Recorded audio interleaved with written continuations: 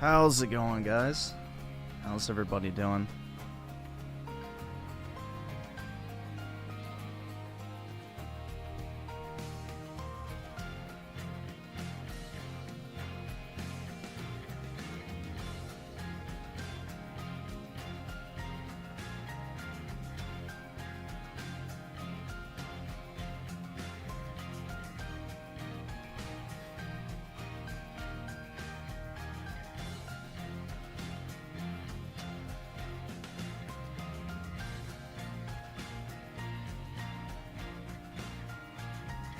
Oh shit, is it that whatever the fuck daylight savings time?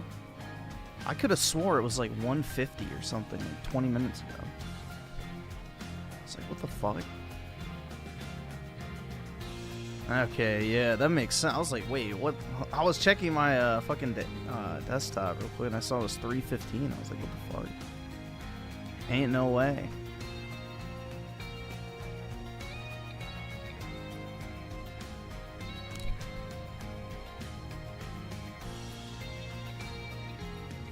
Yeah, they need to get rid of daylight savings time. It's fucking annoying. Just stick with this, like, time.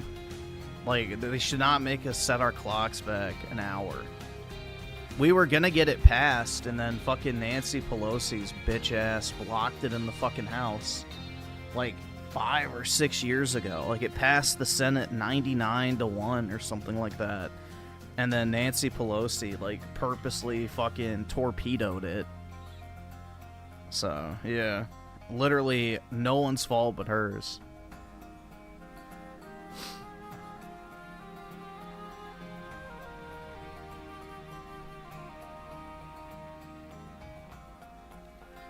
Did you guys hear about the anti-usury law? The fucking cap on credit card spending? Or, well, I guess it is on credit card spending, but on interest rates?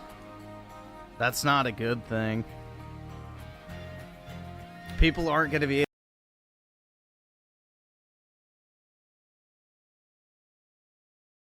able to get credit cards at 10%, bro. Most people can't get a business loan at 10%.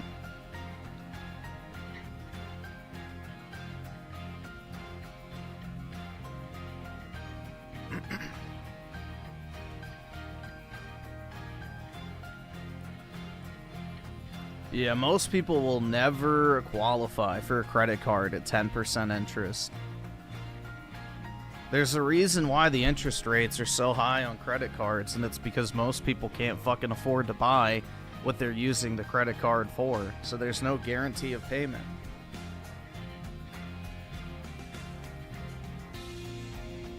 Yeah, I pay my credit card off every month too, but most people don't. They carry a credit card debt. The average person, I think, has 10K of credit card debt, not balance, debt, which means the balance is lapsed.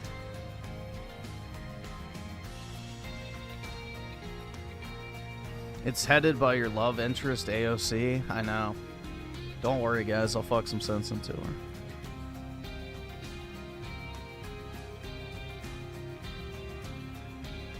Yeah, people really underestimate how dumb the general population is, unfortunately, man.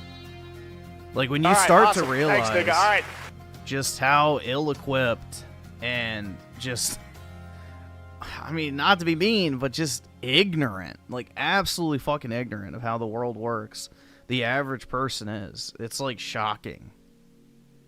So, I mean, most people don't even have the initiative to look up how to open a stock account or something like that. They don't know what, like, a brokerage firm is.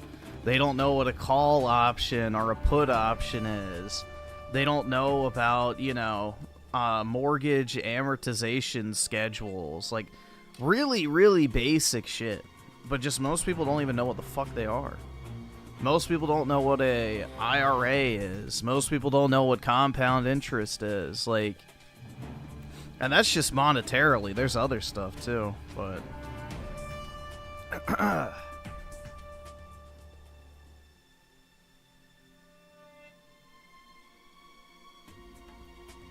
It's quite... It just, like, it shows you how much the school system has failed.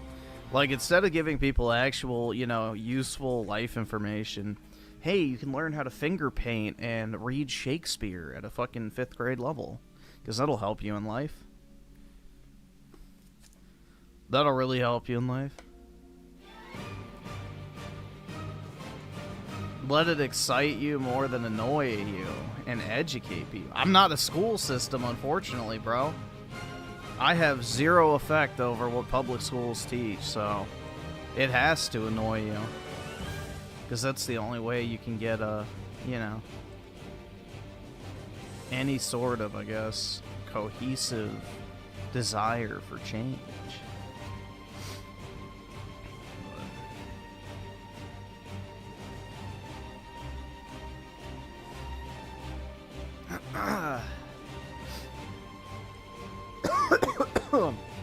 But yeah, if they do pass that bill capping credit card interest rates at 10%, nobody's going to be able to get credit cards. And all your credit card rewards are going to go away, which sucks. Because whether people want to admit it or not, you know, you get these 2%, like cashback programs and everything off of the fucking retards that pay 27% interest because they spend way too much money. That's where your 2% cashback is coming from.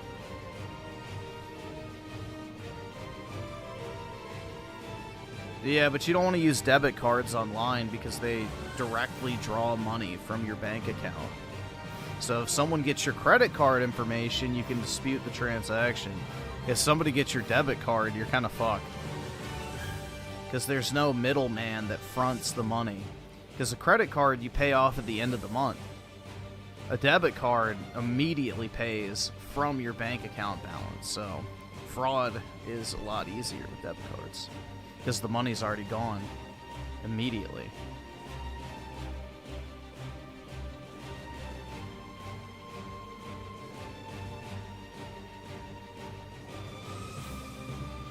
So you typically don't want to use debit cards online or even like at gas stations or sketchy places because if your number gets skimmed or stolen, then you're kind of fucked.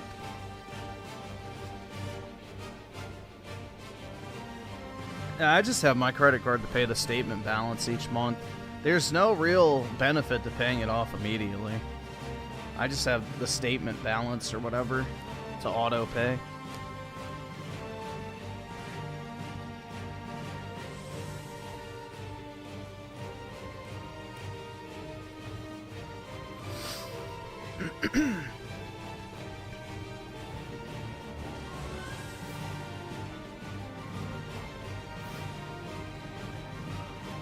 People love... I don't do the flight miles. I just do cashback.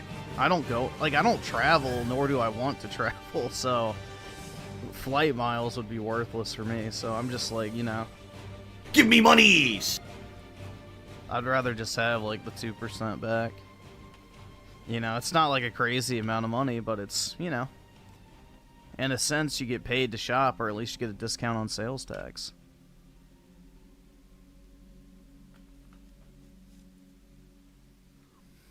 If I had one place to travel to, where would I go? Rome. That'd be it. I don't really want to go anywhere. Even then, I don't really want to travel by myself, so... Even that's not, like, a priority.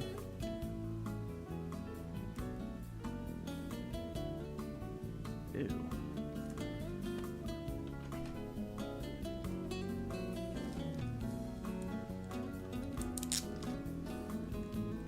Yeah, when I was going through my storage unit or whatever recently, I brought home like this massive box of like loose Pokemon packs that I had taken from like sealed products and stuff.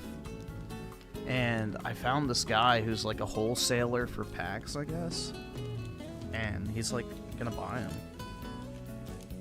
for very, very close to market value, so... Got like 5K worth of packs, which is pretty neat. I can't afford this shit! I paid, I think, $1,300 for the boxes, if I remember correctly. There was 130 boxes I broke down way back in the day.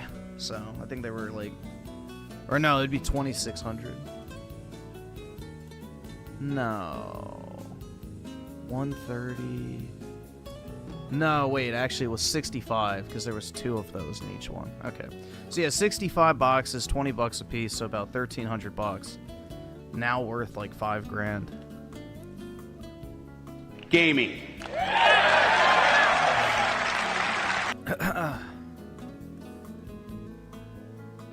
So, pretty good return on investment.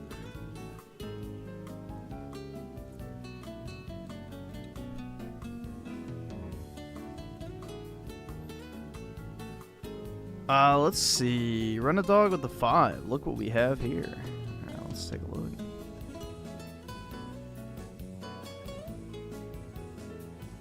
Oh, God.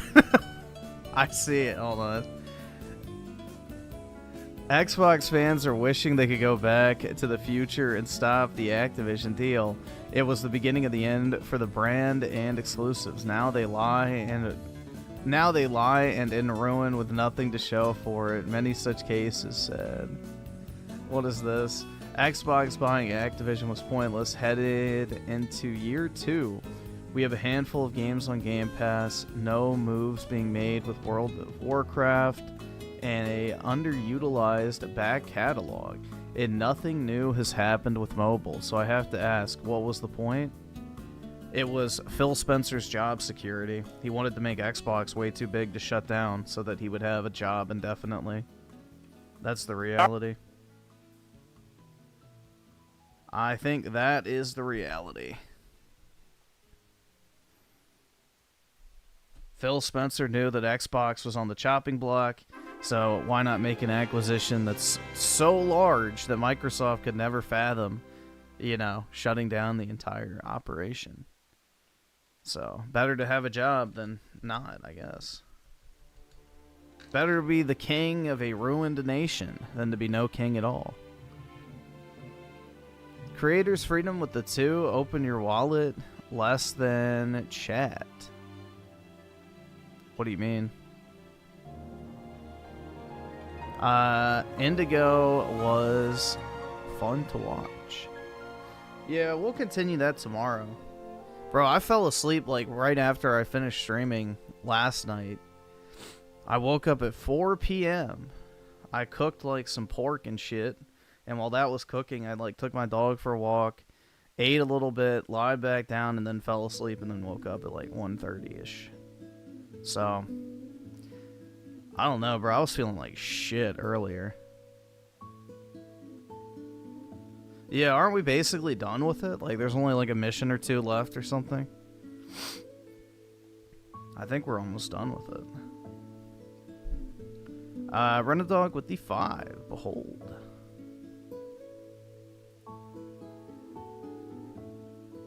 Prime time on a Saturday. They're not sending their best. Xbox is in major trouble. 15 in game. 1,000 in game. 4,000 in game. 4,700 in game. Bruh. Oof. What's Monster Hunter at? Let's see. Does Monster Hunter have cross progression or nah? Does anybody know? Monster Hunter is at almost 800,000 at 3 a.m. Bruh. Yeah. But dude, Avowed is amazing. Everybody should play it immediately.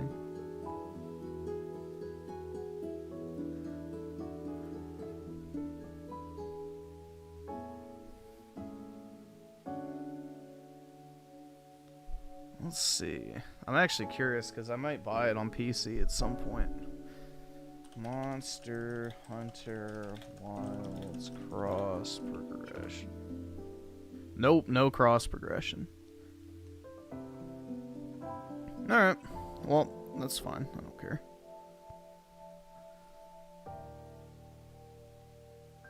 Oh yeah, I forgot. Well, we've had a lot of rainy days, theoretically, but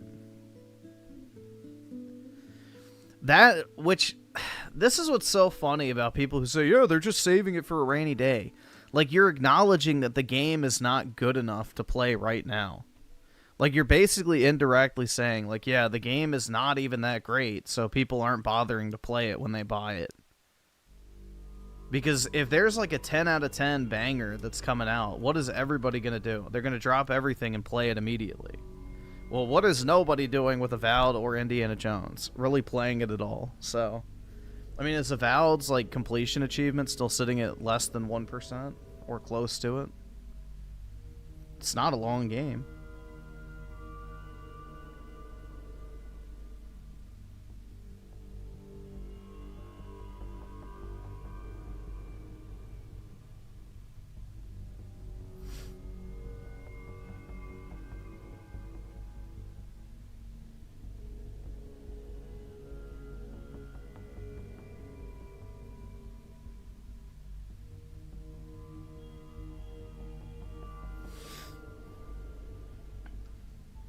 Run a dog with a 5 time to inflate Xbox sub count.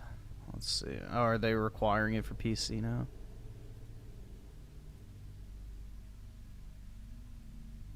Forza Horizon 5, one of the latest Xbox games to release on PS5 in April, will require Microsoft. Oh, that's not surprising. In addition to a PSN account, you need to link a Microsoft account in order to play. Yeah, that makes sense. That's normal. I don't really think that would inflate the sub numbers because nobody has to pay for that Xbox account. It's like if you try to play Minecraft or something, you need a Microsoft account, so that's not surprising. All right, awesome. Thanks, nigga. All right. But meanwhile, if you do that shit on PC with Helldivers, it's like, you know, somebody just fucking killed your firstborn child right in the crib.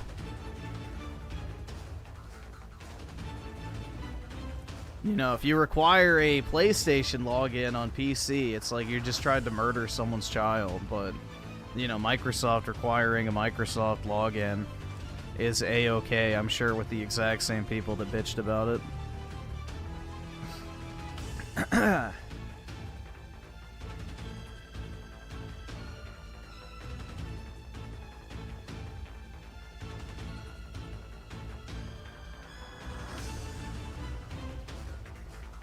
By the way, Stalker 2 had 6 million players in total. Yeah, I mean, that game probably sold decently well on Steam, but the players probably never finished it.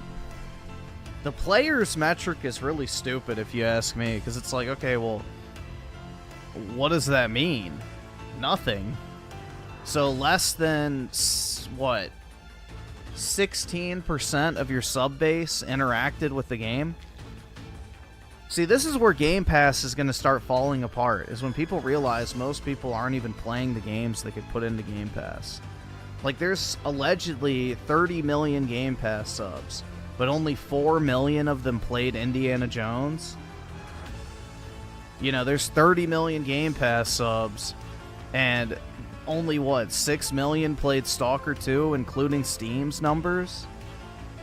Like, most people aren't even playing these fucking, you know, amazing day one games that, you know, are the reason you sub to Game Pass in the first place. So I feel like that ultimate number has dropped off a lot. And will continue to do so, because most people aren't even interacting with that shit when they add new games into Game Pass.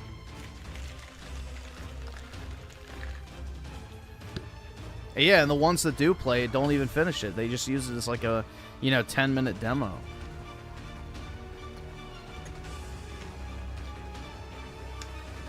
So, they're going to have some real problems with that.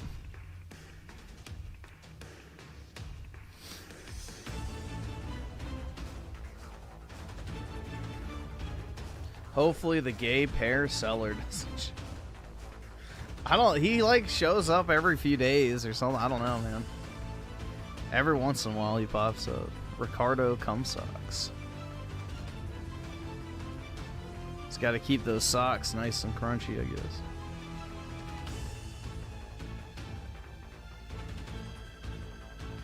Camilla from Fire. Oh, yeah, speaking of which. Have y'all ever seen this? Let's see.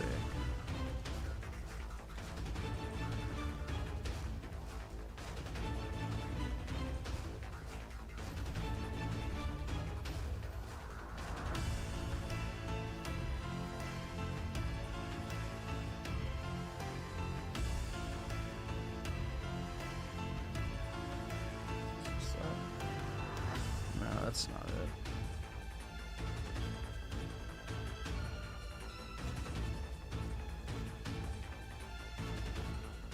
It's kind of blurry, but whatever.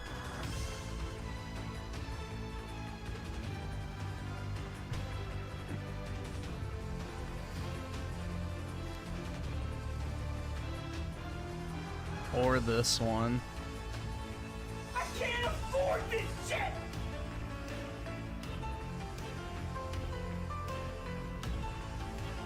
You're broke! You're fucking poor!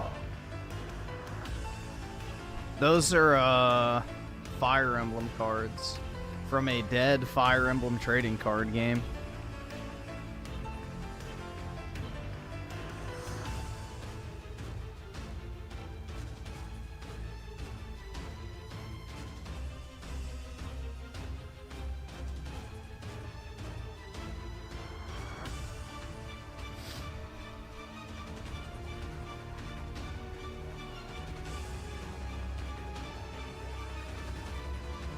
Dead like Old Yeller? Yeah, exactly.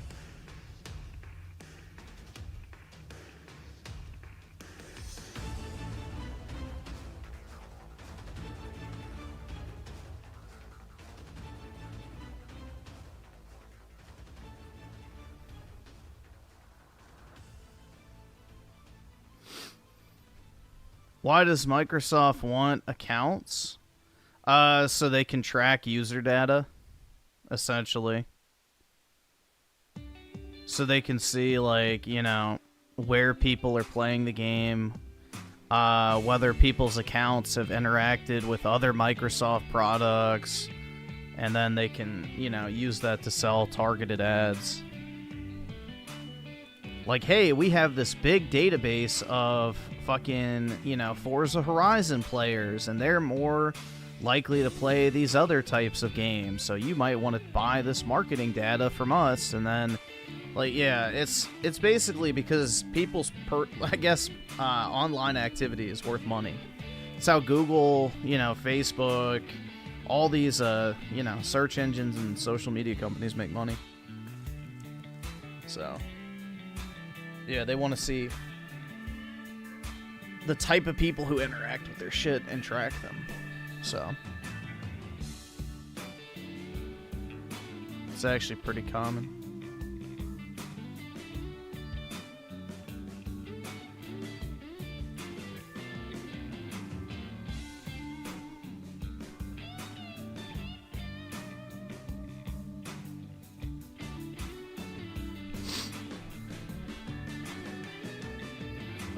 Juan with the 2. What is this? Xbox.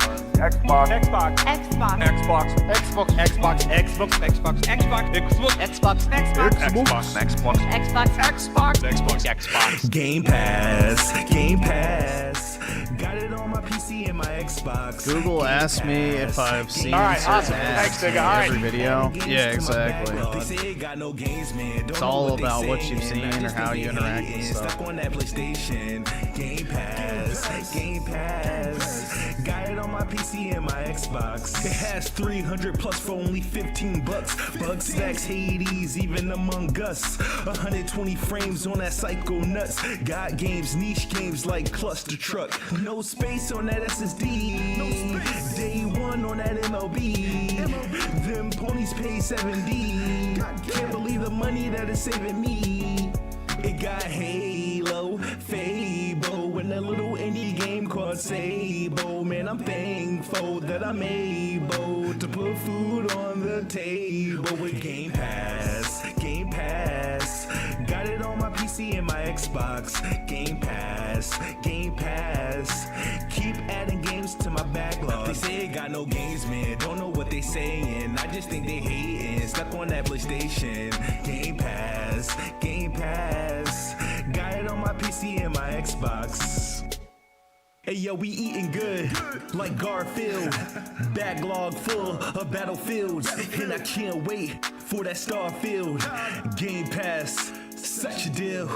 And we got Is that it Call of really, Duty, though? Mix that in with Trek to Yomi. Will not have no time for booty. Trying to start that zombie army. And I hardly spent the dime. So many games and not enough time. We got Forza, Motorsport, Deathloop, and Elder Scrolls. You don't have Elder Scrolls. Avowed, Hellblade, and Somerville with Game Pass. Game Pass.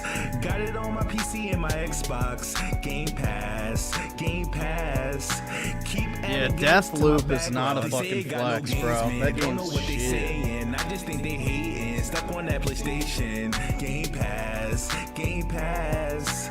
Got it on my PC and my Xbox. For an Xbox customer, the thing I want you to know is this is about delivering great exclusive games for you that ship on platforms where Game Pass exists.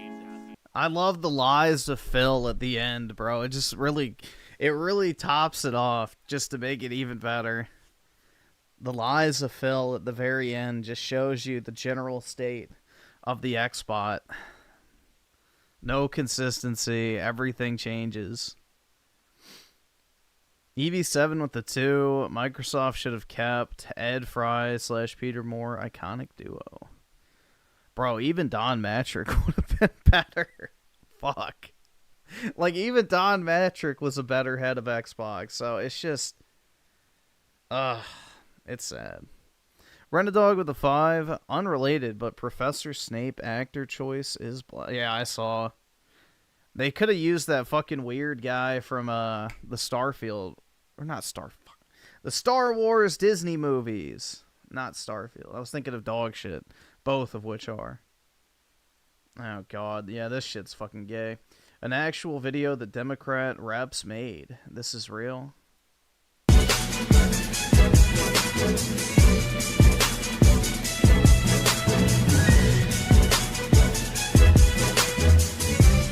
Yeah, sweetie, you're not bouncing on a fucking dick. Yeah, same with her, dude. This isn't a competition of who can drop that shit. Like, I mean, I guess you know who has weak knees and that, right? Jesus. Yeah, it's fucking sad, bro. It's fucking sad.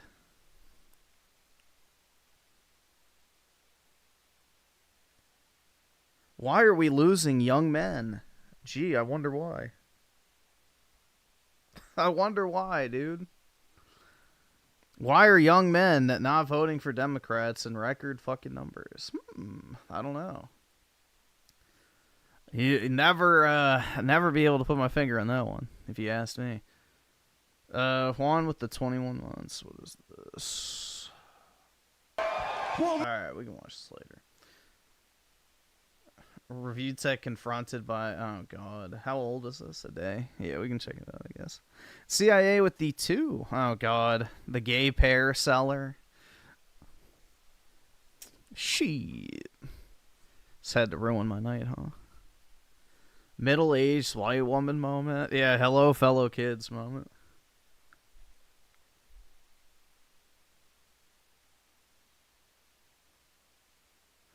The Capitol building looks so far... Yeah, it's built in like the old Roman classical style. You should go walk around it if you can. You can typically walk right up to it. Like, you can't obviously like go up the stairs or anything, but you can get really close to it if you walk around. So, I think all the fences and shit are gone now. Vendetta with the 2. Oh, God. Sending a gay pair as well. Shit. Where was this? We should watch this. This video. This sounds like opinion Xbox buying Activision was pointless. I don't think it was worth it. So why didn't you ask this in the interview with Phil? The fact that Tony Hawk Pro Skater 1 and 2 still isn't on Game Pass is downright insulting. Well, that's because people keep buying it. Was about increasing revenue? No, it was about increasing profit, which they have not done. They have not increased profit from buying Activision. It might come off a little bit entitled. Oh, I know. Didn't he pop champagne or something? Or was that Colt? I forgot who it was. I remember one of these fucking tards dressed up in like a fucking suit and tie and were like celebrating or something on camera. I mean, if anybody had cause to celebrate, it was me, because I made like 10K from the Activision deal. So I wasn't even that corny.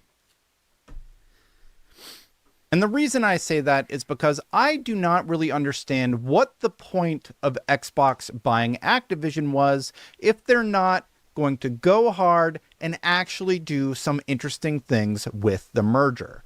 When it They thought they were getting a deal, but they got ripped off because the gaming industry contracted immediately after COVID stopped.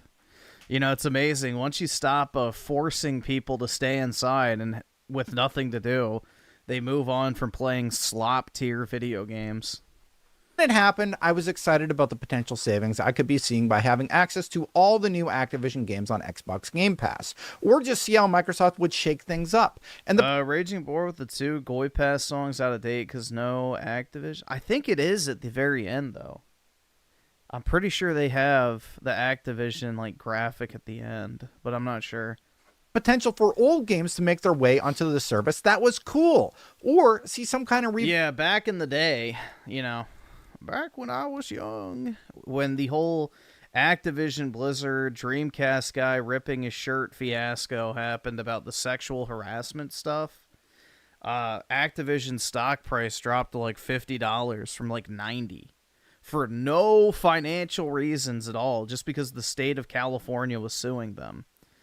So yeah, I bought like, I forgot, like $6,000 or $7,000 worth of Activision shares at $50. And then I didn't know it was going to happen, but shortly after that, they announced that Activision was going to be acquired by Microsoft, and it immediately shot up to like $70 to $80 or something like that. So I sold some of it and took a like, I think $3,000 or $4,000 profit at that point. And then slowly over time, I was just buying shares at like $70-ish up until the acquisition went through, which the final acquisition price was around, what, 95 something? So yeah, basically every share I bought along the way made me like $25.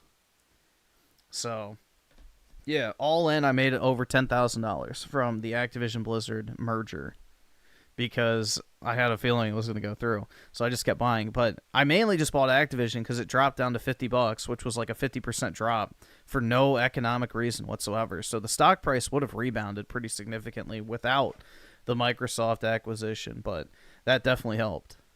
But yeah, I was telling people they should buy it. So I tried. Investors are a fickle thing. Yeah, dude, it's like Facebook when it dropped to $80 a share. What is Facebook at now? I made a fucking killing on Facebook, and I wish I would have bought more. I bought 6,000 worth. Let's see, Facebook shares.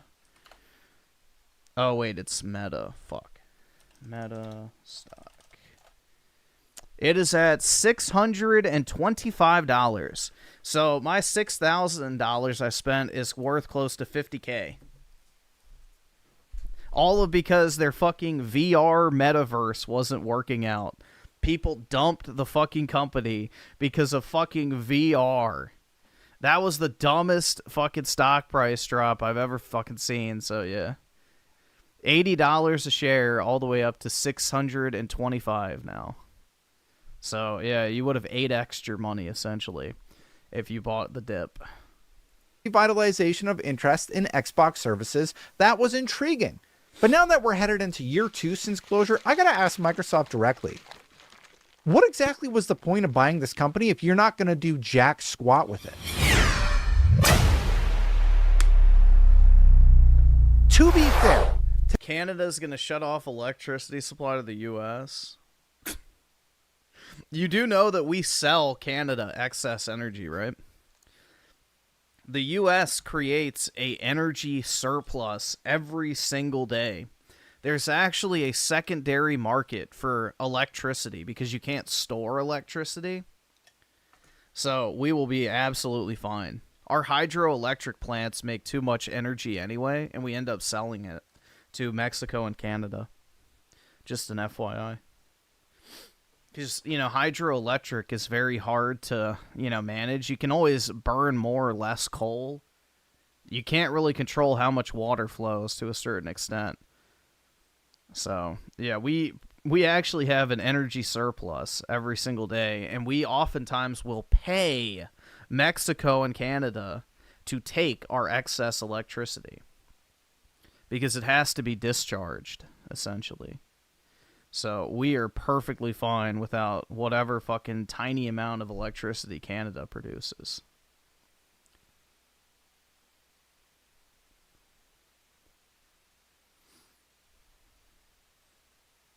But yeah, there's a whole secondary market where you can get paid, essentially, or sometimes pay for extra electricity from the power grid. Today, Xbox gamers on any platform have seen little to... Nope, it's 6%. 6% of the Midwest's energy comes from Canada. Nice try. 6%. That's it. 6%. We can very easily make up 6% in energy. That is not even difficult. No benefit from this merger, except for the fact that Diablo 4 came to Game Pass, as well as one bad Call of Duty and one really good Call of Duty. We got Spyro. Wait, what really good Call of Duty came to Game Pass? Oh, is he one of those tards that like, Black Ops 6 is the best Call of Duty in years, dude? It's so good. I loved walking around with a camera and not killing anybody. That was so much fun, man. And I loved exploring the mind of a middle-aged roastie and learning about her childhood trauma. We got Crash. Recently, StarCraft 1 and 2 also made their way onto the service, but there's little to no... StarCraft 1 and 2? How old are those fucking games? Like 2 decades? Wow. I mean, does anyone even play StarCraft? Like, bro, I haven't heard StarCraft in years. Like, the 2010s is probably the last time I've heard someone unironically mention StarCraft. I don't think anybody cares about that. Oski Woski with the 10. They shall be my finest warriors, these men who give themselves to be. Like clay, I shall mold them, and in the furnace of war forge them. They will be of iron and steely muscle. That's right! That's right! Let's see. In great armor shall I clad them, and with the mightiest guns will they be armed. They will be untouched by the plague or disease. No sickness will blight them. They will have tactics. Hell yeah, bro. For the God Emperor. Appreciate it. Looking back on it, Black Ops 6 campaign at the end was kind of pointless because nothing of value was accomplished with the villain learning. Yes, exactly. You literally spend an hour digging through her fucking subconscious. She doesn't have a change of heart. You don't get anything useful. It's literally just pure expositional cringe to like try and make this woman the central part of the story for no fucking reason. It sucked, man. It absolutely fucking sucked. Anyone who says Black Ops 6 is a good COD campaign needs to go replay Black Ops 1 and Black Ops 2 and then compare it directly to Black Ops 6. They are not going to keep that same fucking energy. It's just recency bias. They're so used to every game being a fucking shitty movie game that when another shitty movie game comes out, they're like, oh my god, it's amazing! It's fucking sad. Yeah, the last good COD campaign was Infinite Warfare. That was the last good one. Renadog with a 5. The obsession with other countries is lost to me. Go live in Canada or wherever. Yeah, Thank you. I agree. Get them the fuck out of here, man. Like, if you care so much about Canada, Europe, Ukraine, whatever, leave. We don't want you. Go live in your fucking wonderful little utopia that you care so deeply about. And go contribute to this wonderful society that you think is worthy. Don't you fucking tell me to my face to shut the fuck up. Of, like, everybody else paying for their mere existence, you know? Why aren't you contributing to that society? Let's see. Oski Woski with the 10 strategies of machines so that no foe can beat or best them in battle. They are my... Oh, fuck. There goes the chat. Of course! Right in the middle of me reading. All right, I'll restart. Strategies of machines so that no foe can best them in battle. They are my bulwark against the terror. They are my defenders of humanity. They are my space marines, and they shall know no fear. Hell yeah, dude. That's right! Yeah, dude, honestly, we need more based marine stuff. I'm really hoping they do Space Marine 3, which the studio said they're interested in doing Thanks, more nigga. All right. Warhammer stuff. So fingers crossed it actually materializes, because not only is Space Marine 2 a very unexpected surprise, but it turned out really, really good. So once they finish that Turok game, which I'm sure will also be good, if it's of a similar combat style, I'll definitely pick that up. But yeah, I think they're going to return. I mean, even if they don't do Space Marine 3, if they just do like some other Warhammer properties or whatever, that still would be cool. They should give them the Vermintide IP. Which, I mean, I guess Space Marine kind of is Vermintide, but it's almost identical, if you think about it. Oski Woski with the 5, they are my Space Marines, and they shall know no fear. The Emperor. Hell yeah, dude. Space Marine sold very, very well. Even with the early access edition, Space Marine 3 is definitely happening sooner than later. I hope so, dude. Space Marine 1 was like one of my favorite underrated games of the 360 era that most people did not play, unfortunately. And, you know, I'm really like, it was such a shock when they announced Space Marine. I was like, what the fuck? Because, like, nobody thought it was ever going to come out, so it was a huge surprise. But I'm glad it, like, actually got mainstream attention this time, because both games are really, really good. Promotion or fanfare. And yeah, they announced the Tony Hawk game, but let's be honest, that was probably already in the works. It's good, but the potential has been completely wasted by Xbox, in my opinion. There is so much more they could be doing. What's with the piecemeal service?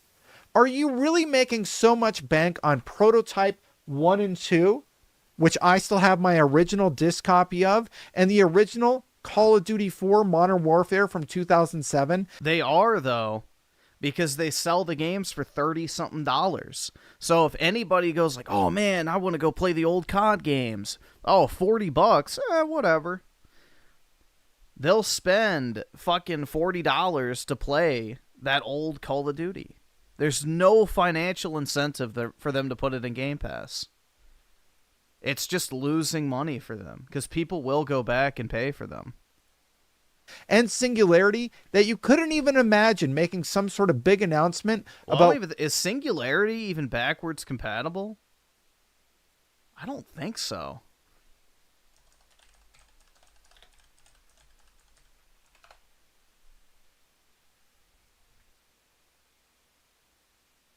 Nope, it's not. That's what I thought. Singularity is not even back compat, so they can't even put that in Game Pass. Yeah, Singularity is basically a Call of Duty campaign in everything but name. It's really good. It's made by Raven, which, you know, is the studio that does Warzone. So, yeah, literal Call of Duty game. Just not called Call of Duty. It's good.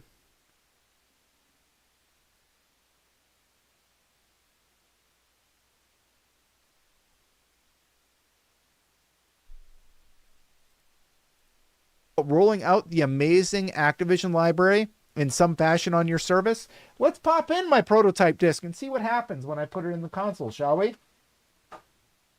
Okay, so we're putting it in. This is my official disc for a prototype on the Xbox. Let's see what it says. Take your time. Here we go. Sorry, this game isn't playable here. You're telling me. Yeah, it's not backwards compatible. You have to get the re-released version. You published this game. Nigga. All right. You are currently selling it for $9, regularly $20, and you can't even make it backwards compatible on the console. Yeah, because you're not... The version of Prototype 2 that you're buying is not back compat. It is a direct port to Xbox One and PS4. They did a remastered. So you're not playing the 360 version for $20. You're buying the remastered version for $20. So they're two separate versions of the game. Are you really making that much money from the game? They're not making any money from the 360 version because the 360 version cannot be purchased. You have to buy the remastered version. You're telling me that you're making so much bank on your library, like Call of Duty World at War, that it makes more sense to keep it behind a $20 price tag. Yes, it does, because then people be like, oh, dude, I fucking love Call of Duty World at War. Oh, it's only $20.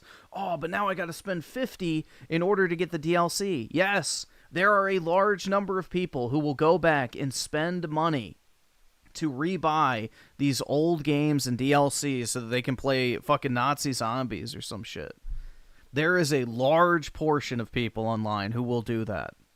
It is free money to let it sit there and just collect cash. And they need money because they blew $72 billion on this acquisition. Do literally anything else with it? Roll out a small bundle of classic Call of Duty games on Game Pass for a month and see what happens. No, they're not. You're really making that much money on games from 2007 that you'll just do nothing? They're all on Xbox. You're telling me people are lining up to get the 2007 Call of Duty 4 Modern Warfare? Dude. Physical, like during COVID, for example, physical copies of the old Call of Duty completely sold out at GameStop. Like, completely. You couldn't find a pre-owned copy of Modern Warfare 2. You couldn't find a pre-owned copy of Black Ops 2. You couldn't find a pre-owned copy of older CODs because everybody was going out and rebuying the Call of Duty games. People go back and buy these games digitally for years and years and years.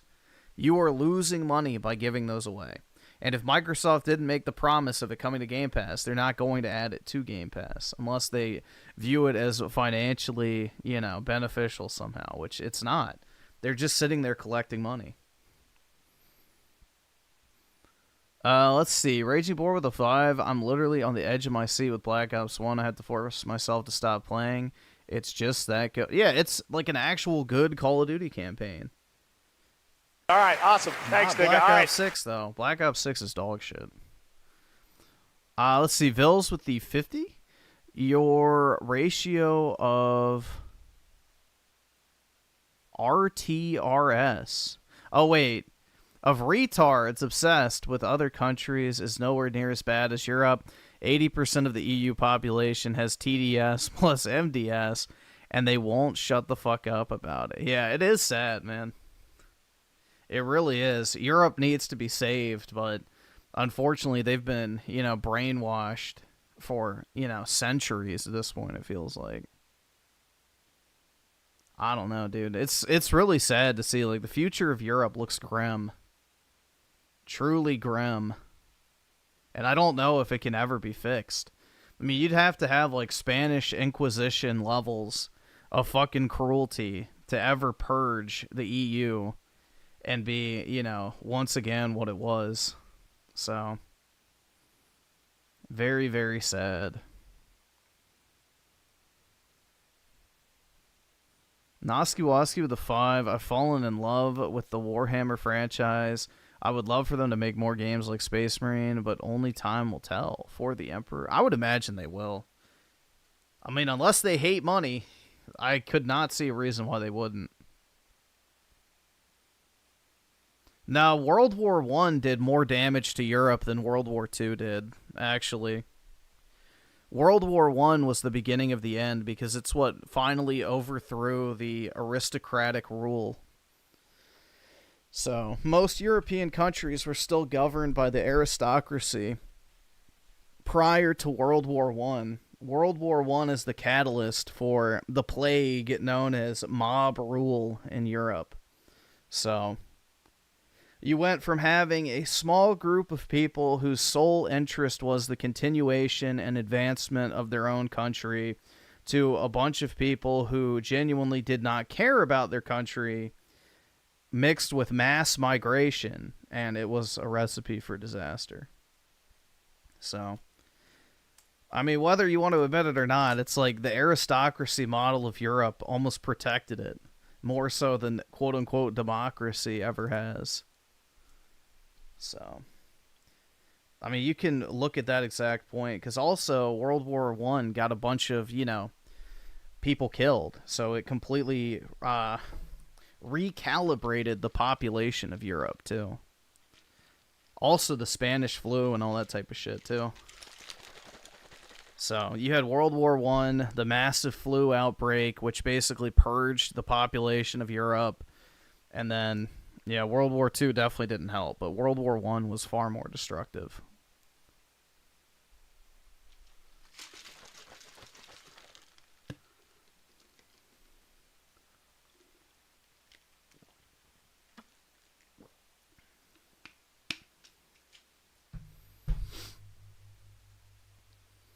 Let's see. Serenadog with a 5. Even Peter is saying it's over.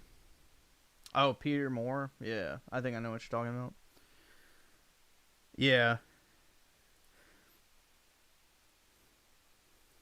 I think that, the console wars that you're kind of alluding to were healthy for the industry. This guy... And look, I've said it before. Shit. We just think that you... This guy has the Dreamcast guy effect. Kind of alluding to were healthy for the industry. And look, I've said it before. We just, certainly I did, encourage the battle, because I think gamers loved to see Xbox versus PlayStation, maybe Nintendo as well. Weren't most people poor except for nobles, merchant, and royal families? I don't like the sound of that. Look at the percentage of home ownership in 1920 versus today. And that'll answer your question. And that I think was a rising tide that lifted all ships there. It's different today. And when you see that, look what's happened with the acquisitions or the consolidation, and what Microsoft, but still, consoles are, as we're seeing, particularly with Nintendo now, people love their hardware. The acquisition of Activision Blizzard changed things, I think, I know at Microsoft. And so this is not the old days of the console wars and punching each other and trying to steal customers and trying to get market share and build your attach rate. Right. This is bigger than that in an economic sense. Has it lost a little bit of the feistiness that the industry, I think, fed upon and grew upon? I think so. What Microsoft is doing is no longer we're going to get as much content on our singular platform and the PC, and we're going to fight for that, and we're going to pay for that, and we're not going to give it to anybody else. And those days are clearly over, as you can see.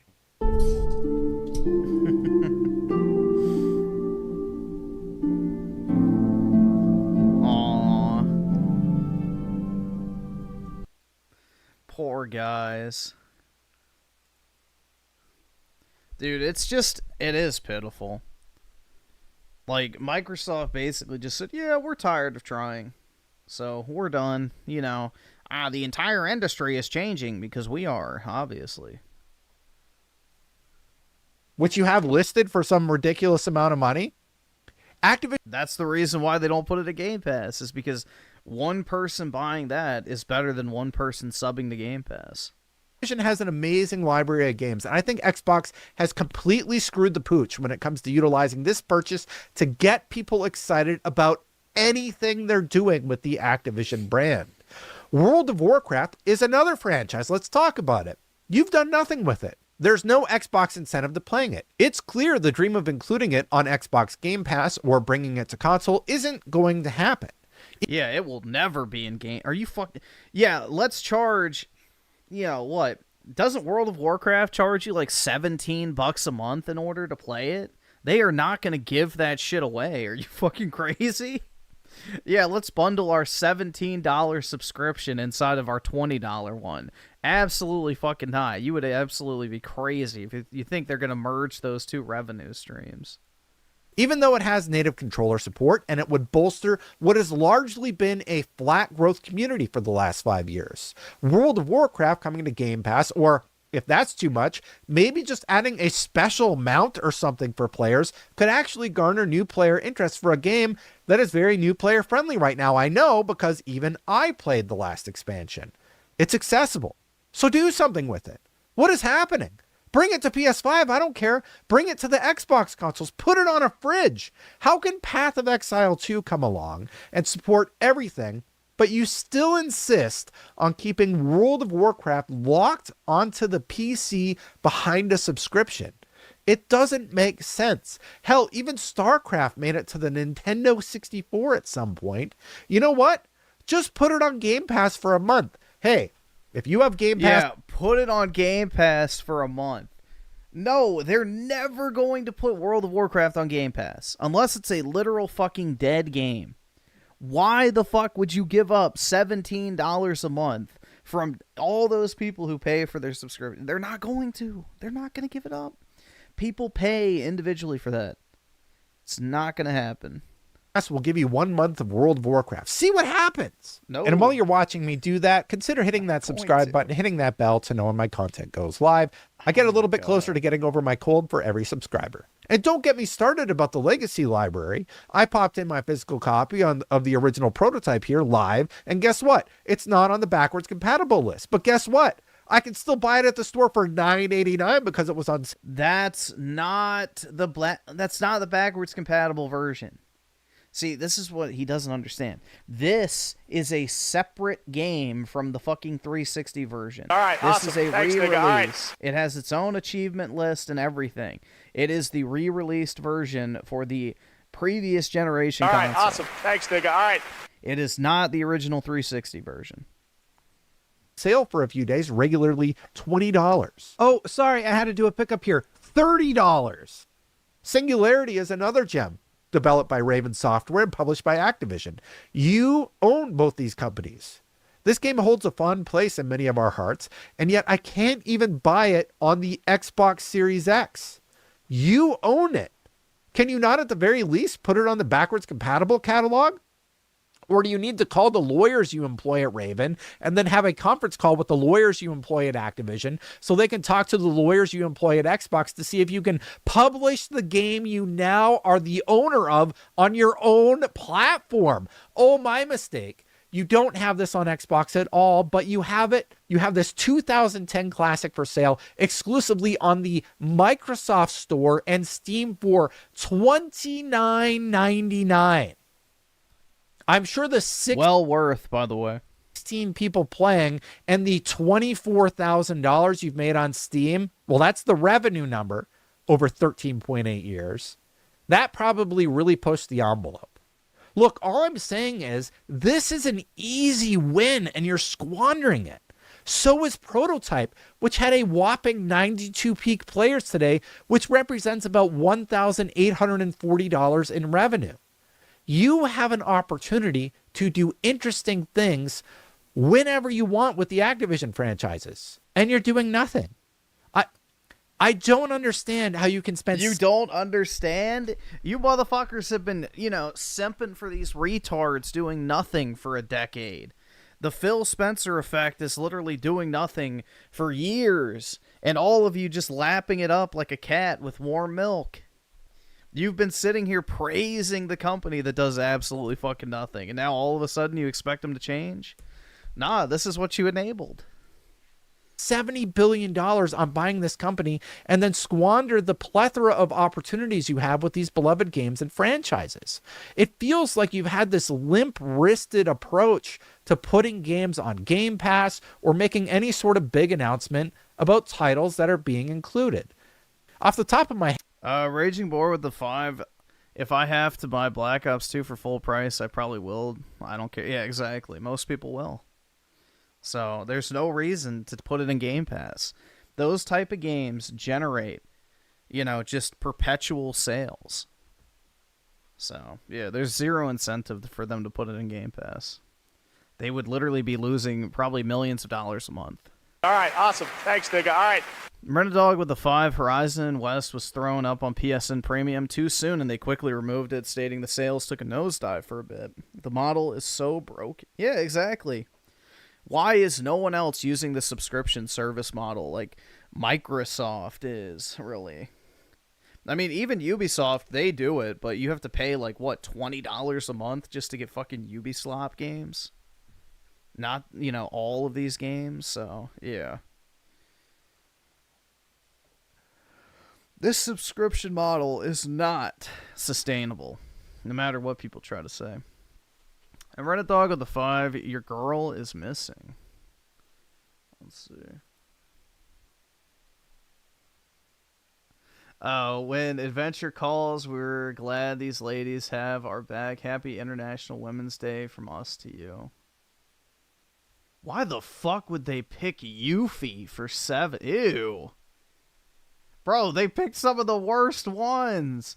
Quistis for fucking 8? What did they do for 50? RNA is fine. It's okay.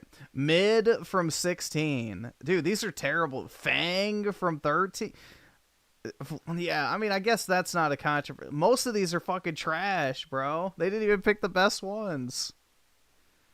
They didn't even pick good ones for any of these games, bro. Like, they didn't pick Terra for 6. I don't even know who the fuck that is from 9. Like, bro, this is a bad... Whoever made this, whatever, you know, intern or social media employee that put this together, picked some of the worst choices from Final Fantasy. Like, goddamn, man.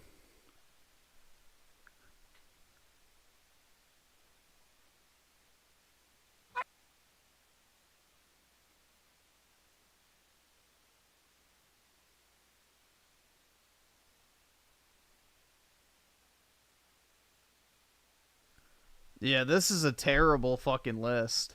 I mean, the only one I agree with is maybe Aranea, which is not my favorite Final Fantasy 15 girl, dude. Obviously. Never mind, I can't say that on the stream, dude. I'll get canceled. And then I guess Lulu is fine for 10, but I prefer Yuna. But, yeah, not good, not good, not good, not good, not good. I guess that's... no idea. I've never played 12. Never played 11 either. 14, like, bro, there's got to be a better female character than whatever the fuck that is. At 16, definitely has better women than Mid. Like, come on, bro. These are terrible fucking choices. These are awful fucking choices, bro. Like, if they're trying to engagement farm, maybe I could see it, but even then, they'd get more engagement if they put the characters people actually like. Creators Freedom with the 2. You are wrong about Game Pass. Netflix has 1 too. Yeah, video streaming services aren't faring much better right now, so. Nah, the subscription model is not great. People get subscription fatigue. And Chronicle with the 2, Aranea the GOAT. Yeah, I've got some graded Aranea cards that I got back in the day. Or actually, I graded them myself back in the day. Here, let me see if I can find it.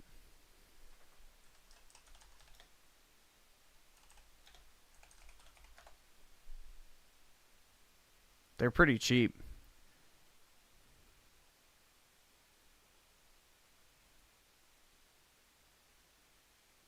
I can't afford this shit!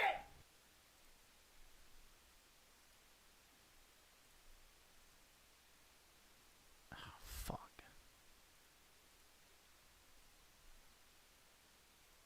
Either subscribe, donate, or get the fuck out. This is the one. I have a few of these graded. I think I have 4 of them. I can remember the Diablo 4 announcement like it was yesterday. Oh, and Chronicle with the 2 gifted memberships. Really appreciate it, man. Thanks so much. That was a big deal. But StarCraft?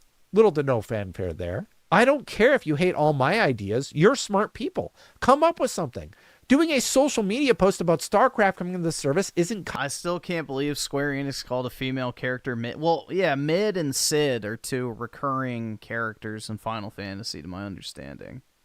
So, yeah, like Sid and then Mid. So, Mid was a name used well before, like, in the games, before that became, like, a, I guess, modern term for an ugly chick, you know? So, it's not like a vernacular thing that the Japanese use. So, yeah, it's just one of those recurring kind of character names. Mid and Sid, they're in most Final Fantasy games in some capacity. King of Games with a 5. Really appreciate it. I think what'll be interesting to see is, will Microsoft continue to buy, or are they... I think they said they're done. I would be shocked if they're allowed to buy anything else for any substantial amount of money with how the brand is floundering and they're losing money on Activision. Like, when they were still releasing the financial data for their gaming division up until this last quarter, Activision was operating at a negative, profit margin. So they bought Activision for $70 billion, which they're having to discount. And on top of that, Activision is operating at a loss. So I don't really think they'd be in too big of a rush to go out and buy something else, but you never know. Maybe if the right deal pops up. We'll likely know soon as Ubisoft and WB Games seem up for grabs. I think they would have already bought them, because Ubisoft is, basically dead at this point. Assassin's Creed We Was Samurai is not going to save them regardless of how well that game does. And, yeah, long-term Ubisoft is fucked. I don't think anybody wants to touch them is the problem, because they're going to be stuck with all the employees. And Creators Freedom with the 2. Was Final Fantasy Lightning good or slop for its time? Oh, lighting good? What do you mean lighting? I mean, Final Fantasy's always been considered one of the better looking games graphically in whatever generation it releases, if that's what you mean. Cutting it. What is the holdup here? Make some moves already. Based on how you're doing, it sure seems like you got nothing to lose. The acquisition of Activision Blizzard changed things, I think, I know at Microsoft. Go for it. Do something. Do anything. Because if your whole approach was this limp-wristed attempt to get gamers interested by putting a game here or there on Game Pass with little to no promotion, then I don't know what the heck your game plan is. And I certainly don't know what the hell the point was in acquiring the company. Because all I've seen to date is console sales decline and fewer incentives to be an Xbox fan, as you have been very clear that you're porting everything to PlayStation anyway. We are finding that our games shipping on multiple platforms is a good thing for Xbox. Take the first 5 Call of Duty games. Yeah, because you're actually getting money. You're actually making money again because Game Pass is not profitable. So yeah, when you put your shit on platforms that actually buy games, imagine that. The industry standard business model of selling video games is profitable. Crazy. Very fucking crazy. Who would have guessed? But I thought the entire industry was changing and nobody wanted to buy video games anymore. Rekaboo with the 9 months. What's up, gamers? Getting deported next week, lol. Traveling with an entire PC setup is AIDS. Also replayed Breath of the Wild. Mifa? Best girl. Which one? Is that the fish? I think, right? I'm just gonna say it. I know that you're talking shit about me when you big fucking ugly mouth. Come on, all ask real fucking bigoted. Don't be a fucking pussy because you're a bigoted asshole too. Fuck you.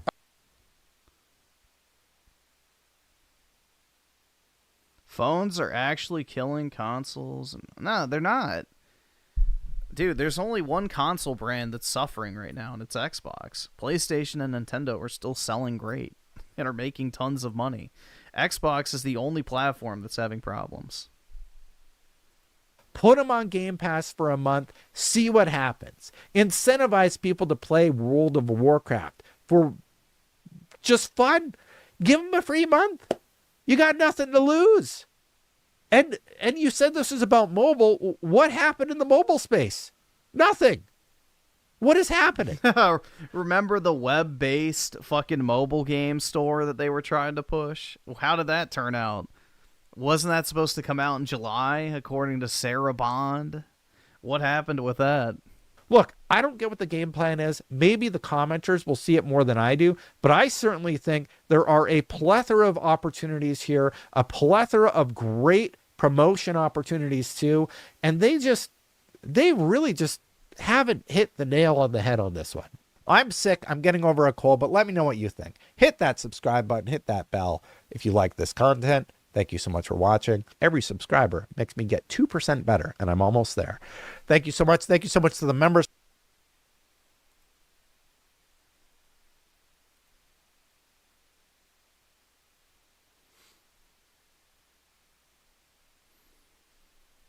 Let's see. What do we want to watch? I think I have everything pulled up over here, right? Yeah. Here, we'll see. Let's just see. I want to see if there's anything worth watching from a Dreamcast guy real quick. Uh-oh. They just lied? Is ruined. Yo, didn't he just make a video, like, simping out for that shit? Yeah. I remember that. He was, like, freaking out about how amazing it was. Now they just lied. It's ruined. What did they do? Hey there, gamers. Dreamcast guy here. And did they get rid of the soundtrack or something? This is going to be a bit of an angry rant because Activision... That I could see ruining the game, because nostalgia-wise, the music is part of the reason why people have member berries for those games. Because it's like a time capsule, you know? They lied. I don't really know any other way to say this, but a couple days ago, they announced the Tony Hawk 3 and 4 remaster, and everybody was extremely excited because the remaster we got of Tony Hawk 1 and 2 just a couple years ago was a masterpiece. It was the original games with better graphics, even more music. Everything was bigger and better and more beautiful, and also they just improved how fun those games were to already play. So taking that and going, all right, now we're going to do it to 3 and 4, everybody was excited. Yes, give us more of Tony Hawk. Wait, so the remasters under Activision prior to Microsoft having them were done perfectly, and now all of a sudden Microsoft has their hand in the fucking cookie jar, and all of a sudden it's shit? Color me shocked. 3 and 4. Well, they just announced, like 2 hours ago, that it was a lie. Tony Hawk's Pro Skater 4 is not being remade. They're taking the skate parks and basically just putting them into Tony Hawk's Pro Skater 3, and everybody is instantly pissed. So wait, hold on. So they're not even like doing separate games? They're just taking the content of... Oh, okay, yeah, I can see why that ruined the game. So they're just taking the fucking parks and putting them in 3. Okay. Let's take a look at an explanation. I forgot. Don't they have like campaigns and shit? I don't remember, bro. It's been like literally over 2 decades, I feel like, since I last played a Tony Hawk game. But didn't they used to have like campaigns and stuff in them? I don't remember. And why I feel like this is very much going to hurt sales. And I want to take a look at a lot of the reactions because everybody is immediately saying, bro, screw Activision. Let's get into it. No, don't screw Activision.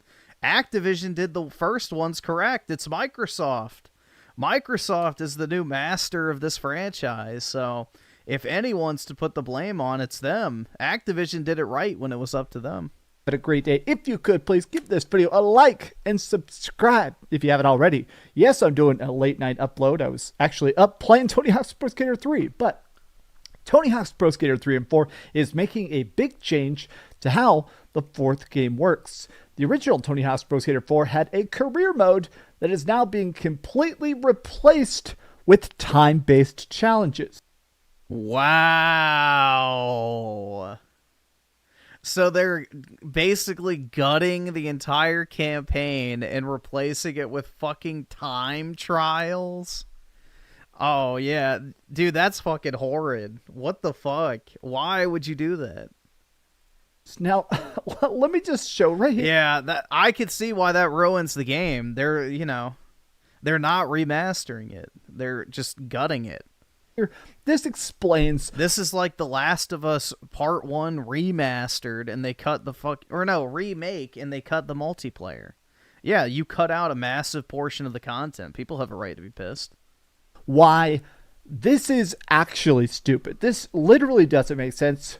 Kotaku was able to confirm with Activision that Tony Hawk's Pro Skater 3 and 4 will not include the original career mode from Tony Hawk's Pro Skater 4. Instead, like the first 3 games, it just takes a bunch of 2-minute complete run challenges. So if you've played Tony Hawk and stuff like Find the Secret Tape, if that Gears collection rumor without the multiplayer is true, like, consider me a certified Xbox hater at that point. Like, I already dislike them, but I'll straight up be a fucking hater at that point if they actually release a Gears collection without fucking multiplayer. Score attack. And this is not what Tony Hawk's Pro Skater 4 is. The original... And I know exactly why they're going to do it. It's because Halo MCC has way more players than shitty-ass Halo Infinite does, because they know they can't make good games anymore.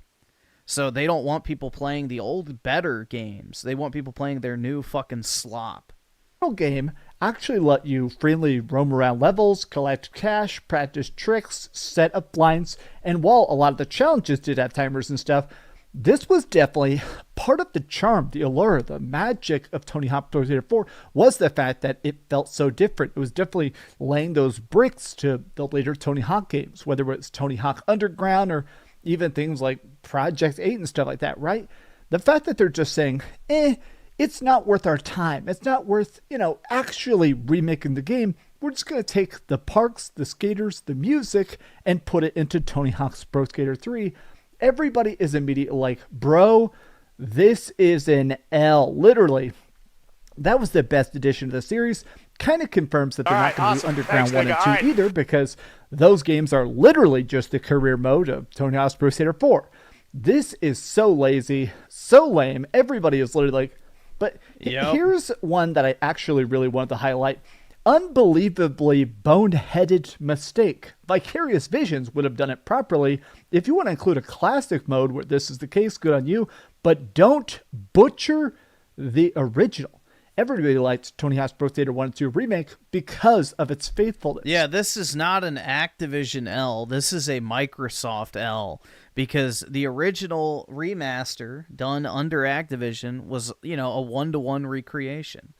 The first time Microsoft gets their hand on the franchise, they're fucking cutting corners. Now, Shocking. This guy, honestly, I think this is the perfect sentiment. The first 2 games were made by Vicarious Visions, and for whatever reason, even the game sold like crazy, awesome. everybody Thanks, loved nigga. it. All right. They decided to take that studio and just merge them into Blizzard. Now they're a Blizzard support team helping making seasons of Diablo 4. And everybody's basically like, bro, the first 2 remake games, they felt passionate. They felt driven. You could tell it was one of those games that does exactly what we want most. It was by the fans, for the fans. And now they're just saying, it's so much work. We just want to make the games and move on. I think they said that this is being made by Iron Galaxy, so completely different people. Oh, God. How is a 2-minute timer? Isn't Iron Galaxy like one of the most woke game studios in existence? Even going to work on maps as big as Tony Hawk's I think so, right? Pro Skater 4. Now, I want to go over to Reddit here because a lot of people are like, this doesn't exactly work. I mean, the game is literally made to be fundamentally different. The entire structure of it is about trying to basically make a bigger map, exploration, figuring things out, getting a chance to do stuff. With a 2-minute timer, I feel like you're going to be flat out rushing in every single map to even get to certain destinations or objectives. This doesn't make sense. The thing that pisses me off is that this is not a faithful remake like they advertise it. It's just Tony Hawk's Pro Skater 3 with more maps, and that blows. Now, I love the fact that everybody is like, bro, this sucks. I hate the time challenges. Then I'm not going to buy it. No timed levels. This to me, I love Tony Hawk's Pro Skater 3. I still think Tony Hawk's Pro Skater 3, it might be my favorite. I really like 2 a lot too. But Tony Hawk's Pro Skater 4 is so big, it's so expansive, it's so fun.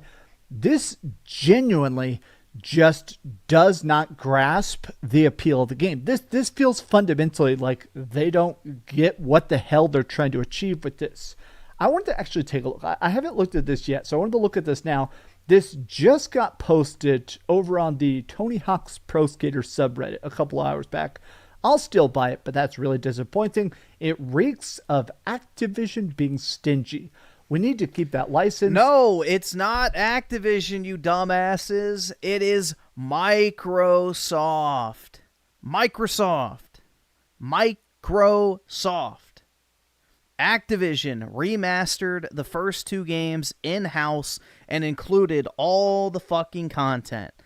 Microsoft is outsourcing the remaster to fucking Iron Galaxy, and they're cutting content. This is not an Activision problem. This is a Microsoft problem. It is once again them having no fucking idea what the fuck they're doing. They're just literally just trying to cash in like Disney does on existing franchises that are popular. This is literally the Disney business model. Rape and pillage old franchises that people like while simultaneously making them worse. Do the 1 and 2 thing again, but let's not be too crazy. Literally all this. Advertise it as a remake, then don't remake it. This is just so bizarre. And with that, my pre-order is canceled. They should change it to Tony Hawk 3 and 3.5. Not a deal breaker. I'm perfectly fine doing the normal 2-minute runs. Everybody is basically like, okay, I'm just going to play it emulated. It is weird that they're like, everything you love is back. I think more than anything else, this just sucks. I think the reason this blows 10 times more is because the original games were so fantastic. And even the first remake was so fantastic. I mean, the fact that Activision Blizzard already got it right. They already mastered the magic. They already made the best possible remake for Tony Hawk 1 and 2. And then they do it again, but this time they're not doing it, though. They're outsourcing it. Microsoft is not letting Activision remaster the game. Activision has no part in this remaster. Microsoft is giving it to some other fucking shitty port studio that is gutting the original game to harvest the fucking memberberry monies. Worse, lazier, crappier. It really does have that reek of how can we make the flashiest game with the most pre-orders but the lowest budget. This actually blows. I mean, genuinely, I want to see the game now. I want to play the game now just because I want to see how the hell this is even supposed to work. There's no way. I feel like they're going to publish a statement because this is not good. But how do you guys feel about it? Tell me your thoughts in the comments down below. And if you enjoyed this late night video, be sure to give it a like. Let's see if we can get this to 1,000 likes. Be sure to give it a like and subscribe and keep dreaming. And I love you and have a good day. Thanks so much for watching that video. If you want to see something else. Yeah, dude. How anyone is an Xbox fan at this point, I don't understand. They can't even remaster a fucking 20-year-old game. They can't even remaster a 20-fucking-year-old game. They have to cut content. It's fucking crazy, bro. Oh, Rent a Dog. We'll watch this in your honor, man. Neil Druckmann gives up? No Last of Us Part 3 ever? What the fuck?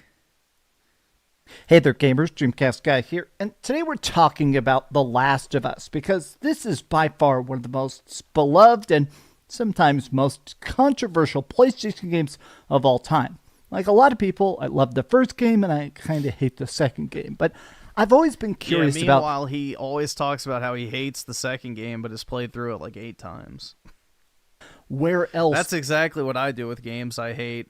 This world can go, these characters, these stories, this incredibly interesting infection. How else can it spread? But apparently, Neil Druckmann, the creator of The Last of Us, the writer, the director, has just confirmed, like 30 seconds ago, there isn't going to be a Last of Us Part 3, and everybody's kind of instantly saying, what the heck? So let's take a look at some reactions, and I kind of want to talk through my thoughts as a person that really enjoys these games, for better or for worse, why I feel like abandoning it is such a stupid move. But let's get into it. Hi, hope you're having a great day, and if you could, please give this video a like and subscribe if you haven't already. Now, I want to begin with the quote itself, because sometimes you see stuff and it's out of context. There's definitely quotes that sound bad, but in the grander scheme of it, they're not too bad. But in this case, the full quote is terrible. So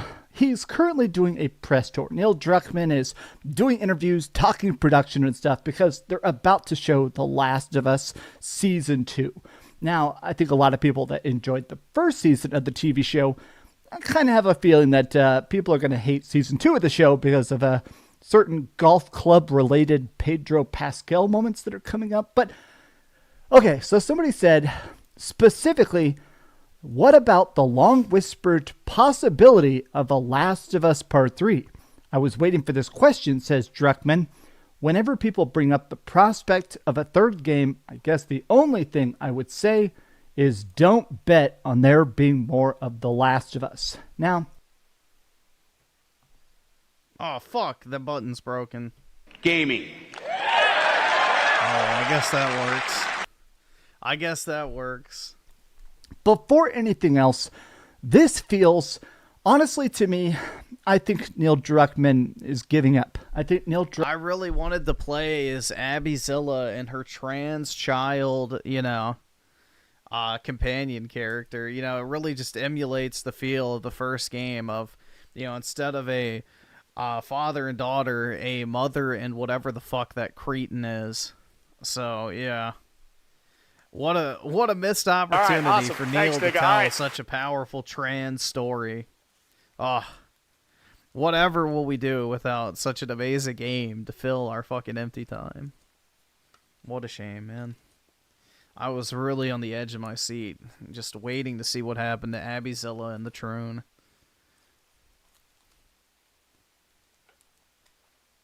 Let's see. Run a Dog with a 5. Gears collection, rumor, no multiplayer. I kind of get it, but if co-op is missing, that's actually just... I would imagine co-op would be there even if the multiplayer is not, but Gears without multiplayer is not Gears.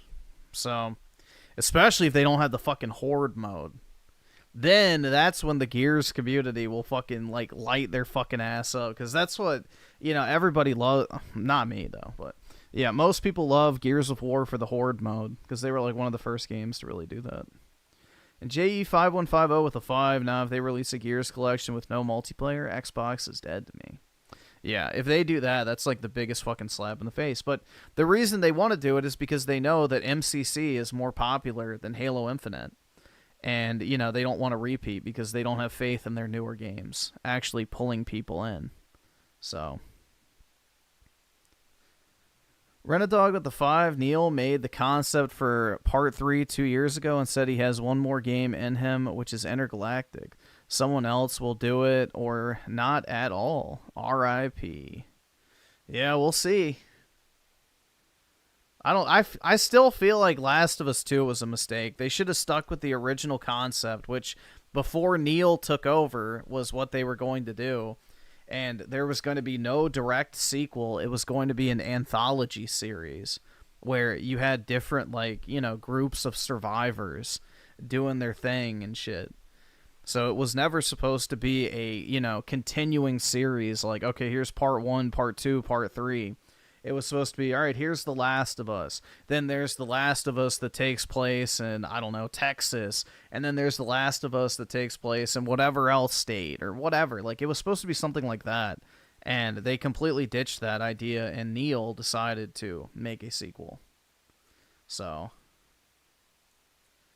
I don't like the sequel idea, because Last of Us 1 had a perfect ending for what it was. They should have just left it at that. Druckmann really tried to do something maybe too different with The Last of Us Part 2. I mean, murdering the main character that is so beloved. I mean, making a different character that feels so evil. So much obsessive darkness and despair. Not that the first game was hopeful or anything like that, but there was levity. There was sparks of brightness in the first game that made The Last of Us feel like there was a need to live, a joy. Wait, you didn't enjoy playing fetch with a dog Dreamcast guy with Abby Zilla, who was, just the sweetest person to ever exist? People will find a way to laugh and smile, whereas the second game is so just absolutely obsessively depressing. I almost feel like because of the blowback, because of the hatred, because of so many people, in a lot of ways, obsessively hating The Last of Us Part 2, I kind of think that... Yeah, I'm a certified hater. He's afraid to go back to it. He's afraid, in my opinion, to finish the story. Now, there were talks a couple years back that Neil Druckmann wanted a happy ending, that he wanted to go to this world and... No, he did not. Yeah, suck a fucking... Yeah, maybe for the trans and Abby Zilla, but absolutely fucking not. He wants a happy ending. Yeah, fuck off, dude. Neil has genuine hatred for every single franchise he did not make. Yeah, absolutely fucking not, dude. That guy is a subversive piece of shit that seeks to destroy the things that people love. Absolutely fucking not. Nope. Nope. Not a fucking chance. No fucking way. Neil is a vindictive asshole who has the biggest ego in the gaming industry aside from Kojima, and he fucking genuinely hates the gaming audience. Most likely find a cure or try and do something besides just leaving this at the darkest, bleakest point of an already very, very, very, very messed up world. But I want to take a look at the quotes here. People are saying, that would suck. There's so much more here. So this is Dom the Bomb. Dom the Bomb actually is a Last of Us YouTuber. I follow him. Very, very nice guy. And essentially he's like, well, there was this quote from a couple of years back. There's probably one more chapter to the story. Neil, how could you do this to me? Damn, Neil, out of ideas for the conclusion. Now, can I be honest? I almost feel like this is such an interesting point. Conclusion. I feel like the world of The Last of Us feels very unfinished. Whether you love it, whether you hate it, whether you feel like the characters had some sort of character arc or something like that, it always felt like they were leading up to something. It always felt like, hey, if the whole point is about people being immune or people actually able to resist the virus, it did always feel like the point of The Last of Us is that at some point, somebody's going to actually figure out. Yeah, the leaks destroyed the game because up until that point, they didn't have a single piece of advertising, even up until launch, with Abby in it. They completely hid the fact that this was not another Joel and Ellie story, where over 50% of the game has nothing to do with Ellie. So, yeah, no, they literally tried to fucking, fool everyone with fake fucking, advertising, making it seem like this was another Joel and Ellie experience, which it was not. Joel is in the game for maybe 3 hours? And then the rest of the 15-hour campaign or whatever is literally Abby Zilla versus Ellie. And you play as Abby more than Ellie. Nobody fucking wanted that shit. And they knew it, so they had to hide it in the advertising. The leaks, were the most deserved thing ever. Because they completely fucking lied about the nature of the game. How to beat this, right? To make it not just this tiny, shallow puddle of very, very hungry humans. How can we make a comeback? I think the idea of a conclusion is a great way to put it. It does feel like there was supposed to be more to this story. Part 1 sold 30 million copies. Part 2 sold 10 million copies. Part 2 also cost about $300 million to make in 2020. I actually think all these numbers are very wrong. I think they said Part 2 sold closer to 15 million. And I think the budget of both the games combined was like $100 million. But even if those numbers are wrong, no. I do think it's a... Last of Us 2's budget was not $100 million. Absolutely not. It was way higher than that. good sign about the fact that it does seem like Naughty Dog is just not as that game uses way too much direct facial motion capture for it to be $100 million.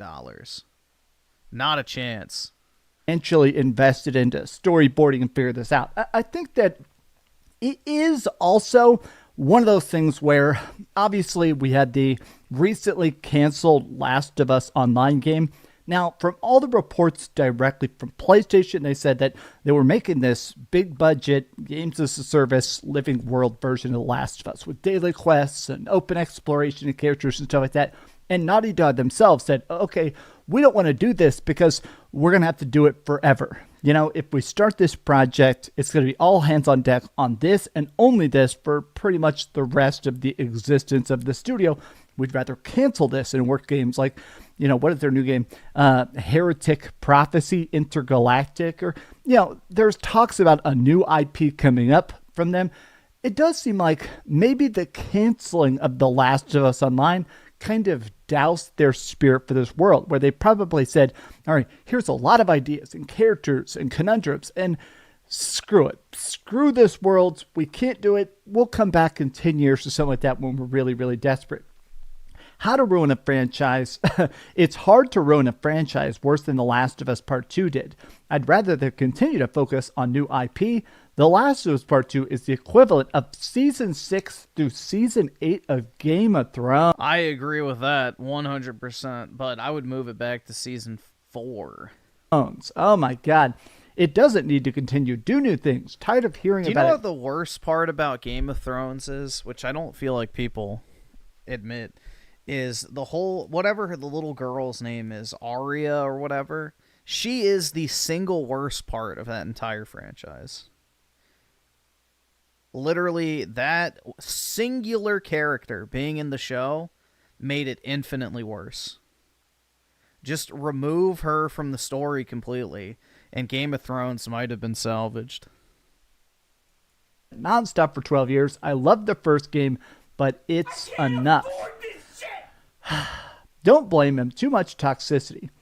I honestly think this is the real crux of it. They even talk about it in this interview about the fact that the leaked cutscenes that happened with The Last of Us Part 2, so much stuff. It does seem like, for all the hate that The Last of Us Part 2 gets, I'm definitely in the camp that I think The Last of Us Part 2 is a bad game writing-wise. I think it's amazing graphically, combat. I mean, it's seriously one of the best PlayStation 4 games that we ever got. My thing is that I feel like this world, leaving it on that final scene of Abby just sitting in the water, or Ellie sitting in the water watching Abby go away. I don't know, man. This feels like a terrible. Yeah, and then Ellie's Jewish girlfriend leaves her behind, taking her mixed race child with her. Like, I'm sorry, it is like comically bad, dude. Neil Cuckman is such a fucking weird motherfucker. Like, it's not even like trying to hide it. It's so fucking subversive, bro, compared to the first game. It's just a polar fucking opposite. You go from like a guy who lost his daughter, finding basically a new daughter in the worst circumstances imaginable, but still managing to, you know, form a genuine connection and find someone new that he cares about, to literally just fucking pure woke exposition. You know, Ellie becomes a lesbian, not only a lesbian, but a butch lesbian. Her Jewish girlfriend, who lectures her about Judaism, gets impregnated by an Asian man who leaves her. And then Ellie is raising this mixed race child with her lesbian Jewish lover. Like, and then, you know, the Jewish girlfriend with the mixed race baby leaves her because Ellie goes and gets her fingers bit off by a fucking massive roided out boss babe who is traveling with a tranny kid. Like, you cannot it's the most fucking blatant shit ever, dude. There's not a single normal character that was added to that fucking game at all. It's just pure woke exposition. Like, how much degenerate shit can we put into one fucking game? And why is it that Neil always makes all of his LGBT characters children? Has anyone else noticed that? You know, the first time Neil got his hands on The Last of Us story, unadulterated, was with the Left Behind DLC. First thing he does, makes Ellie a lesbian. Then what happens in Last of Us Part 2? He has a trans kid. It's just like, yeah, it's not even remotely subtle. It's pure propaganda, dude. They're trying to fucking make it normal. It's pure normalization attempts.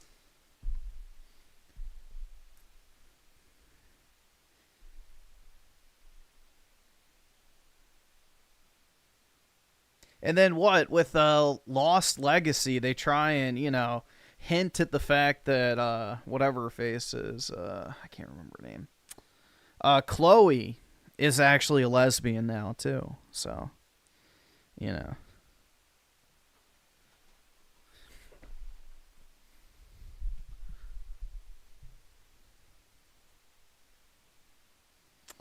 Creative freedom with the 2. Hell no to the no, no, no. Hell to the no. What, for part 3? I hope not. In creative freedom with the 2, when are we getting a World War II game as a German? Never. Absolutely. Unless it becomes like a story of how a German World War II soldier decided to betray his nation. That would be literally it. Rent a Dog with the 10, digitally only data. It made $242 million. That places it behind Spidey 1 and Ragnarok. But its budget would be around $200 million. Dreamcast guys, and yeah, that game was expensive. I remember like people said that Last of Us 2 was like the most expensive game to make ever, or something like that. Like for its time, it had an insanely large budget. Easy to pinpoint since most Sony games have no live service. Yeah. Well, it was supposed to, but yeah, they cut it out. Final scene of the entire thing. I want more The Last of Us games.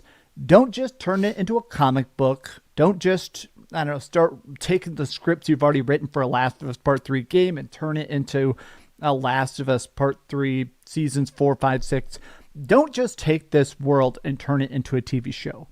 Keep it, make it playable, make it good. But these have just been some off-the-cuff thoughts. How do you feel about The Last of Us Part 2, Part 3, and now, I guess, the non-existent Part 3? Tell me your thoughts in the comments down below. And if you enjoyed this video, be sure to give it a like, subscribe if you haven't already, and please keep dreaming. How strange. Neil Cuckman flops again. Well, I'm glad Dreamcast guy used his real name at the end.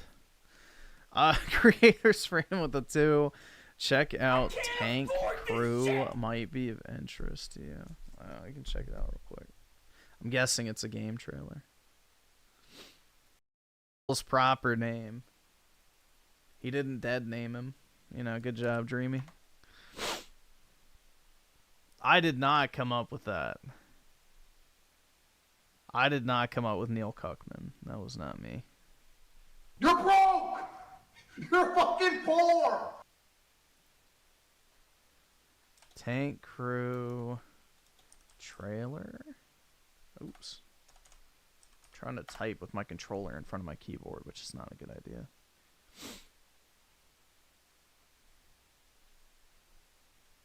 Tank Crew game trailer.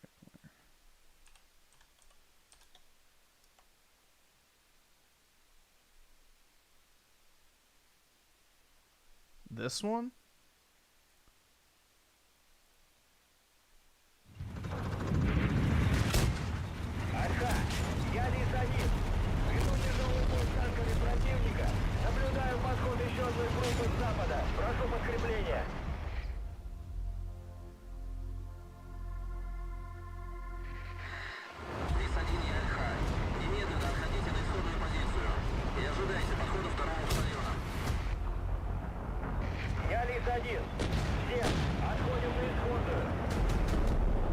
Bioshock ass font.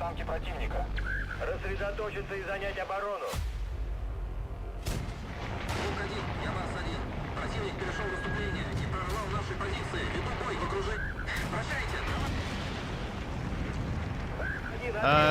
Jupro, Oski, Ferrex, OT, the pedophiles. All right, awesome. 20 Thanks, pesos. nigga. All right. By the way, Neil Cuckman is Israeli. Yeah, well, that's an obvious thing. Usually anyone with the surname that ends with man is, yeah, usually of a certain descent.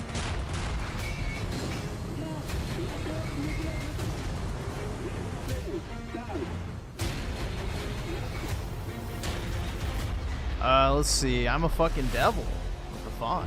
Huckman pushed out Amy Hennig around Uncharted 3. Naughty Dog was dead after that. Well, it's not even that. She left to go work on an EA Star Wars game, and then EA canceled the game, so... No, she left of her own free will because she was going to work on Star Wars with EA, is my understanding.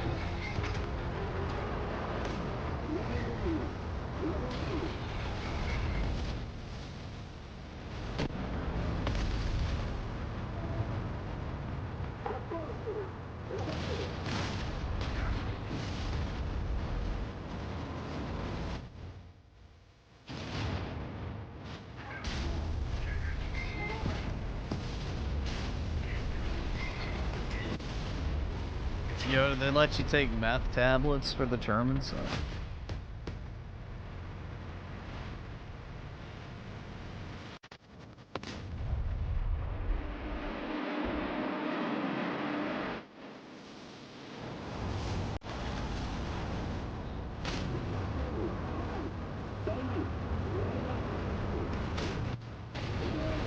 No, I think Amy Hennig would have done a better job than Neil did with Part 2, but I don't think they ever wanted to make a Part 2 originally. Last of Us, I think, was just supposed to be a one-off game.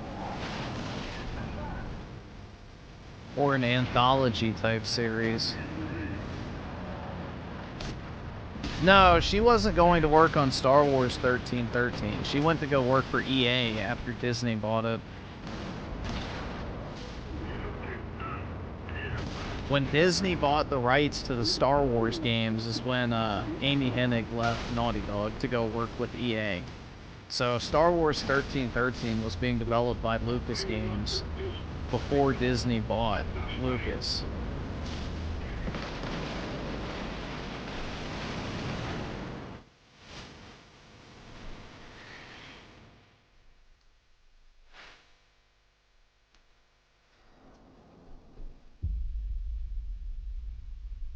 Stream on your phone? The fuck? Why?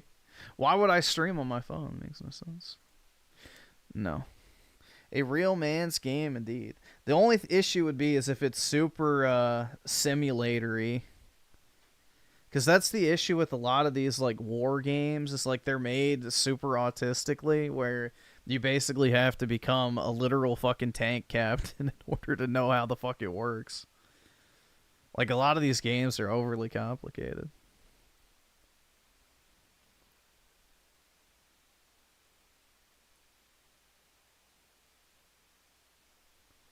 Run a dog with a 5. Star Wars Battlefront 3, please, instead of a new I know, dude. I loved EA Battlefront. EA Battlefront is the most unnecessarily hated game ever. They did such a good fucking job with Star Wars Battlefront 2. That game was genuinely just so much fun to play. I loved Battlefront 2. But yeah, I definitely prefer Battlefront over Battlefield. All right, awesome. Thanks, nigga. All right. It was, dude, that's literally how Young got his career started, was Battlefront 2 is pay to win. The game has insulted Redditors. Redditors are angry about Star Wars Battlefront 2. EA insults the fan. Like, that's literally how he grew his channel, is fucking hating on Battlefront 2. Because that is the, origin of the loot box bad fucking, circle jerk Redditor fucking cringe fest. So, yeah. That is the Reddit moment, bro. It's the most disliked Reddit post of all time. Ha ha ha ha. I put my down doot. Oh my god, bro. Yeah, I fucking hate Redditors. Absolutely fucking hate Redditors. Redditors deserve to be locked up and caged for the rest of their life.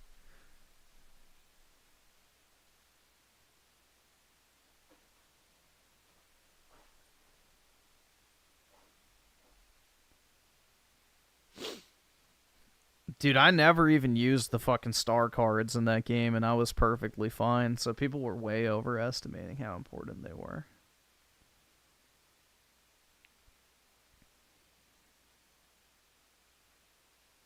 Yeah, they should be shamed publicly like EDP. I agree. You used Reddit? Ha ha ha! You're on the same level as EDP, bro. Just automatically. Complete social outcast. Harassed. Everything.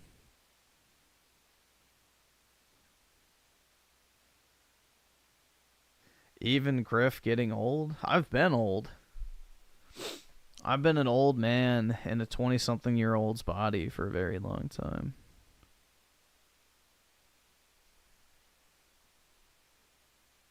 It's very, very true, though. I am like an old man I guess at heart. Xbox's past gives us a hint about its future. Oh, God. The team over at Gamertag Radio just had a fantastic interview with Peter Moore, who dove into his history at Xbox, why he thinks Activision might have been a mistake, and where he sees the overall industry going in the coming years because, like it or not, things have changed. The console war is over. His words, not mine. Let's dive into it.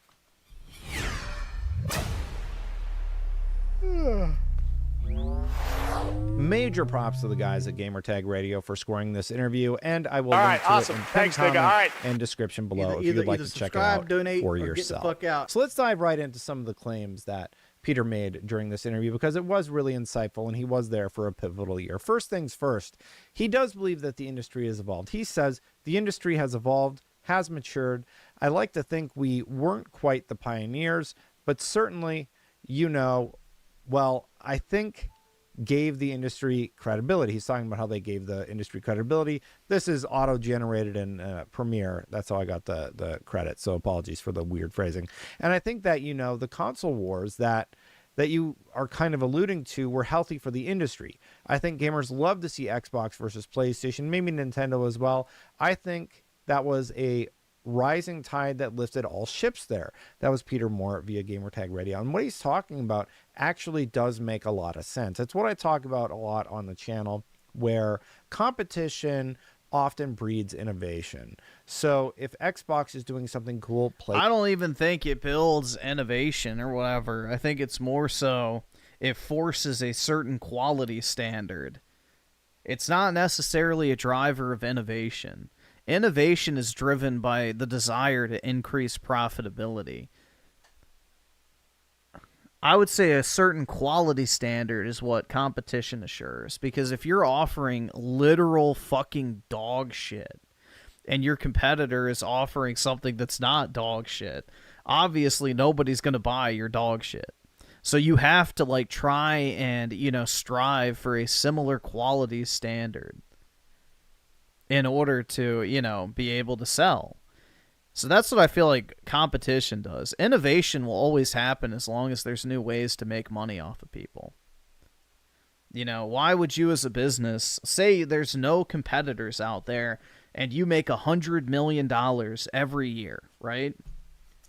No competition. Why would you be like, all right, I'm just content making $100 million? You'd be like, no, how can we make more money? What else can we sell to people to make even more? How can we make 200 million? How can we make $1 billion? How can we make fucking 10 billion? So you're going to invest money and innovate in order to try and find ways to make even more money, even if you have no competitors, because you become your own competitor. So I don't necessarily agree with that competition is what drives innovation. I think competition ensures that we have actual quality. Because if you're offering shit and someone has something that's of good quality, you're going to buy the thing that's good quality. Like, you know, it's like asking somebody to choose, do you want a paper or a plastic straw? No one, if given the choice, is going to pick the paper straw, which is why they're trying to outlaw the plastic ones. They want to remove competition because one is shit, one isn't. So, yeah. It's basically that. So, I don't know, man. I think a lot of people get that misconstrued. No, PC is not a competitor to PlayStation. PC and console are two separate things. That's why, like, ever since Microsoft put their shit on PC, I have never been a proponent of saying, like, that's what killed Xbox or anything, because the PC audience and the Xbox or console audience is so different. The type of people that buy a gaming PC are not the same type of people that buy consoles. It's why certain games sell incredibly well on PC, but sell like shit on console, and vice versa. Because some games and some audiences are more receptive to, you know, different things. I don't know, man. I feel like console and PC are not two competing ecosystems. They're more so two ecosystems that will always exist in complementary, like, nature to each other.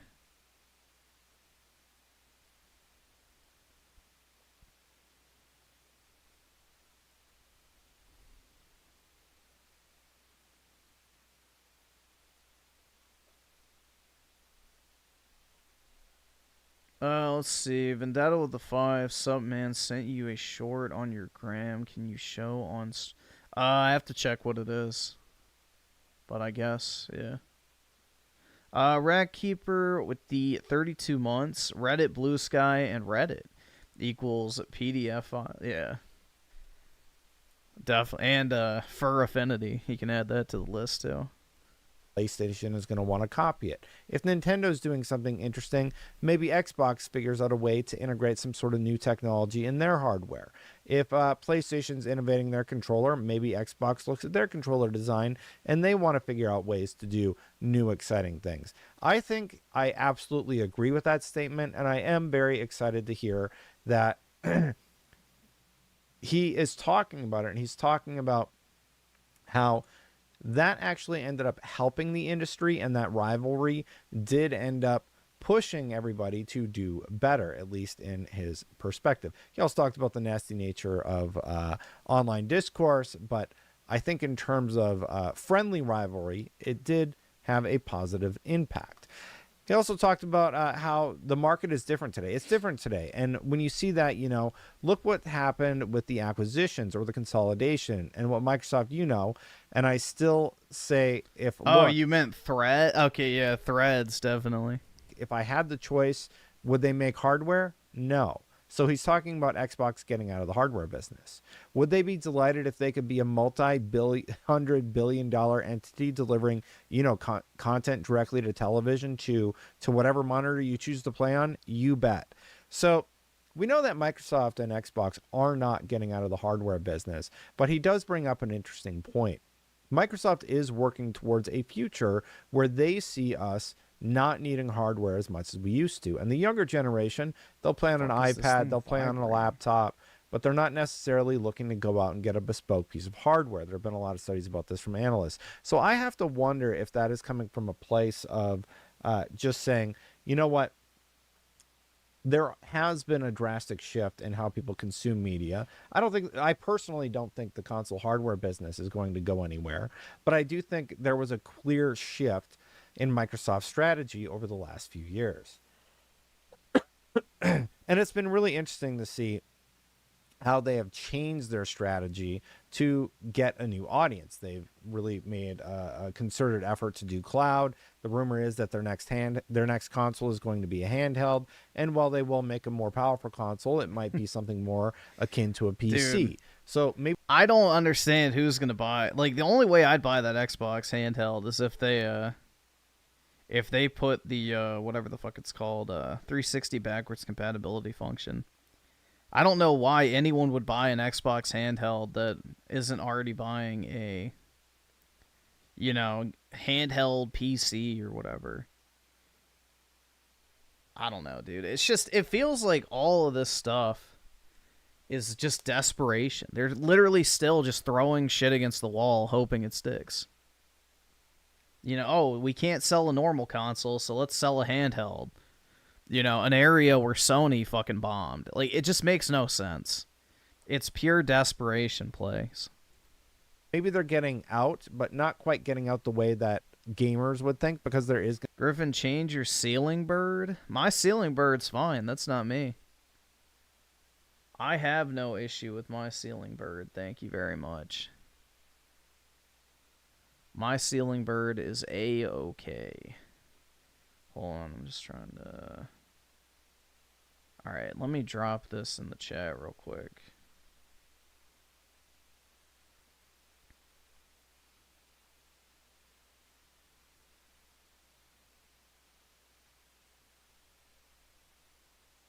Why the fuck can I not click on my own live stream? Fuck you, YouTube. What the fuck? What's a ceiling bird? The chirp. Alright, I think that's it. Alright, let me see what this... if this works. Copy link. I don't know if I can pull up Reels on here. Alright, yeah, let me. Alright. I'll pull it up in a minute. Going to be new hardware to buy. He also sort of talked about the acquisition. He thinks it really changed the game, so to speak. You know, the acquisition of Activision Blizzard changed things, I think. No, not think. I know at Microsoft. So he's basically claimed in this interview that he knows something the rest of us don't. He knows that the Activision Blizzard deal had a change internally at Microsoft. I made a video not that long ago where something came out where it's no longer Xbox, but Microsoft Gaming. And I think that was a notable shift in time, because shortly after, Phil Spencer came out and he started talking about how Indiana Jones would be a timed exclusive for Xbox. And since that period of time, I have given up the hope that Xbox will have any exclusives going forward. I kind of have this assumption in the back of my head, and I think many Xbox gamers have the same assumption, that no, those exclusives, it's just not going to be a thing anymore. That's not what they're going. I don't think the platform's going to be a thing anymore, is the bigger issue. You know, it's gone. To do. So when you are talking... Do you really think the handheld is going to save Xbox? Of course not. Bro, if Sony couldn't pull off the PS Vita, do they really think Xbox is going to be able to pull off a handheld? Like, honest question. Thinking about Xbox, or thinking about the games that they're going to get, where Xbox ran into this problem where everyone would ask third parties, when's your game coming to Game Pass? Now, PlayStation gamers are like, well, I'll just wait for the game to come to PlayStation. So that affects them in terms of hardware sales, but I think they've also kind of given up on defeating PlayStation in the hardware space. They seem content with selling 30 to 35 million units, matching where they were with the Xbox One era, and I just have to wonder what that means for future generations of hardware. Well, they're not matching, though. They're down compared to the Xbox One generation. The Xbox One is outpacing the Series console at this same point in the generation. You know, Microsoft is already talking about making a new console in 2026, cutting this generation a year or two short. Do you really think people are going to be receptive to them trying to push out a $700 next-gen PC hybrid console, if that's what they go with, when, you know, already people don't even feel like this generation has actually started yet? People are just going to completely ignore it. So, and then at the same time, you're saying, oh, well, all games are going to PlayStation, Nintendo Switch 2, and PC at the same time. Why would anybody buy the next Xbox? There is zero reason. The only people who are going to do it are the fucking, you know, like hardcore, like Xbots. And what their hardware will look like. They have to do something quite different than what they've been doing, because what they have been doing isn't working. You know what does work, though? When you ask people to subscribe in the middle of your video. So please consider hitting that subscribe button, hitting that bell if you like my content this far. Every subscriber helps me get over this stupid cold. Anyway, And so this is not the old days of the console wars punching each other and trying to steal customers and trying to get market share. And what's your attach rate, right?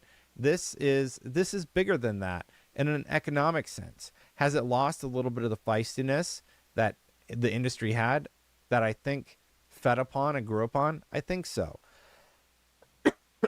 I think we as an industry then positioned the industry for where it is now. It's different, and yeah, what Microsoft is doing is no longer we're going to get as much content. But those generations that have lasted less than 7 years have been generations where there's been actual technological leaps.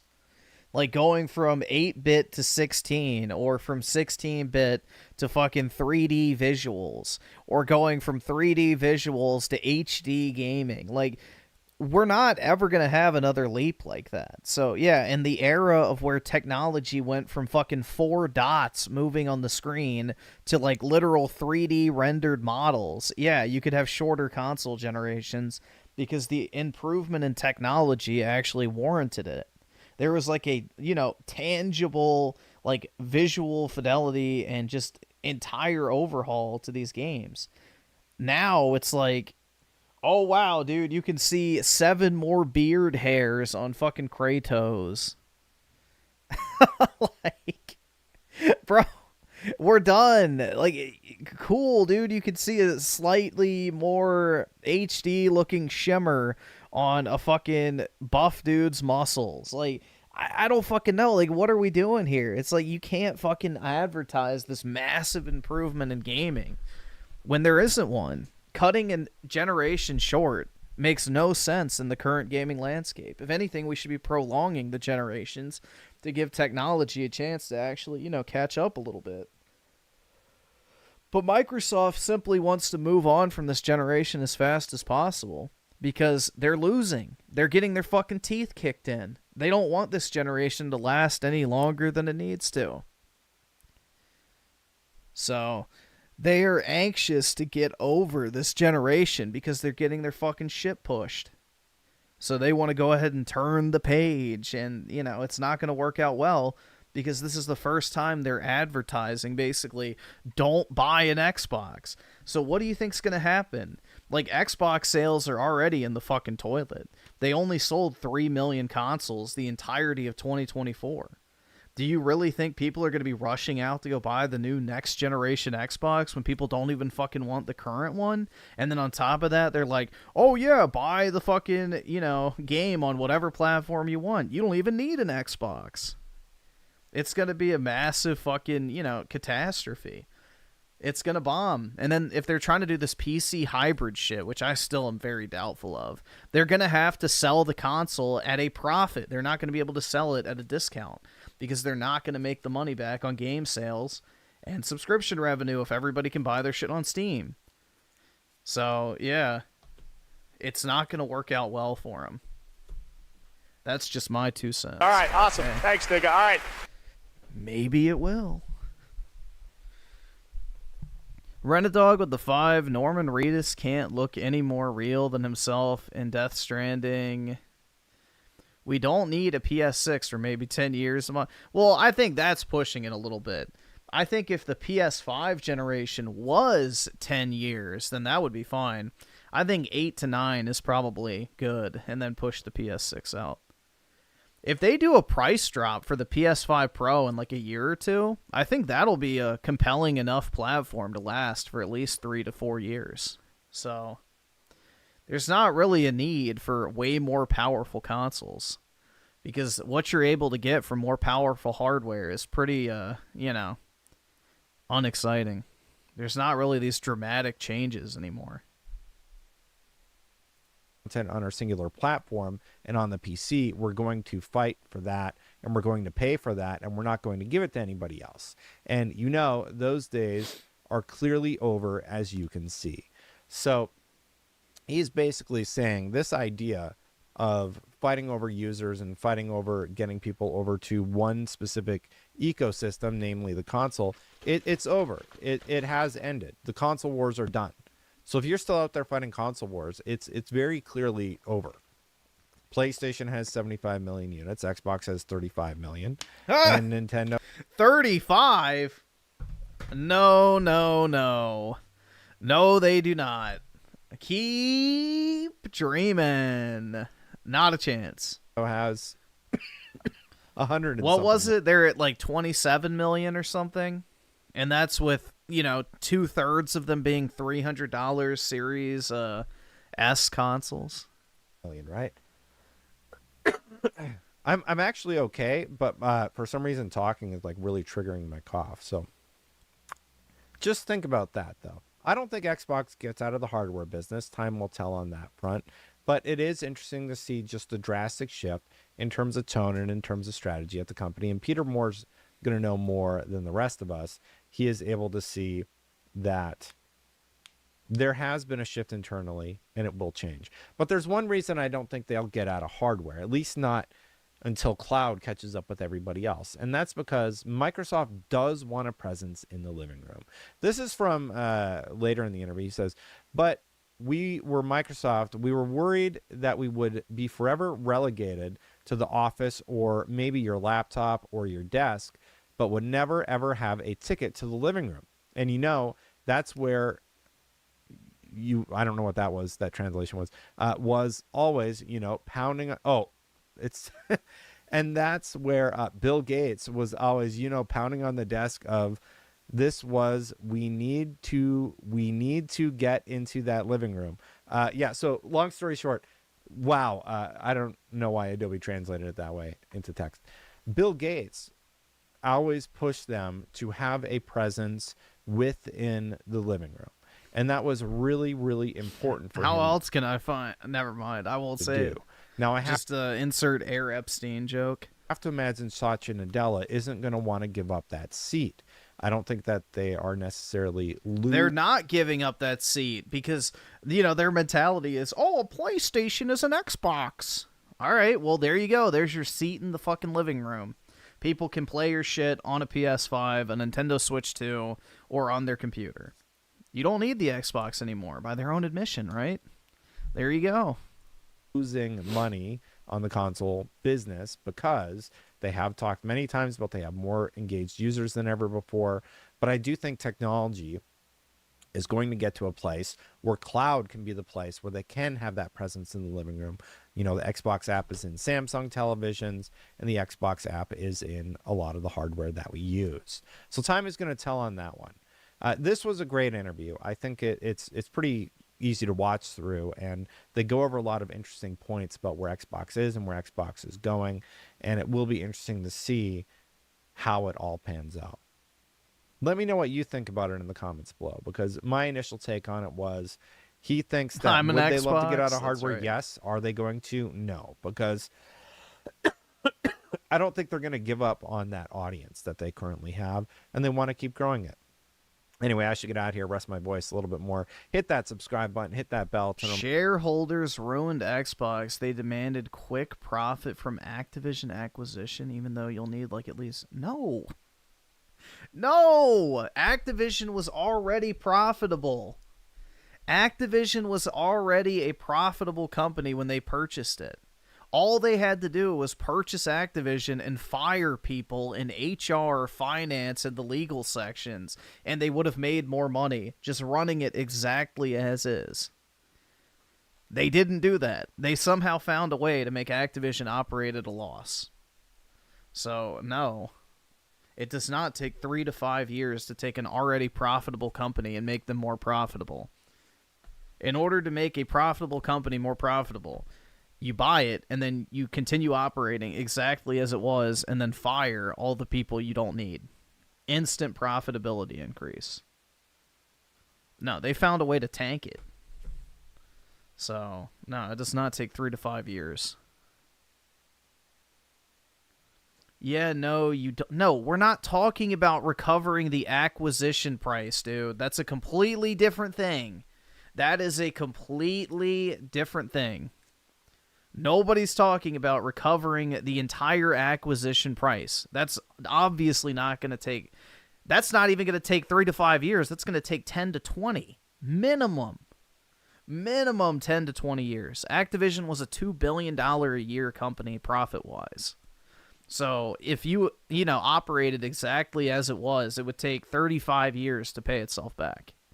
So no, 3 to 5 years is not realistic anywhere. So no. They bought it at a 20x profitability minimum, valuation. Probably higher than that. So yeah, they were expecting 20-ish years. I'm sure. All right, awesome. Thanks, nigga. All right.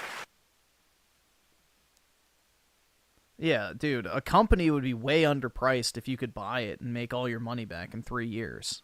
There wouldn't be a company left on the market if that were the case. Everybody would have bought everything by now. Rent-A-Dog with the 5. More reasons studios need to chill out with graphics.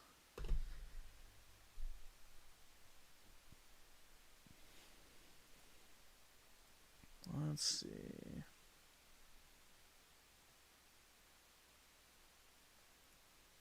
Digital Foundry confronts the criticism, why do last-gen games like Uncharted 4 or Red Dead Redemption 2 look better than current AAA games like Avowed? They do. I would say about visuals as a whole is that this takes people to make. This stuff is generated by real humans. We've reached a point where fidelity is so high in games, and has been for so long, that just creating these assets is extremely expensive and time consuming. And not all artists are the same in terms of their skill set as well. So I saw somebody complaining that something like Avowed didn't look as good as Uncharted 4. All right, well, this is not Twitter video compression. I don't think I can't up it. Or Red Dead Redemption 2. And they were really incensed about that. Like, how can this be a downgrade? This is a new generation. But that bumps up against this whole issue with manpower and like what people can realistically achieve and budgets and all these other things. So it's not even the technology anymore that's impacting the visual presentation, right? You can't look at one of the most revered development studios in the world with infinite resources like Rockstar. They were able to pour everything they had into making Red Dead Redemption 2. Most studios could never dream of having that talent of people, that pool of talent, that sort of budget, that amount of time to make these games. And that's what was necessary to get there. So, something like Avowed has to leverage new technologies like, Lumen, Nanite, and what that, to sort of push its graphics game up a bit while still having constraints in other areas. So I think it's just a whole mix of these all issues coalescing together, and the fact that diminishing returns is, I would say, kind of real to a point. And that also ties... it's not kind of real. It is real. Diminishing returns are shown off every single time we have a new GPU launch. Everybody's always disappointed by how little of a leap there is, constantly, because we have tapped out modern technology in terms of graphical fidelity. Like, what do we want games to look like? Real fucking life? Like, that's really the only place we can go from here, is making games so indistinguishable from real life that, that's it. Who cares? Nobody wants to play a video game that looks like real life. And if you do, you're not into video games. You're just a fucking graphics whore. I don't know. And again, back to the whole real-time versus baked kind of stuff, that we've been able to achieve great-looking visuals for so long. So, yeah, I don't really think there's any reason to obsess over these graphics, man. My content goes live. Thank you so much for watching. This Monday, my interview with Thomas Mahler will be going up for everybody to see. I don't care. Good for you, dude. No idea who that is. All right, we can watch this real quick.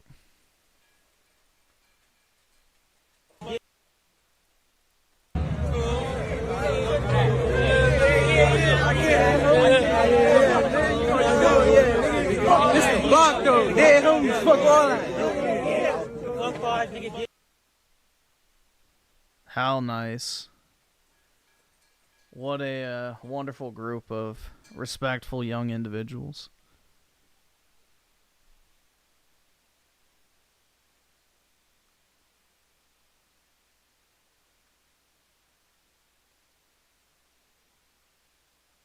Lies of P leaving game. Oh, right before the DLC comes out. Bruh. Bro, they probably weren't happy about the Game Pass performance, so... Yeah, I guess we could watch it real quick. We'll see. Hey, what's going on YouTube? It's your boy Malik from Malik Productions. And guys, I'm going to be honest with you. I don't know what's going on with Xbox, man. Like, they're just self-sabotaging and just fucking imploding right before our eyes. And I don't know, again, like, if it's a kink or, like, if it's self-harm. If it's self-harm, we need to get together and, like, get Xbox the help it needs. Because right now, it is not looking good. Like, they're pretty down bad. And what I'm about to say right now, I'm not really proud of. But as someone who's pushing 30, I am still fighting the console wars. Yep, at my big grown age, I am still in the trenches for Xbox, taking grenades, taking all types of shit for this stupid ass console, and I don't know why I do this to myself. I feel like I'm that one meme. I don't know if y'all ever seen it. I'm gonna put it on the screen, but it's like that military guy. He's like, yeah, he needs to save himself, man. Give it up.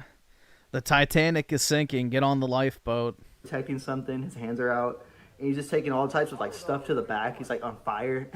But yeah, it's starting to become very sad for Xbox. And what they've just done for the month of March when it comes to Game Pass has actually kind of pissed me off. Especially as somebody who's subscribed to Game Pass Ultimate and pays the $20 every month.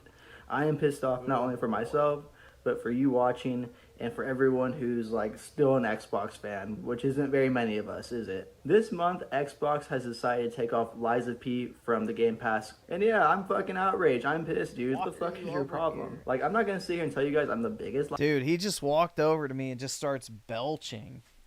What are you doing, dog? Why are you over here just burping? You just drink water? Is that why? Good boy. Alright, here, let's get you a chew.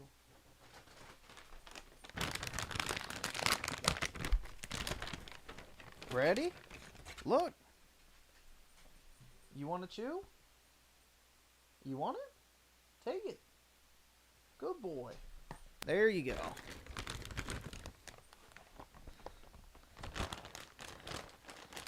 Yeah, the AI bubble is a joke, man. Most AI is just machine learning, Lies of P fan, which has been a thing for over a decade.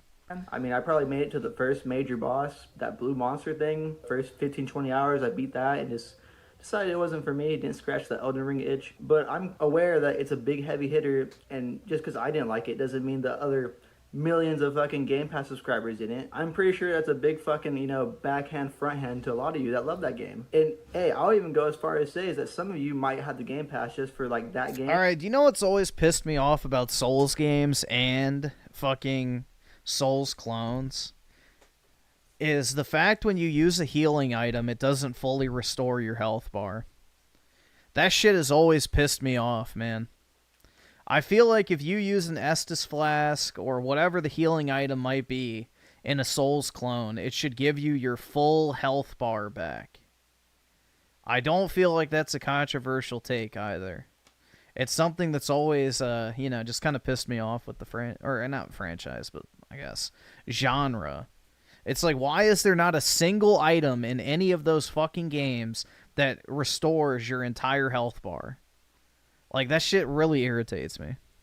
And like 2 other games, and it's fucking ridiculous. $20 a month is too much fucking money, dude. I don't pay $20 a month just to play fucking Call of Duty and Diablo. I want a big ass nice catalog with a bunch of good fucking games, and taking out good games like Lies of P, it's just I'm fucking flabbergasted, if you will. And it's not the only game they took out this month either. They took out one of my favorite games ever, SpongeBob. Well, at least the remake, at least, the rehydrated one of my favorite games ever. They took it off. I feel like that game was only on there for 6 months. They also took off 2 big Yakuza games, which I'm not a huge fan of either, but still, I heard they're great games, and great games should stay on the service. Like, I understand if, like, some small indie game had to leave the service, but big, like, banging, like, headliner titles like that, that's where I had to step in and be like, dude, okay, you're out of fucking line. Like, what the fuck is your problem? And yeah, you can go ahead and say, Emilio, you weren't ever going to play any of those games. Like, calm the fuck down. It's like, no, it's principle, motherfucker. I pay $20 a month. Maybe one day I did want to play them, you know? Maybe one day I did want to fucking finish Lies of P. but now I fucking can't. And you should be outraged too. This has Yep, gone- and if you paid $20 for that month to play the game, you could have just bought the game instead and been able to do that. This is where the false equivalency comes. This is where, you know, like, oh, it's such a great deal. If you would have taken that $20 that you spent on Game Pass that month and actually bought the game that you're interested in playing, you wouldn't be able to, like, keep playing it once they take it out in Game Pass. You can play it forever if you just bought it. Like, it's false economy. It's literally false economy. You're paying $20 for nothing. Most people do not play these fucking day one releases in Game Pass either. Like what? Only, 15% or so played Indiana Jones? 85% of Game Pass subs didn't even touch Indiana Jones. But every single fucking one of them you talk to on the internet will tell you what a great deal it is because they didn't have to pay $70 for Indiana Jones. Well, you're not even playing it anyway, so why the fuck do you care? You're not playing it. What is the point of having a subscription service if you're not even interacting with the games that they're putting in there? You're just throwing $20 away every single month where you could take that money and actually buy something you want to play. And the people who do play Indiana Jones, 10% of them actually beat the game, which means 10% of 15% of Game Pass subs are actually beating the games they're allegedly saving money on. So if you think about it, 1.5% in the case of Indiana Jones of all Game Pass subscribers are actually saving money by buying a month of Game Pass that month. So that's the reality of the situation. Most people are losing money being subscribed to Game Pass.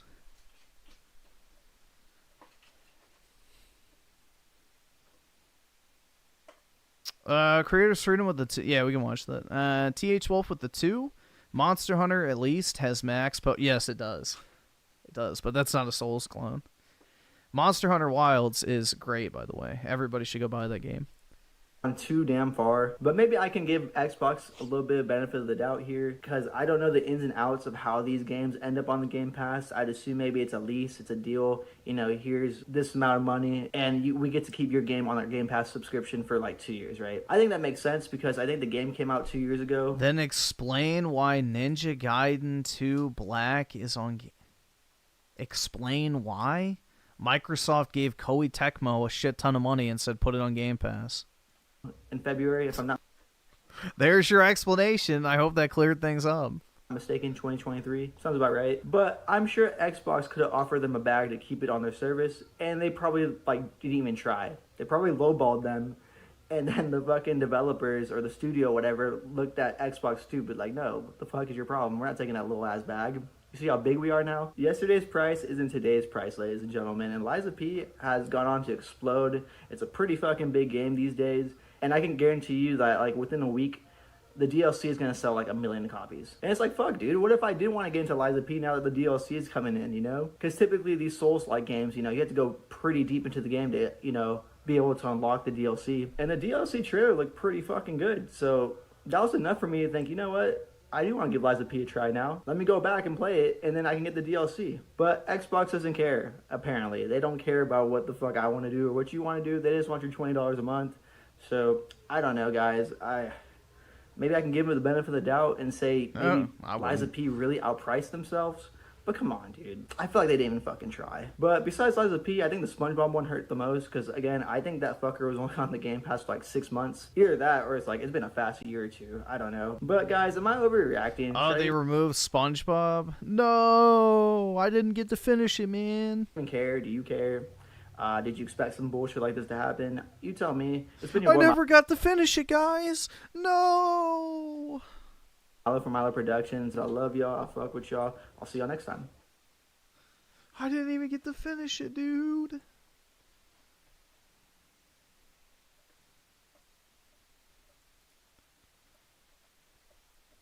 Whatever will I do with my life? I didn't get to finish the SpongeBob game.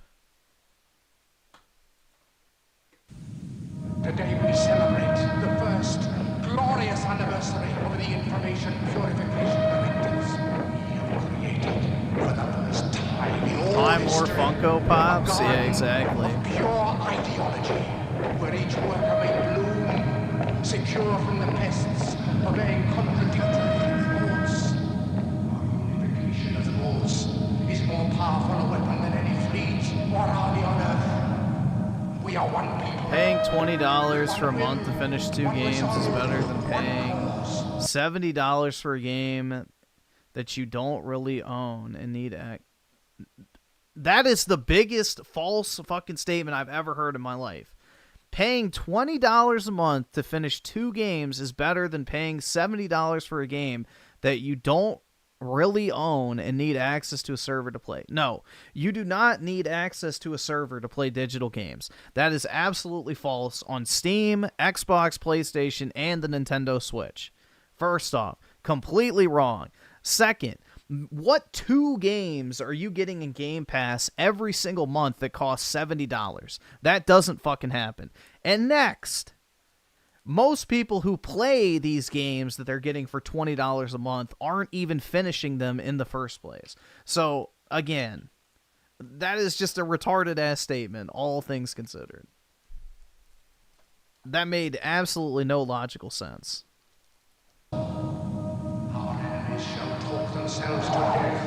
How do I know that? What game would you like me to look at that launched in Game Pass day 1?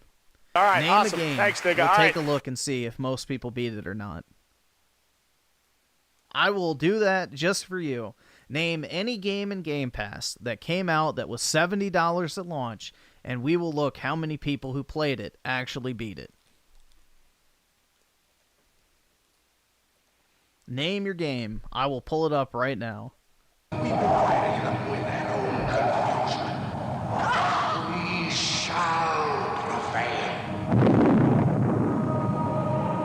On January 24th, Apple Computer will introduce Macintosh. And you'll see why 1984 Is this a Hooters ad? You'd be, like 1984. It wouldn't be too far off. Hooters is... Well, I think they're going bankrupt now, right? They filed for bankruptcy because nobody goes to them anymore.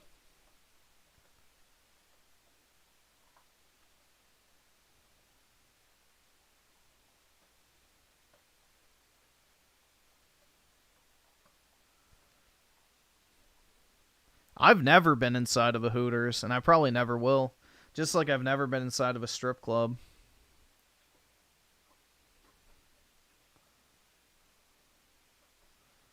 So I don't really have a desire to stare at sub-5 titties.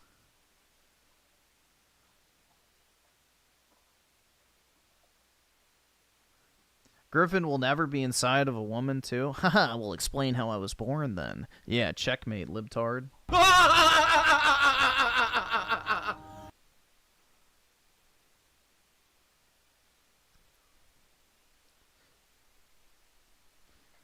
Been in twice throughout high school. Yeah, a bunch of my friends went to them in high school. I never went. I didn't care. I have zero interest in going to fucking Hooters to look at whores, personally. Whores don't interest me in general. Yeah, well, no Xbox game has been named, so... Not a single Xbox game name has appeared in chat. This is the thing, bro. It's like, people don't actually look at the numbers. The numbers do not lie. Most people are not actually beating these games they're so-called saving money on in Game Pass. Because most people would have never fucking bought those games in the first place. They're like having this false sense of value, when in reality, they would have never touched these games in the first place, and they're just wasting $20 a month that they could have spent on something they actually like. So...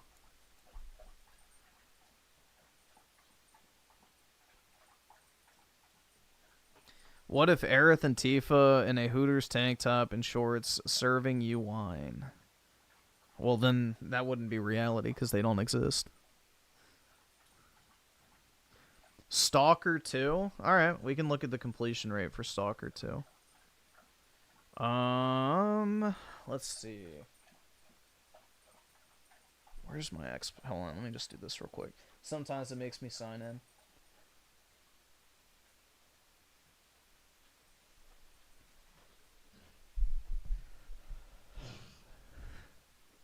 What is it, Apollo? Why are you like...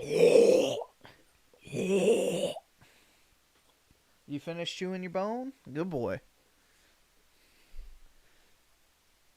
Okay, it did not make me sign in. Let's see, profile.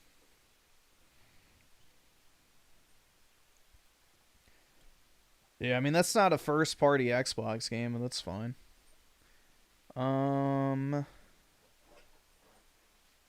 Let's see.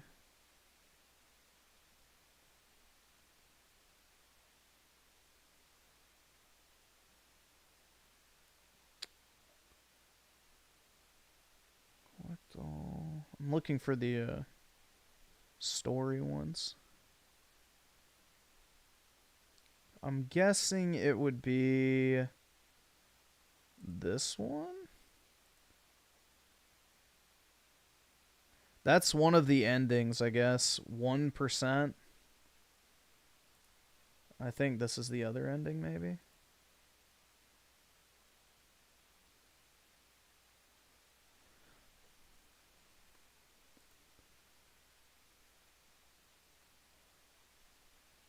I don't know. Hold on, let's look. Stalker 2 story achievements.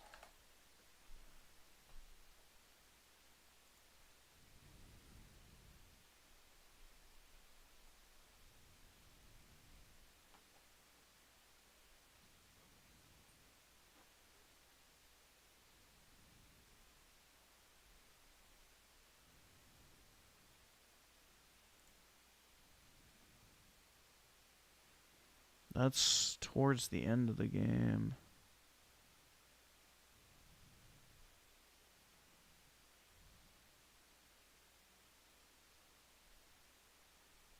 I think this is it.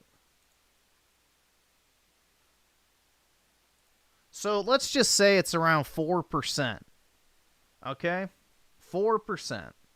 I don't think that's great. Maybe it's this one. No, retrieve the stolen scanner. Witness the Temple of Science. Oh, my science. No. Kill Faust. Net. Okay, so that's more story. That's more story. More story. So it looks like right here. I'm guessing that. It's about 3%.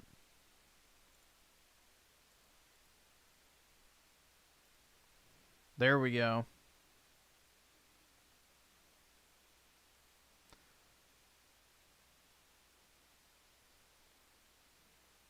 So, yeah, most people aren't beating these games. Most people are not beating these games. And just for another example, like, you can take your pick of any first-party game, like Avowed. Let's see, this just came out. 4.8% of people who played it actually beat it. That's not good. If we go to... Where's Indiana Jones? Right here. 13.8% of people actually beat it. So, the vast majority of people who are subbing to these services are not actually beating these $70 games. Hellblade 2, let's see. Only 18 so about 20% of people who play this game beat it. Which, this is a 5-hour game. So, people who are subbing to this service are not even beating 5-hour games. I'm sure it's the same for people purchasing the games. Well, here, let's take the most recent example of a game that just came out.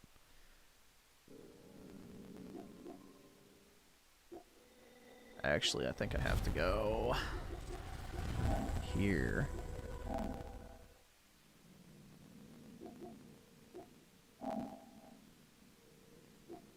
Let's see. This is technically the end of the endgame story. So, Monster Hunter Wilds, which is much longer than 5-hour Hellblade, already has a 34% completion rate for the post-game story. The main story is right here, which has a 62% completion rate. So, it depends on what game it is.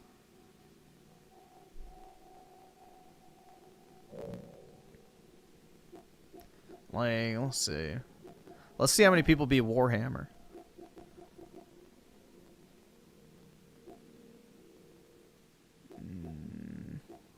Was that it? Yeah. 53%.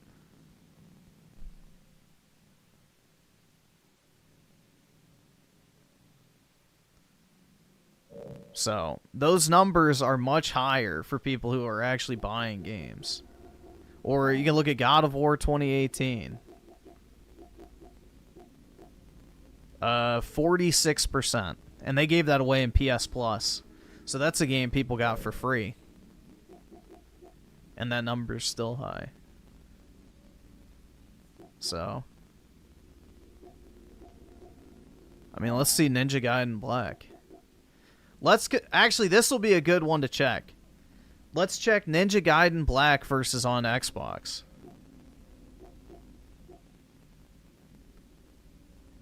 Is there a achievement for beating the campaign on this? I don't actually know. Yeah, there is. So yeah, 22%, I guess, or 34%, I think, is it, right? Yes. So let's see. Xbox achievements. Oh wait, I think it's true achievements, right?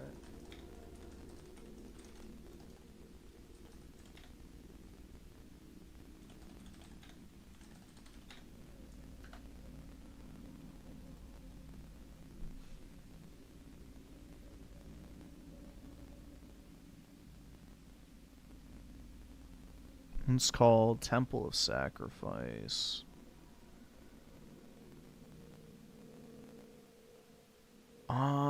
Temple of Sacrifice is at... Well, that's true achievements. They don't have the actual Xbox, right? Is there a way to check achievements on games you haven't played? Let me see. Let me try this real quick. I don't know if there's a way to check achievements on games you haven't played, because true achievements is always skewed, because it's people who track achievements. Let's see.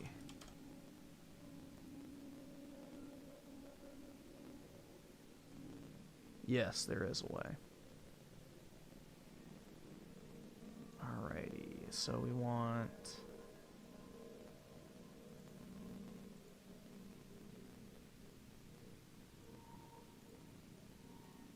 Yep, there we go. I found it. 8%.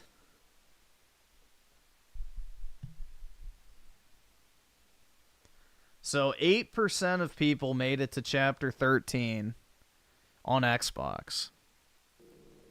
34% did on PlayStation.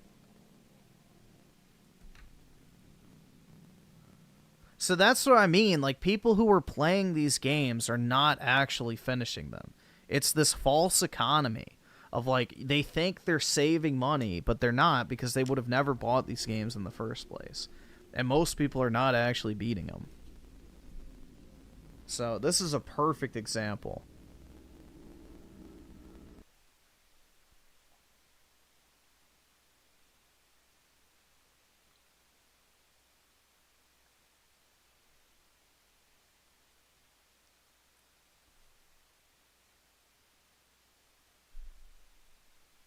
Yeah, I mean that's the main point I'm getting at is like a lot of this, you know, I'm saving this amount of money this month by, you know, playing Game Pass. It's like, are you really though?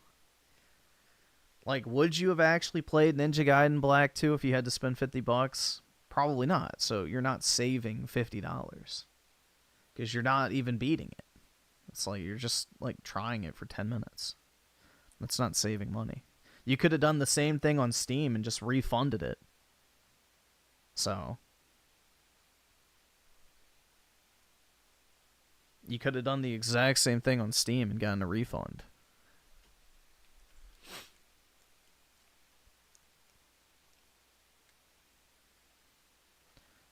Does Griffin mainly rely on Twitch for stream? No, I don't use Twitch. I haven't used Twitch since like 2019. Or actually maybe 2020, I'm not sure. I haven't streamed on Twitch in a long time. I'd probably get banned.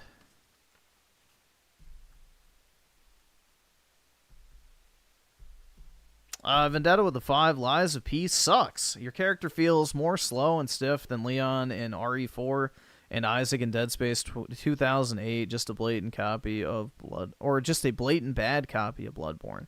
Yeah, I don't know. Lies of P has never appealed to me from a visual perspective, which is the main reason I like Dark Souls, is because I really love the aesthetic of the worlds that they have in Dark Souls. Like, I love the medieval, gothic, oversized architecture. I think that shit looks really cool.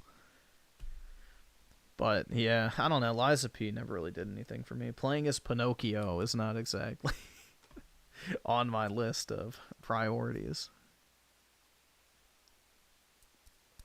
TH Wolf with the 2 Halo Infinite campaign. I can check it real quick. Let me reopen the Xbox app just in case it makes me sign in again. I don't trust it. Yeah, you play as Pinocchio. Like, the whole game has like a puppet theme to it, essentially. If I'm not mistaken. I haven't ever played it, so don't take my words as gospel. But I'm pretty sure, yeah. Halo Infinite. It's been a while since I've played that. It's probably way down. I don't know. Where is she? Did I already pass it? Oh, they always change the icon, so maybe I did pass it. I forget about that. Halo Infinite. There's Halo 5.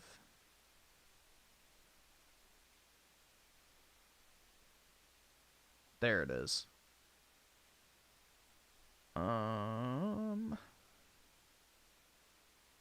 Completed the main story. Only 9% of players have done that. There you go.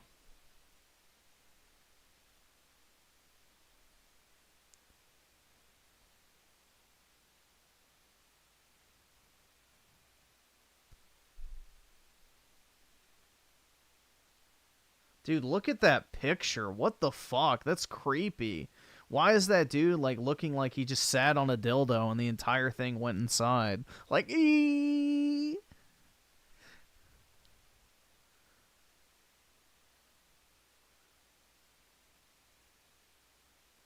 Bro's looking a little too happy, if you ask me.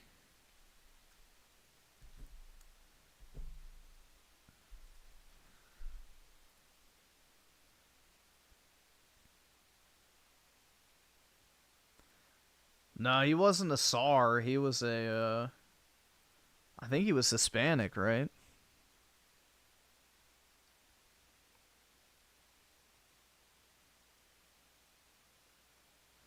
Griffin, imagine other man on... Griffin imagining other man on... Oh, Dills? Griffin ain't beating the gay out... Bro, I'm not imagining anything. The image was right there. It looked like somebody was getting anally penetrated. He's like, eh. Like, I imagine that's the face you would make when you get a prostate exam. It's like pure discomfort. I don't know. Cortana was in Master Chief's hand.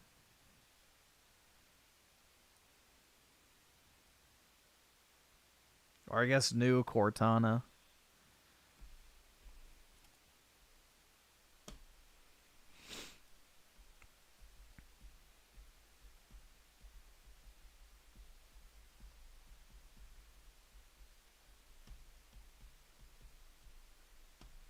PC gaming, we was still pirate and shit, I guess.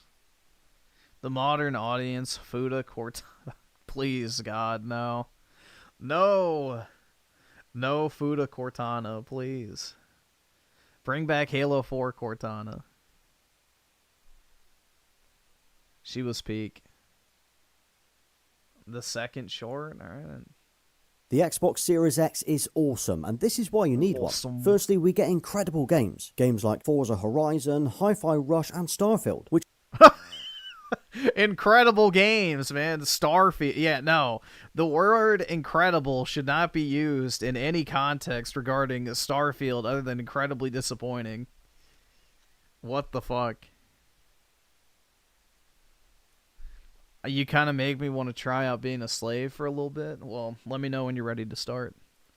Which all look amazing at 4K or 120 FPS. Yeah, Starfield does not run at 120 FPS or 4K on the Series X, but nice try. Plus, if you have Game Pass, there are so many games coming to it day one, it's hard. Like what? Hard to miss. You can either go for the Series X or the Series S, depending on whether you need a disc drive or are happy with a digital-only console. They both play the same games, but do have differences in performance as well. Now, they are available in black and white, although Xbox do sell official console covers which you can wrap around the Series X. I've got two here, including the Starfield one and the Mineral Camo, but there's also an Urban Camo one as well. Then there's the controllers. There are dozens to choose from, including themed ones, different colours, and even limited edition ones as well. But if you wanted to go for a Pro version, we have the Elite Series 2. Dude, I still have 3 Elite controllers that are just sitting in a box behind. I've never opened them. I probably should, but I've just been using the Stadia controller when I play on PC. Because, in all honesty, this controller has been perfectly fine. I kind of like the Stadia controller. It works well. 2 controller, and this comes with mappable rear paddles and adjustable trigger stops as well. So do you have an Xbox already, or are you looking to get one? And if you like gaming, subscribe for more. The Xbox Series... Gaming? I love gaming. Not gaming. I mean gaming.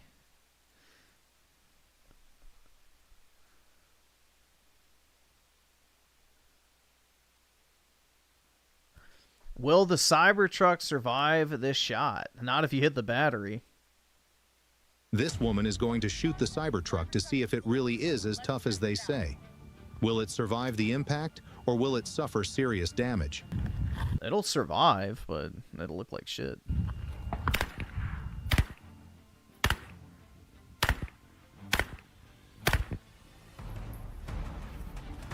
Let's go check out these marks. Dude, she kind of looks like AOC. This is wild, guy. What caliber do you think she's using? Place your bet before you see it. This woman is going to shoot the Cybertruck to see if it really is as tough as they say. Will it survive the impact, or will but it hotter? Well, yeah, she's younger, so... suffer serious damage?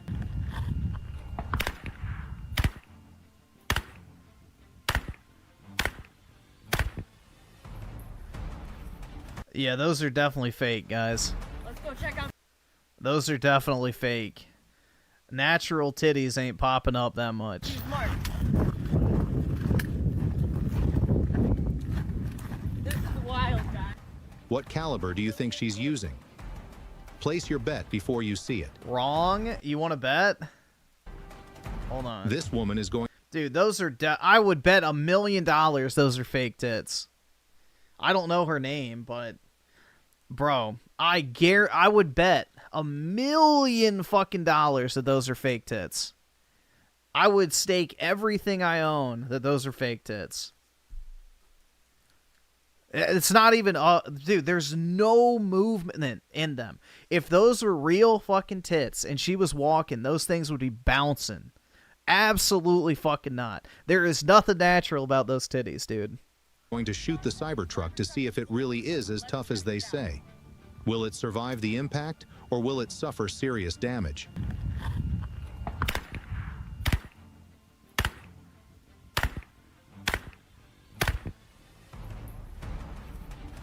Let's go check out these marks. Those things are stiff, bruh. Absolutely not. Not natural. Say goodbye to your Aerith collection. Nope. Those are definitely fake titties. 100%. Yeah, a push-up bra doesn't make your tits look like fucking literal immovable objects. If anything, a push-up bra accentuates the jiggle.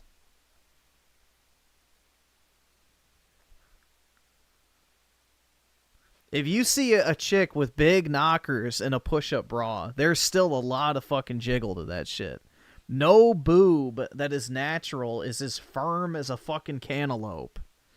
Like, bro, she's got like literal fucking like I guess grapefruit titties that are like hard looking. Nah, those are not real. Sorry, guys. Sorry. I can spot fake tits from a mile away.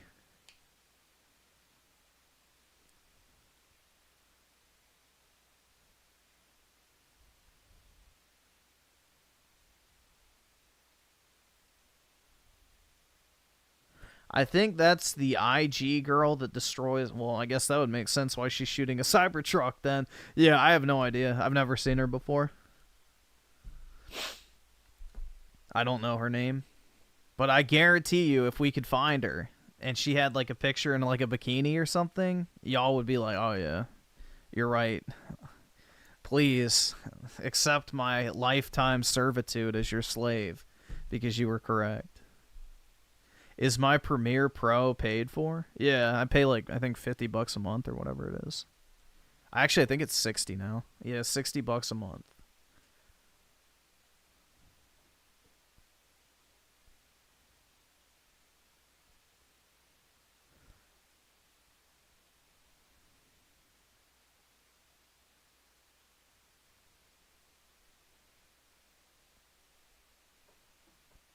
Is Melanie calling Halo gay? Yeah, I guess so. Dude, she really did get that Karen cut, though. Unfortunate. The simping's gonna take a massive hit now. Spotted fake titties? Where? This chick? I don't know. Those look real. Click on Melanie Mac? I don't really want to. Alright, guys. Remember when Halo used to be one of the most iconic... Ugh, dude, she's just so gross. What the fuck is she wearing, bruh? Like a fucking plaid vest with a fucking low... like, it's just... it's visually repulsive to me. The fucking nasty-ass tattoos. She should wear gloves and long sleeves at all times. And wipe that fucking nasty-ass e-girl makeup off her face. franchises of all time, literally just changing the entire gaming industry and gamers in general. Well, now it's gay. And let's go ahead and talk about it. This is no surprise to people who are Halo fans. Get the burqa. Exactly. We need a burqa. To see this train wreck in place. Old school Bungie, unfortunately, the disrespect that they are suffering from all of this. It's like the downhill trajectory started after old school Bungie wasn't making Halo anymore, but then it just... What deep and insightful commentary. Keeps getting worse and worse. So here I made this tweet in response to their tweet. I said the only time I ever see anything about Halo these days is when... I know, dude. It's like nails on a chalkboard. She should have gotten a... She should have invested in a speech coach back in the day when she had a more, I guess, prominent career. because it would have gone a long way to helping her longevity as a commentator, because she really does have an obnoxious voice. When they're pandering and being gay, make it stop, because now it's like this hashtag Women's History Month. We honor the women whose brilliance, drive, and creativity continue to inspire change within our industry, studio, and community. You know why? Because like the studio was filled with a bunch of women. They should just make the Halo Spartans actually look like women again. There you go. That's how you celebrate Women's Month 343. You know, make the female Spartans actually look like women again. Crazy. And it's like, hey, I'm a woman. Women are great. I'm not hating women. But this is the problem. Well, I am. I is- fucking hate women. Dicks before chicks, guys. Never forget. Is a bunch of the women that they are hiring in the gaming industry right now aren't Have penises. actually gamers or passionate about. No, they're not actually women. Most women that get hired in the gaming industry have penises. Or, yeah, they're, you know, raging lesbians or whatever, but... gaming, right? A lot of them are activists. Same thing when they're hiring all of these DEI hiring practices. Let's be real. We know the demographics of gaming. And I mean actual real gaming, not mobile gaming, not little girly games. I mean actual mainstream AAA. I mean, mainstream has gone really gay lately, I will say that, but that's why, because they've hired Well, what's more mainstream than mobile? So, again, she doesn't know what she's describing, but anyway. a bunch of women who care more about activism or whatever else than they do actual gaming.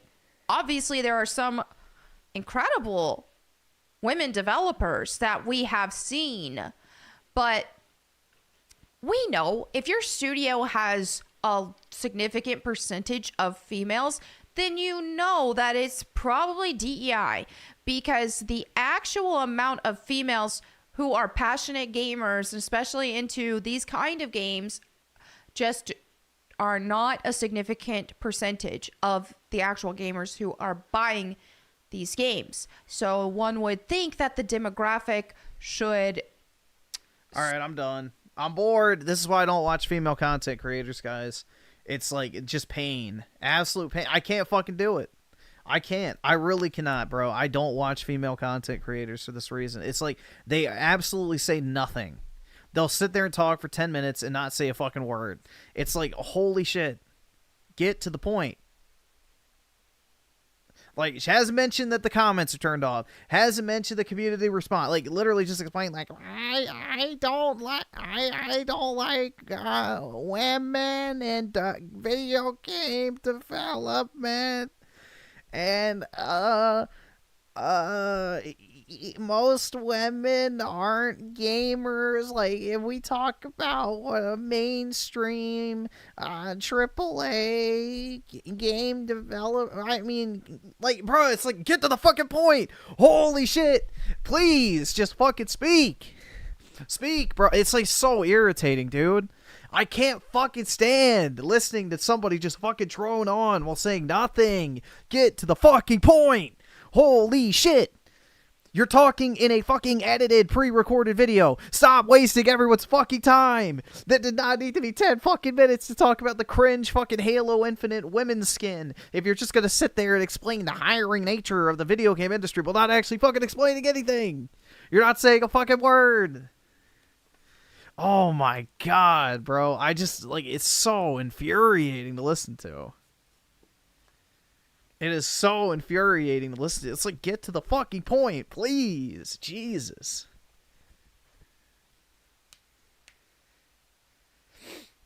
Oh, dude, I don't know. Well, technically it's 5 a.m., and I've been asleep pretty much all day yesterday, so...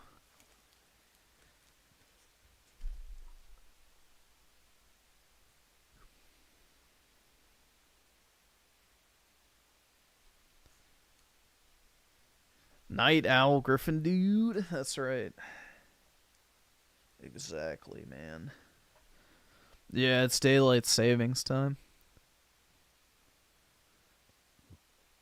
Griffin, 75% of relationship is a woman yapping, so you're going to have to... I don't care, because 1, she'll be hot. 2, she won't sound like that. And 3, she won't be LARPing as someone who knows about gaming. So, yeah, not relatable at all to this scenario.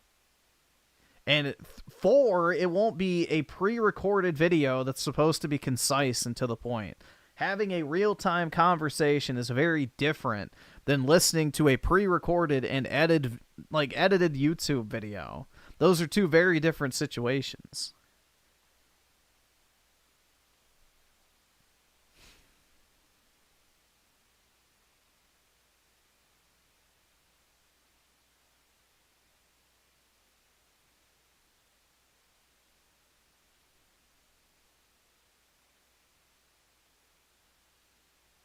Time jumped forward. And, yeah, dude, we literally time traveled. Oh my god. No, we'll finish the game tomorrow night. Since I started very early, I guess, today, technically. I started streaming at 3 a.m. Eastern, which was actually 2 a.m., so we'll finish the game tomorrow. What game? What's it called? Indigo Prophecy. So, yeah.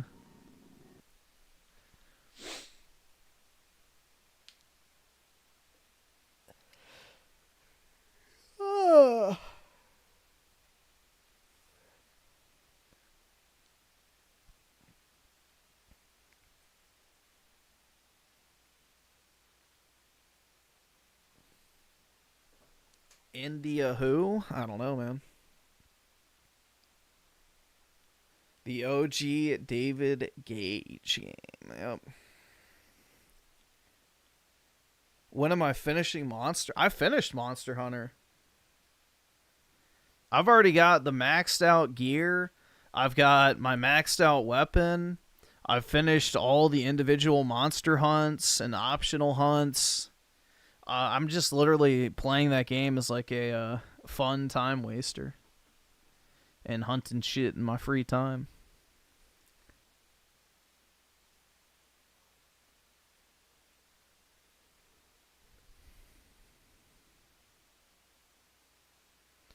I disagree with your opinion on Game Pass. If you use it, then it's worth it. That's exactly what my point was, is most people are not using it. Most people are not actually deriving value from it. That's literally the entire point I was making. So you don't disagree with my opinion on Game Pass. Because that is my opinion on Game Pass. Most people who have Game Pass are not using it.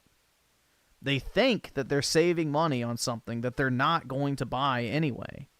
So therefore, they're not saving money or getting a good deal because most people are not even playing or finishing the games that they're so-called saving money on. That's like my entire fucking stance on Game Pass. Is that most people who sub to Game Pass for $20 a month would be better served by taking that $20 and spending it on games they'd actually want to play.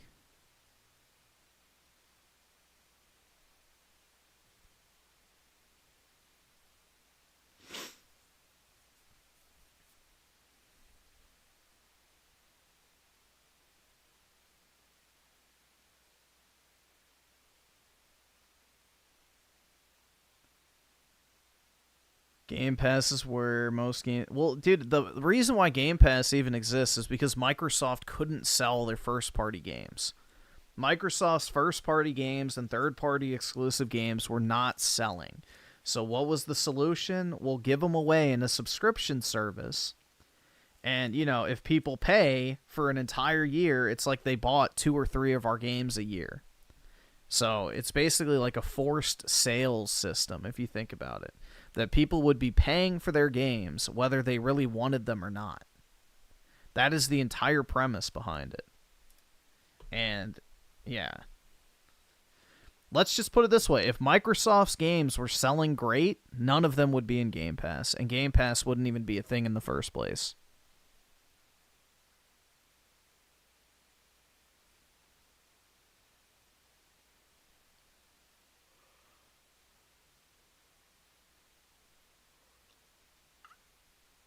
If Game Pass is working, then why are they putting everything on PlayStation? Shouldn't they be doing everything they can to incentivize people to sub to Game Pass rather than buying their games if it's working so well?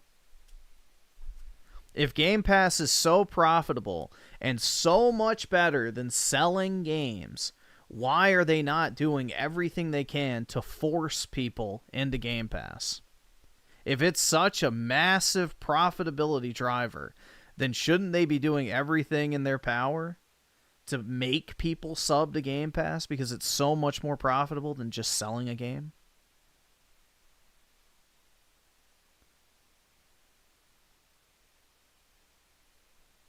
No, I'm not saying it's a bad deal. If you actually... All right, this is the thing.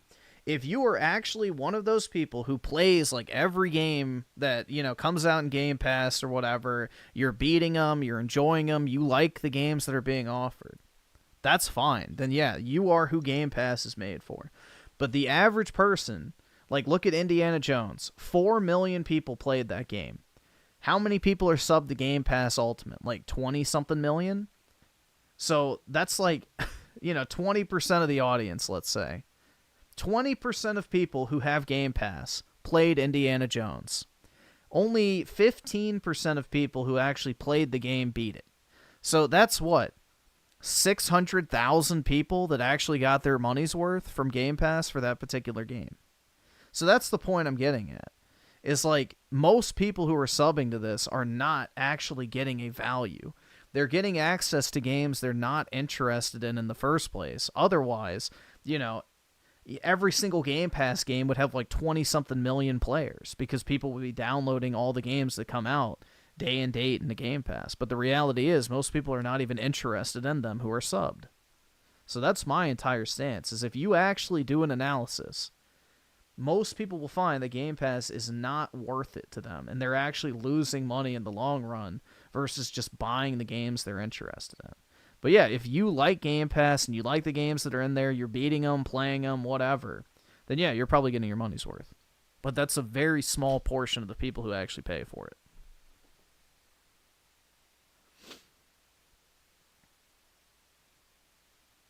Ninja Gaiden 2 Black is doing gangbusters on Game Pass? Dude, 8% of people who played the game in Game Pass beat it, so no, it's not.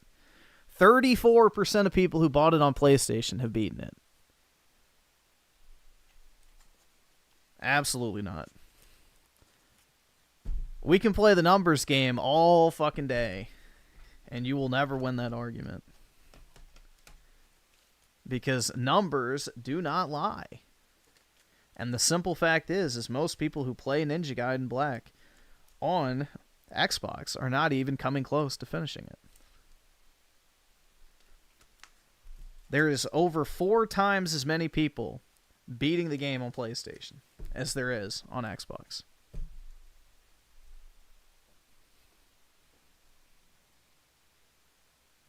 If your metric for Game Pass is player engagement, that's not very good.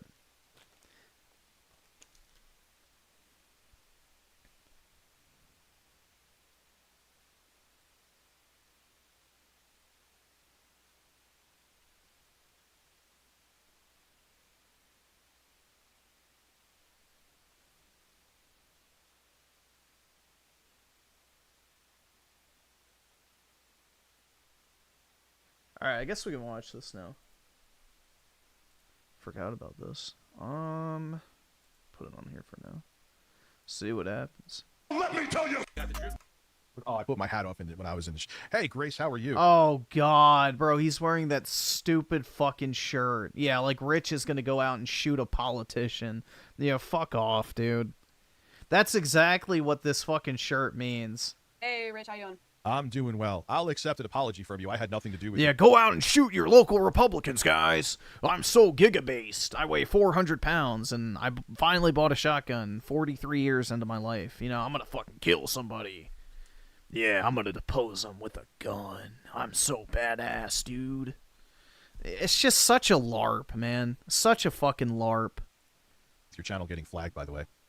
Well, that's not exactly true. Although I it's- appreciate that you banned the guy who did mass flag me from your server. How- But you so- have to admit, It was being in your server. The Jostler donated $5 through Super I'm not Chat. saying you told Eric anybody can't to do possibly it. be cucking for PDF files. Oh God, bro, is he gonna have fucking TTS on while he's trying to talk to somebody? Jesus Christ. Yeah, this is FBI's girl. Oh, He's a Christian, for God's sake. He can turn piss into Miller Lite like Jesus with water into wine. Bird. So I have to basically be are you in control of every single person that's in your audience and every single thing that they do?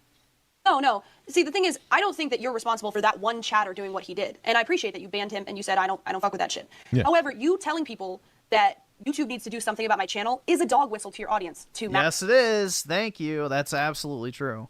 flag me. You can say all you want that it's What did not, I say but that YouTube needs to do something to your channel? I said that, wow, stalking someone and being in there. You did stalk Ruby. She actually filed. You literally said that her showing up in your fucking town is against YouTube TOS. That is a dog whistle for people to fucking report her. So, yeah, no, that's exactly what that is. No. Police reports. Just because somebody files police reports, I never stalked anybody. I didn't stalk you, and I didn't stalk Ruby. I drove through New Haven, and I didn't even drive by your house, Rich. Now, Rich, can I ask you a question? It's been 10 days since you said that you would have a Discord call with me. Remember? Tuesday night, the 25th? Okay, here we are having this Discord call. Yes. Okay, since then, the only communication that I've gotten from you about whether you would like to continue collaborating with me or about that call at all was from a New York State trooper That's at not true. 2:45 a.m. on Wednesday, the 26th. Nope. And ever On the since then- 23rd, on the 23rd, I said that we only wanted to do something on Discord. You still decided with your father, who I had no idea was part of the equation. You never once mentioned your dad. You then showed up to what? You're changing the subject. I'm talking about just the Discord call.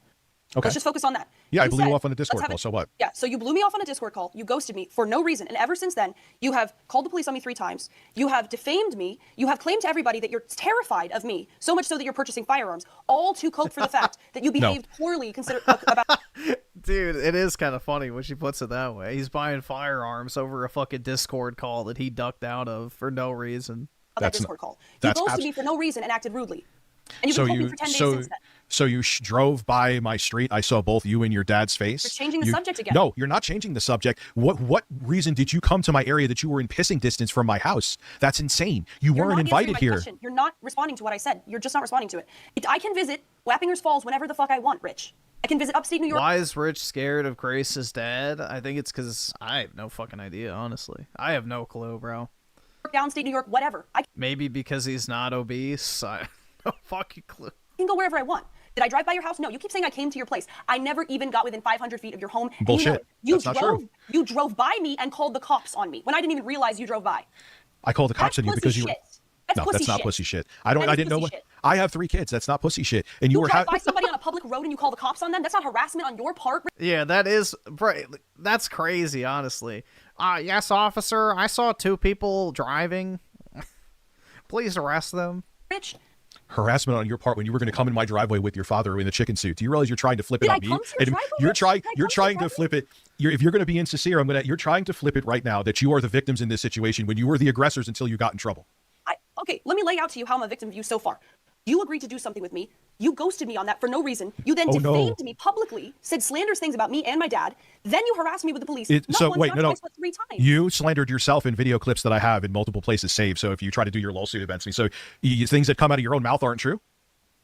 Is that what you're saying? So things that you. You're deflecting again. That's not Respond to deflecting. what I said, Rich.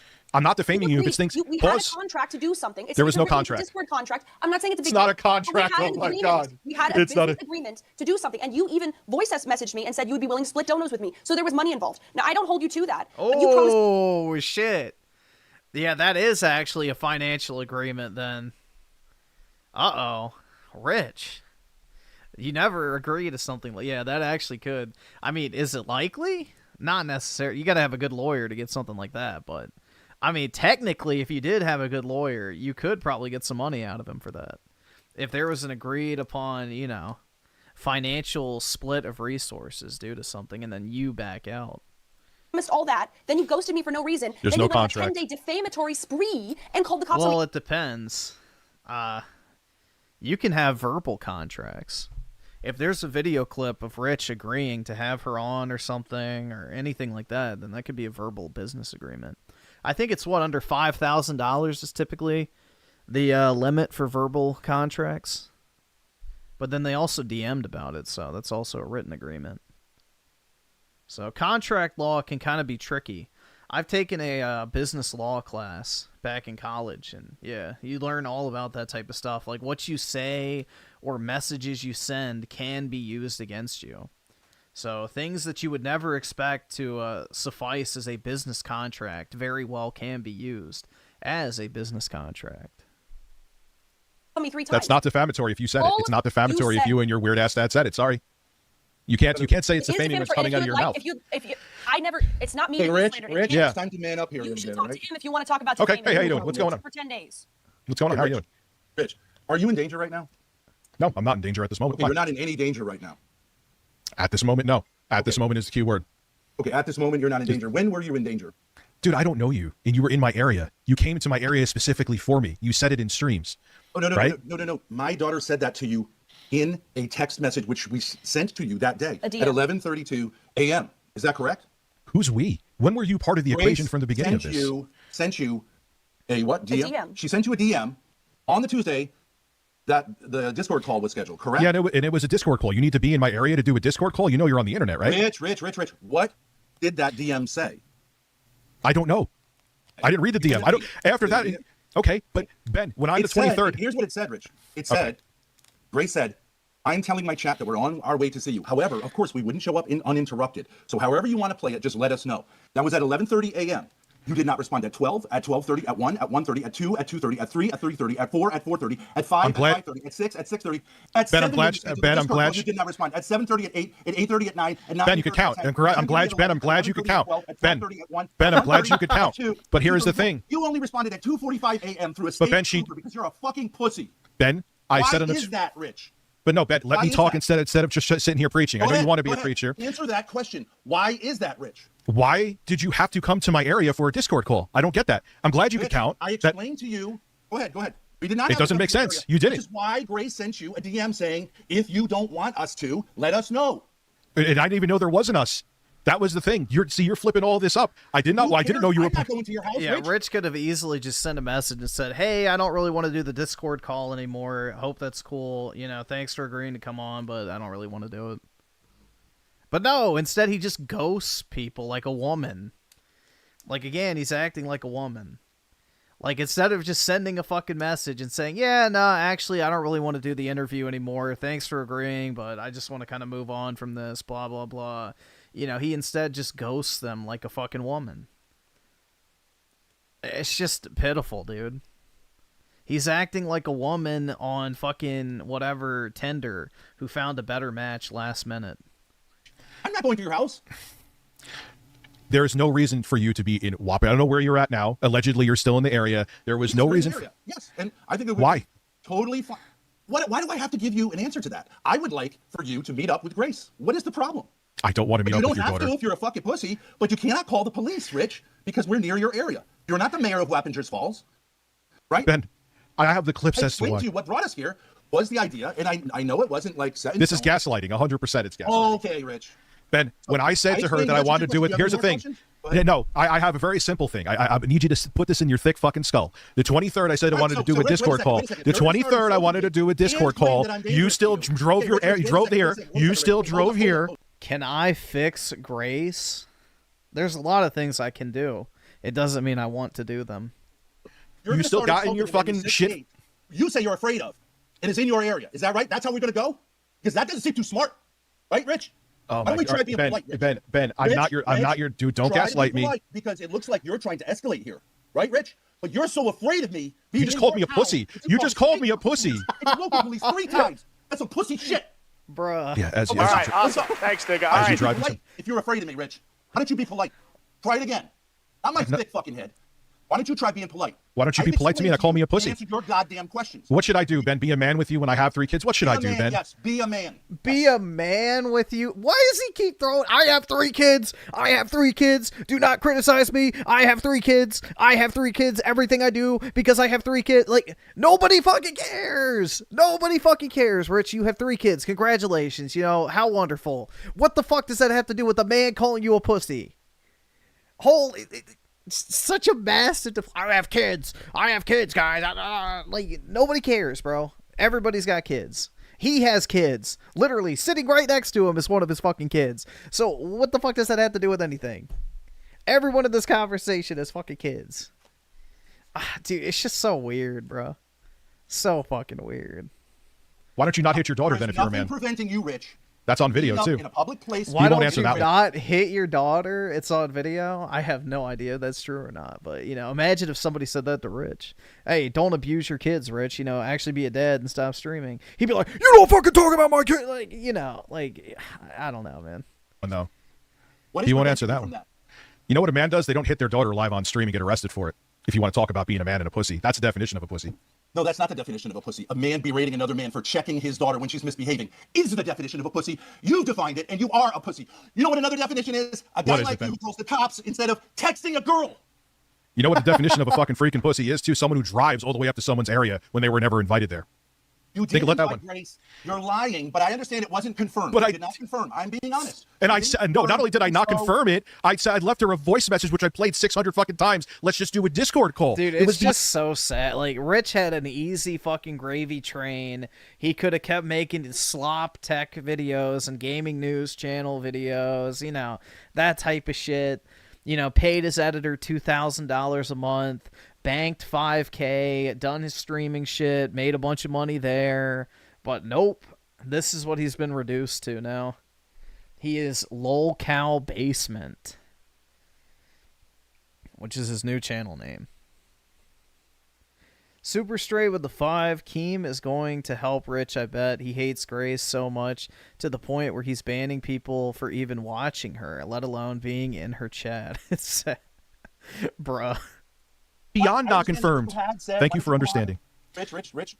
Men let other men talk. But go ahead. You want to finish talking, then I'll respond to you. No, respond. Go ahead and respond. I'm done talking. You had said on several occasions, we'll do something IRL. You sent her several voicemails talking about it. You said at one point in your, I know it wasn't necessarily definitive, but you said, why don't you just look up my docs? Come over sometime. Okay, I understand that wasn't firmed up. But on the day of the Discord call, which is 10 days ago, she sent you a DM saying, Rich, it's kind of a little bit of a joke. We're headed in your direction, but if you don't want us coming over, let us know. That's basically what it was. And you have yet to respond to that DM. So why, Rich? Ben, it's really, but here is the thing, first and foremost, why would you just show up? Yeah, to all of this could have been avoided by a simple fucking text. Rich could have been like, nah, that's okay. I don't really want to do that. I got my kids at the house or whatever, whatever. Like, just say no. But instead, he acts like a woman and he doesn't reply to the text message, lets it fucking sit there, and then calls the fucking cops. Like, that is retarded. Like, that is literal female behavior. That's like a woman who's not interested in you type behavior. I don't know. Area uninvited. If you send that DM and I didn't respond, if I said, first off, I wouldn't show up somewhere uninvited, but if I said, hey, I think I might come by your area, and they never respond. Did they show up to your house, though? Like, it sounds like they never actually went to your house. So what do you mean? They're going to show up uninvited? They didn't show up. You know what I would do? I would not come to their area. It's a really simple thing, Ben. It's very simple. That's up to us, right? I'm not saying I want you to reimburse me for our time. We assumed that you would get back to us. Okay, and you still haven't gotten. You have not responded to a DM. Why not, Rich? Why didn't you just say? Ben, I just explained this. I just explained. Why didn't you, Rich? Why? Because after what I found out, I wanted nothing to do with either of you. Okay, but if you're scared of someone coming to see you, don't you think it would be a good idea to be polite with that person, Rich? No. No, it wouldn't be. No. What do I? Dude, you just move on. You know how many people who have ghosted me that I just move on? No, Rich. If there's someone that I'm really afraid of, I would respond politely to them. What you did instead is spend 10 days talking shit on the internet and not showing up and taunting us to do something. I never taunted you to do something. Yes, don't gaslight me. You're posting pictures of your fucking gun saying, I'll kill anybody that fucks with my family. Like, yeah, dude, let me post a picture of my shotgun and say, if you fuck with my family, you're fucking dead. Like, yeah, dude, that's definitely not taunting. Definitely not taunting. Yeah, you see this gun? It kills pussies, and you're next up. Like, come on, bruh. Like, why would you post a picture of your gun and then threaten to kill anybody that fucks with your family if you aren't taunting someone? That's like literally the definition of a fucking taunt. That is the definition of a taunt. It's like, yeah, come over here. You won't fuck with me. I got a shotgun with your name on it, bitch. Like, that is the definition of a fucking taunt. If you're dealing with like some mentally deranged person, you're threatening to fucking kill them if they show up. That's going to taunt them to do something. So, I don't know, bro. That's like the definition of a taunt.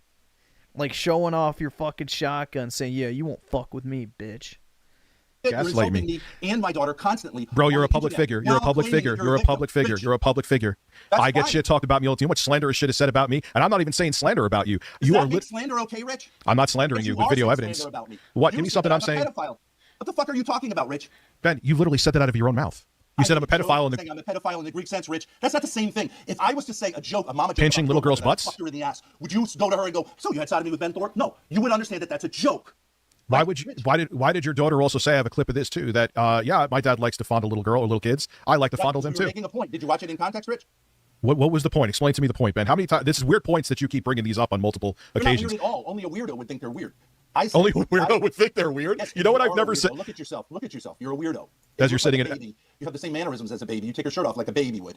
Now, whatever. As you're driving around the country with your daughter all over the place. Yeah, so I'm the weirdo. There's nothing weird about driving all over the country with my daughter.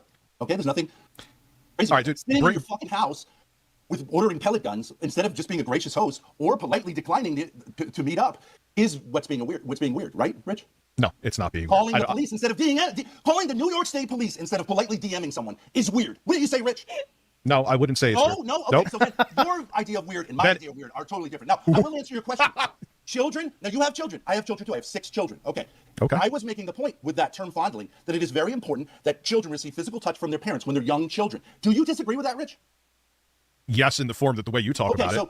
So you disagree that it is very important, even though it's been proven that kids will die if they don't receive physical touch. This is gaslighting again. It's not the same thing. Showing affection to the kid in the way you said it. It is the same thing. It is the same thing, Rich. Caressing or fondling. Yes, I understand that those have meanings that are romantic, but my point was the words can be used in a way that is perfectly fine. That's the point. If you watch it in context, that is the point. There is nothing wrong with touching your children when they're young children in a way that is like you could say intimate. You're just deflecting now, dude. You're deflecting on the subject, man. Anyway, no, Rich, Ben, looking forward. Yeah, this sounds like, oh, look, Rich is hanging up on him. Forward to the lawsuit, small claims court, first time I ever seen someone. All right, so we'll do that. We'll do that tomorrow, Rich, if that's how you want to play it out. Now we've got 2 things. He's got his finger on the disconnect, ready to go already. What else do you have to say? We could just talk it out as men, and you could apologize. You could just apologize, Rich. That's all. I apologize that I ever interacted with both of you. All right, great. See you. Talk to you later. That was fantastic.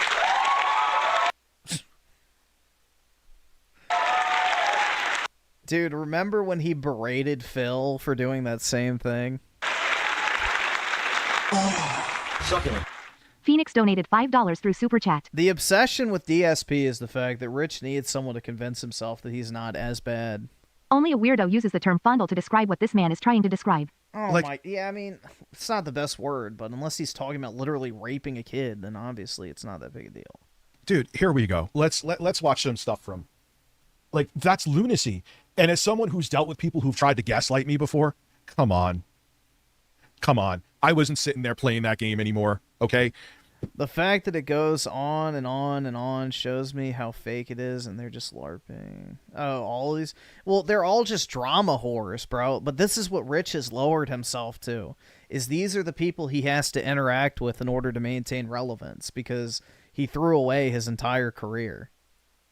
Ben, I know you're still watching. You know what happens when I don't receive something back? Like, let's say, for example, Keemstar. Yeah, DSP has way more dignity than Rich does, and it's not even close. Rich, come to Buffalo. Succulent. Change One Ing donated $5 through Super Chat. Seeing this dude on the next episode of Takedown with Chris Hansen is gonna be lit.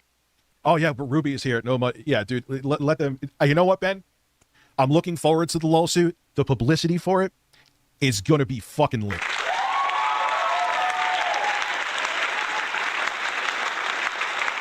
All right, if Sly never defended him, I will give him credit where credit's due. It's good to hear that.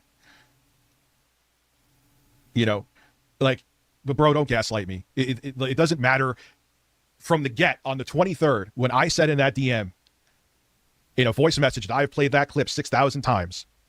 I can't take credit for the lawsuit thing. It's kind of a meme for a while. It is funny, though. That just a Discord call. Why did you need to drive here to do a Discord call, man? Why did you need to drive to Wappingers Falls, New York to do a Discord call? Why did you... Dude, it is about my road to where I saw you. You could fucking throw a rock to it. Why were you there? Why were you having a picnic right down the street? You came here because of me. You went to Ruby's area because of Ruby. You bothered her in a job. Succulent. Emery Benson donated $5 through Super Chat. Trying to justify touching your child in a way is hella molestation coded. He practically admitted to it live on stream, in actuality. Dude, I know. He's like, they're like the horror cow version of DSP. Ben, your biggest detractor channel is misunderstood. The horror cow. The horror cow of DSP. Bro, I don't think DSP is that fucking crazy. Like, DSP's never had drama of this nature at all. Channels. You dig your own DSP has always been harmless. That's the biggest thing with DSP. DSP is harmless. He has never actually hurt anyone or done anything to anybody else. It's always just been his own fucking retardation that's fucked himself. That's what's funny about DSP, is DSP is his own worst enemy. He's not out there actively attacking or lying or destroying other people's lives. He's doing it to himself, which is why DSP is funny. All right, awesome. Thanks, nigga. All right. Super Stray with a 5. RTU is the type of Karen that will agree to meet up at her house, then call the police as you're pulling up saying, she sent a message 5 minutes ago. Yeah, exactly. But that's the thing, is he wouldn't even send a message to cancel. So basically, he called the cops on people because they arrived in the same town as him. Like, that is so retarded. You can't fucking... That makes no sense. Bro, that'd be like if somebody pulled up to Washington, D.C. I'm like, officer, they don't have my permission to be in my city. I don't feel safe. Like, the cop would laugh in my fucking face and say, well, are they at your house? No. Have they made physical threats of violence against you? No. Well, then shut the fuck up and stop wasting my time. Like, I don't know, dude. You'd probably get arrested for, calling in some bullshit. So, yeah, it's just... the whole thing's fucking retarded, dude. But this is what Rich has, basically lowered himself to, is having to interact with these type of people. Fucking bullshit, man. You dig your own holes. I'm Chris Hansen. Would you like to take a seat, please? Yeah, so Danny, we're going to do it. Succulent. Chris Hansen PPP donated €5 through Super Chat. Hi, I am Chris Hansen. About. Ben, would you take a seat, please? Where was it? This is what she's talking about, I believe. She goes and she's in her Discord talking about how their shit's been paused, and I wrote here, wow, it's almost like stalking people is against terms of service. I didn't tell this dude here. I guess I'm outing him because it's on my Twitter anyway. Succulent. Danny D80K donated $4.99 through Super Chat. Make a show with Jay now that he's fired by Keem. Dude, it's going to happen. Like Ralph.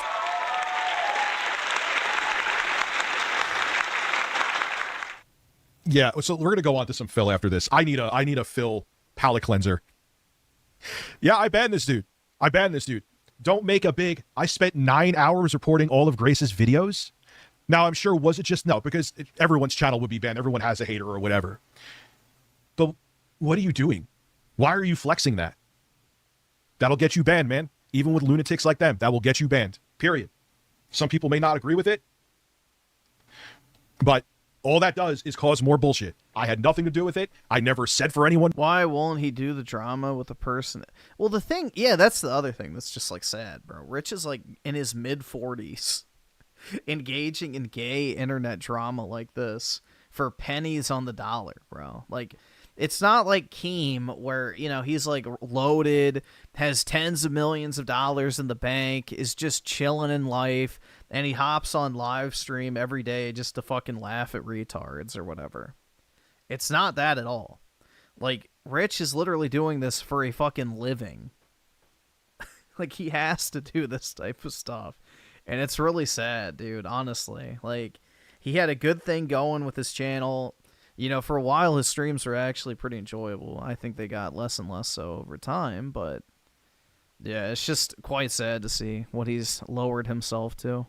wanted to do it. I never made some call to action for people to do it. Cry hard, Snort Hogan. Cry hard, Cult of Hate. Keep crying because I was right and you were wrong. I got the drip go. Oh my god.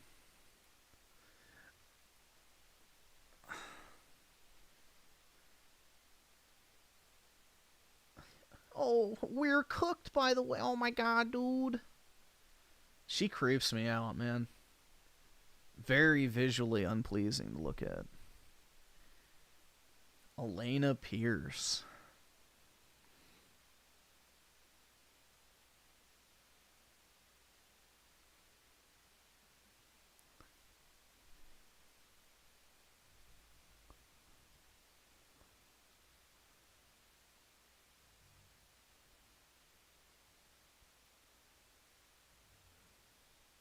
Yeah, honestly, DSP was kind of dumb for not capitalizing on the cameras on moment. If that was me, I would have sold fucking shirts with the fucking image and been like, oh, the camera's on. With like that text. With the face. And DSP probably could have cleaned up good. He could have made a lot of money off of that situation if he marketed it right. Because it's never going away. It's never going to not be a thing. You might as well be the one to make money on it. You know?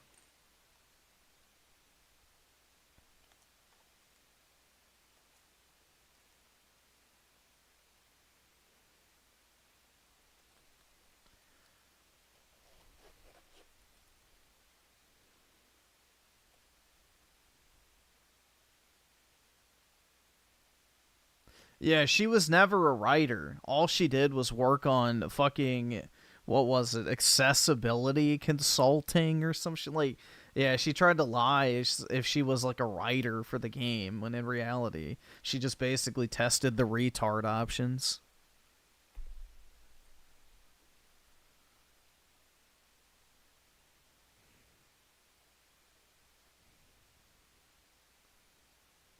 Griffin's so down bad, he probably did do a DSP on stream. Dude, I could jerk off right now and you wouldn't even know. You would never even know. Who's to say I'm not doing it right now?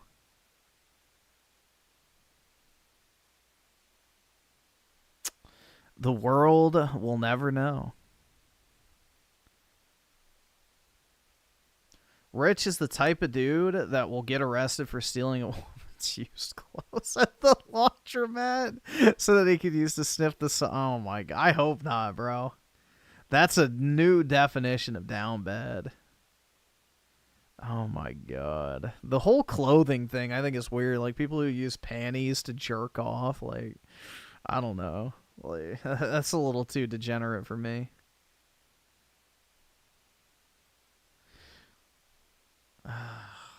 She was a hot simp magnet? Who? Elena Pierce? I don't think she's hot, dude. I don't find her attractive at all. Personally. She kind of has that horse face. Don't give Ricardo cum socks any ideas. Yeah. He likes to sniff, bro.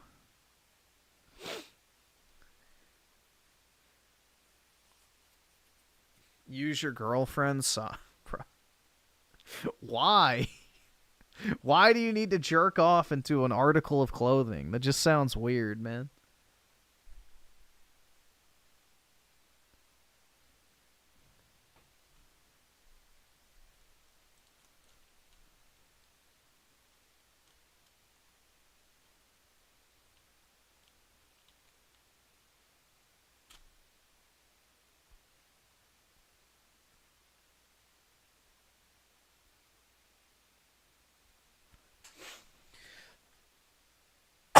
Shit. Oh, I think it went away. Damn.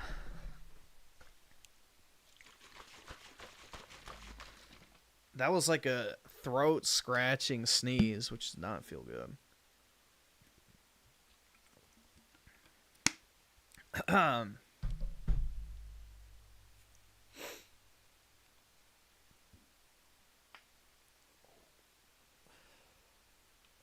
Anything else we should watch? Let's see if crap gamers made anything interesting lately. Awful Xbox announcement has fans wanting Phil Spencer fired.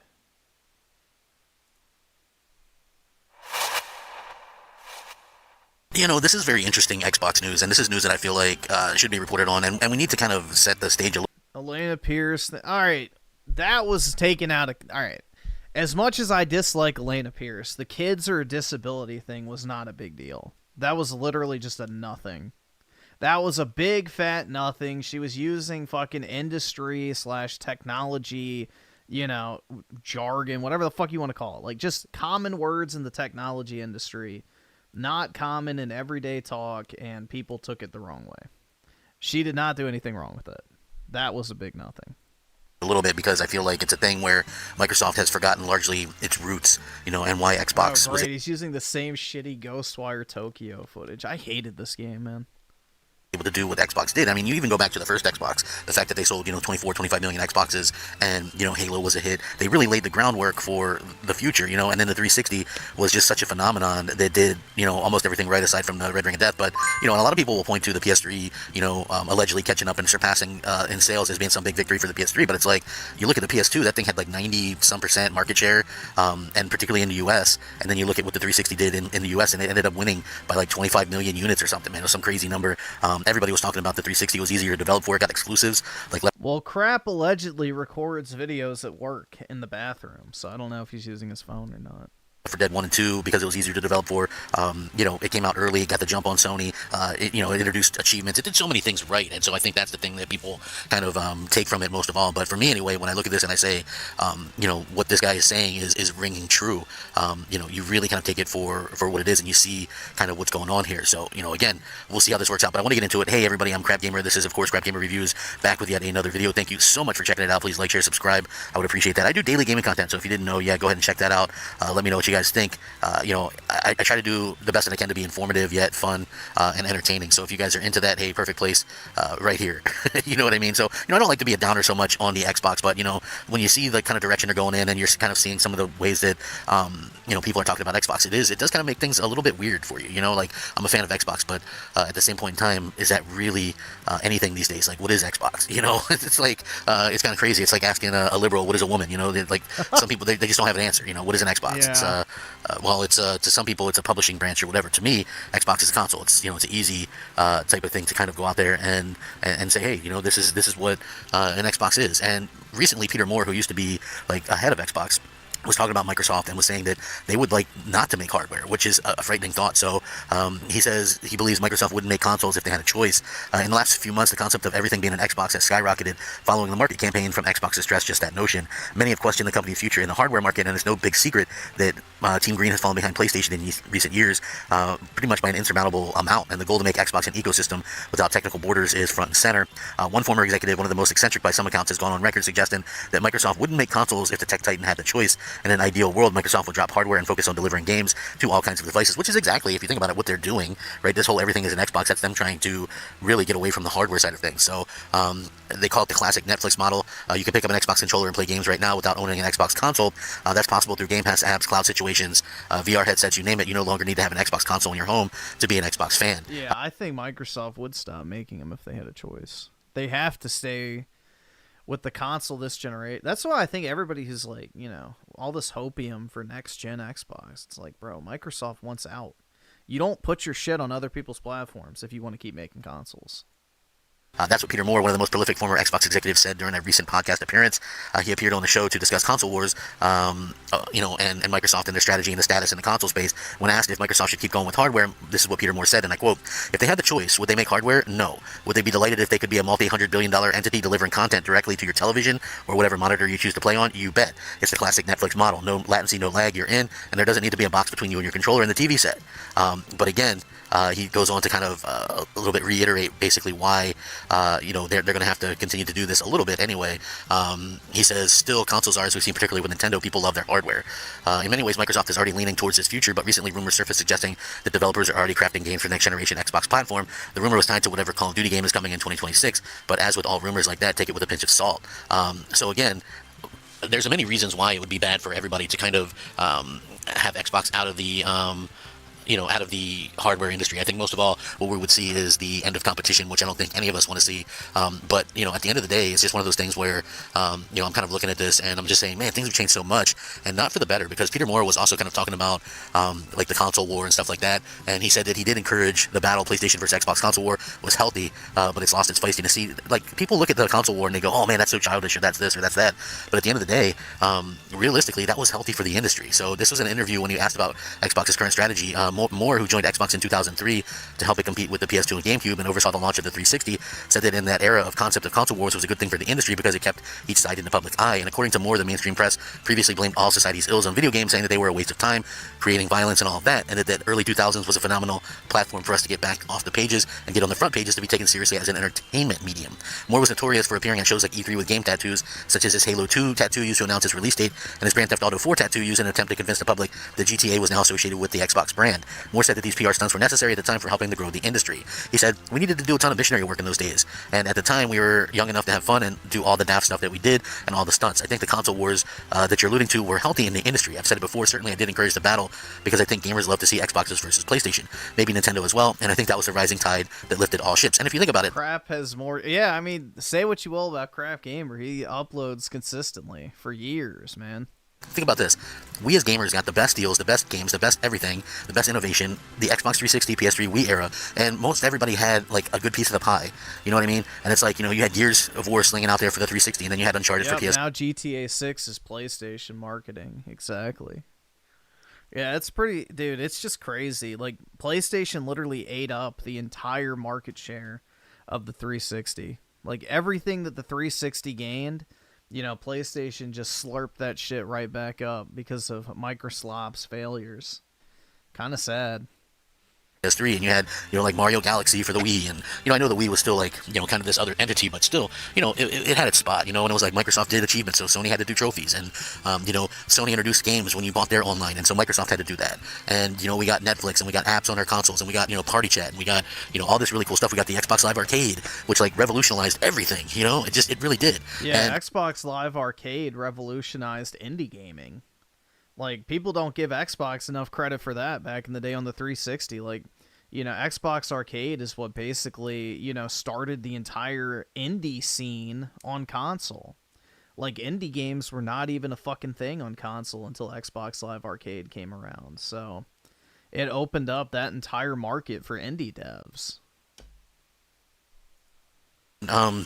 At the end of the day, when we see these things kind of happening the way that they do, you just sort of maybe kind of question, Microsoft's heart right now. Like they clearly aren't really into the hardware thing. And there was this clip of, I know you guys know Jez Gordon. I'm like, good guy, works at Windows Central or whatever. But the interesting good guy part about that is that he was talking about how if he's being cynical a little bit, he doesn't even believe that Microsoft will do more hardware. He says that things can change and anything can happen and things like that. Which obviously things can change and things, but you maybe hope that they wouldn't change that much. But yeah, there's no guarantee. Just because Microsoft said that they want to do another Xbox or whatever doesn't necessarily mean there will. Certainly them not selling for anything right now in terms of the hardware is that's got to be rough on them as a company, especially seeing, hey, we've been able to make some money off of the games that we're selling and things like that. So yeah, like I said, anything can happen, but it is weird seeing this. I hope that Microsoft continues to do the hardware stuff, along the way, but there's no guarantees. There's no guarantees. That's why I said, hey, I worry about my library, I worry about this, I worry about that, and it's not as cut and dry as what people think it is. So anyway, I'd love to hear your guys' thoughts and opinions on this. How do you feel about it? Let me know. Rack 'em up, fact 'em up, Crap Gamer 'em up, and I'll catch you guys here next time. Crap Gamer out.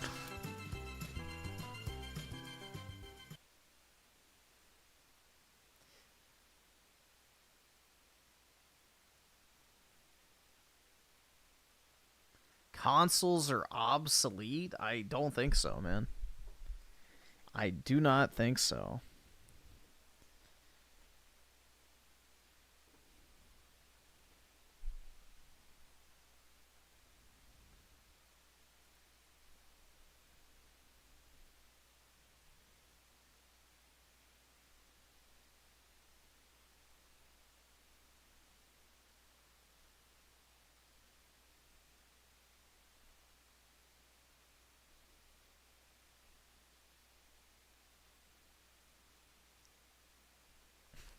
Should you buy an Xbox in 2025?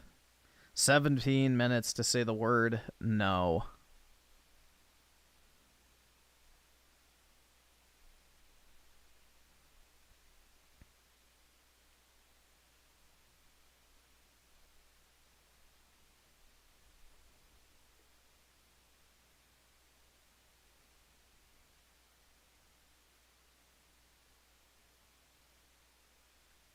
Uh-oh. I can't afford Oh, it this came shit. back. There we go.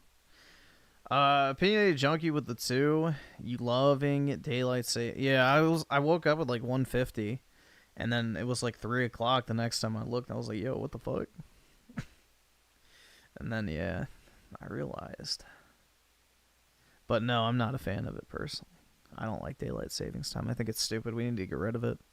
We were about to get rid of it. It passed the Senate, unanimously. All right, awesome. Thanks, nigga. And then All right. Nancy Pelosi refused to put it to a vote in the House, and it just kind of vanished. So, Rent a Dog with the 5. So bad. All right. Let's see. Oh my God. Yeah. Ellie versus Nora. Fire, dude.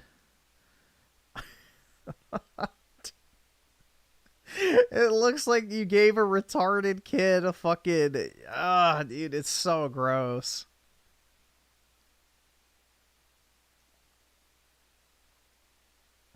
I wonder how they're gonna make... I mean, they had to make Abby, I guess, not buff, because could you imagine her and Abby having a fist fight? Like, bro, a fucking 12-year-old boy could kick this fucking thing's ass. Like, are we really supposed to believe that she's going to be able to brute force anything?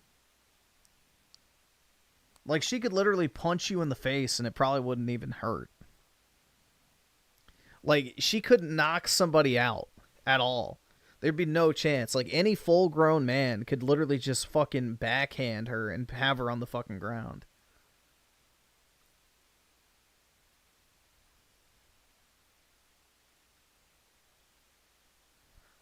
It's just complete. You need more than a suspension of disbelief. You need to reject every single thing you know about reality to actually believe that this fucking premature birth-looking ass hoe could even do anything other than just waste oxygen. Crazy. That is terrible, though. That is one of the worst castings ever. Hands down. Easily one of the worst castings ever.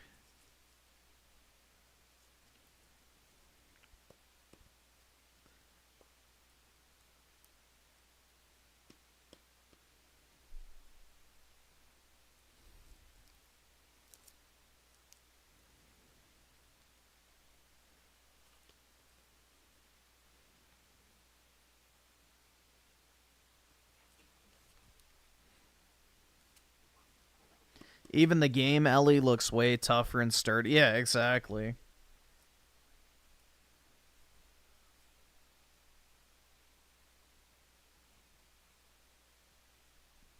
Yeah, she didn't even look old enough to look like she could go inside of a gym, much less take down full-grown adults.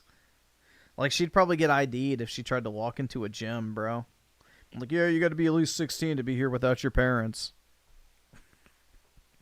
Guarantee you that would happen. I guarantee you.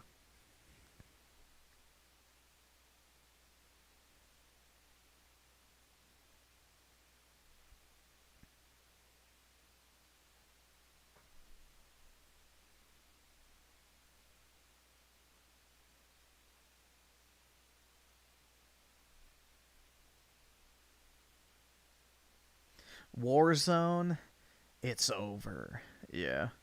Warzone All right, is awesome. pretty much Thanks, dead. nigga. All right. I don't hear anybody talk about Warzone anymore. Like, how's Call of Duty looking on a Saturday night?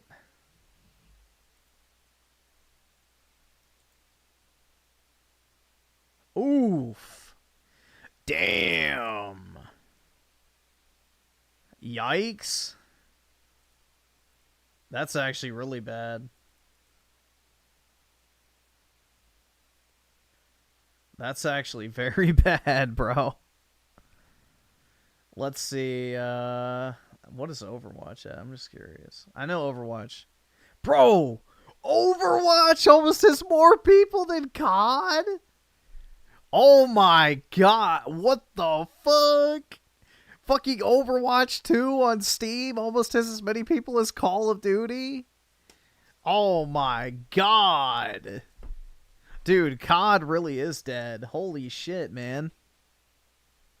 And meanwhile, Peak is succeeding. You know, the goated game of the year so far. Look at that shit, bro. 700K. Let's go, baby. A real game is doing well.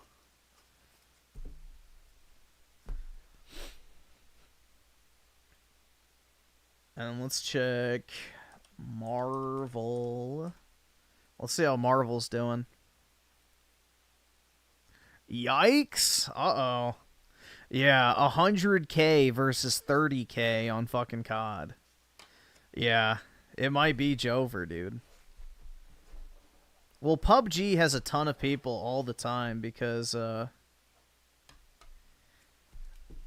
PUBG is really popular in China.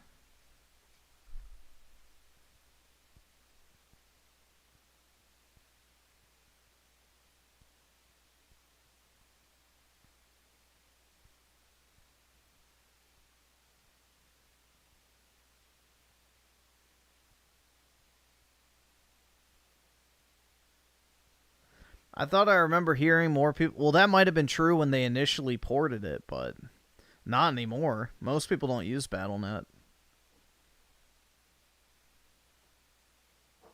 Unless you play World of Warcraft, there's zero reason to keep using Battle.net.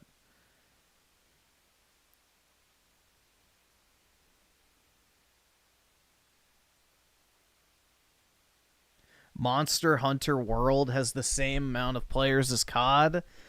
Oy vey.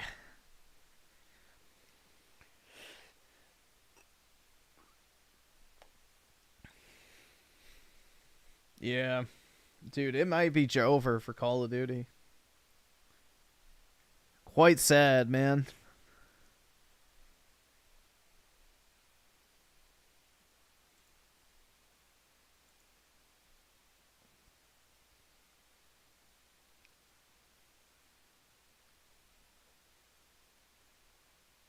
Yo, should we check? How many people are on Forza Horizon? Damn, bro. 17,000 people on Forza Horizon. A what, 5-year-old game? Or 4-year-old game? Half that of COD.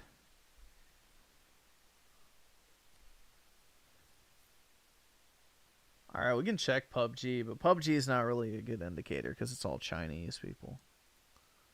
If you can even call them that. 512,000, yeah. The Chinese eat this shit up, like, right there. Or is that... Yeah, that's Korean, actually. But yeah, and the majority of people who play PUBG are from China.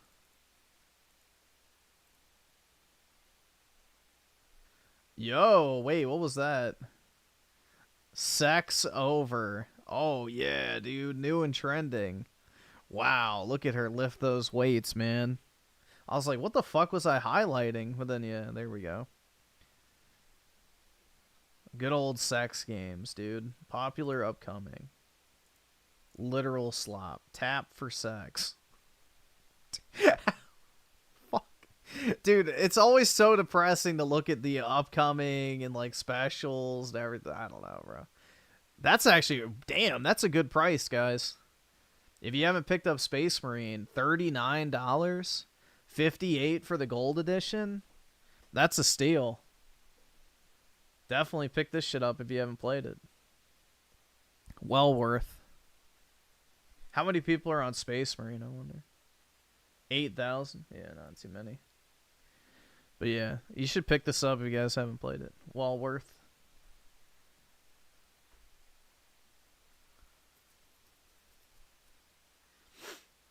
I need to sell my collector's edition of Space Marine too.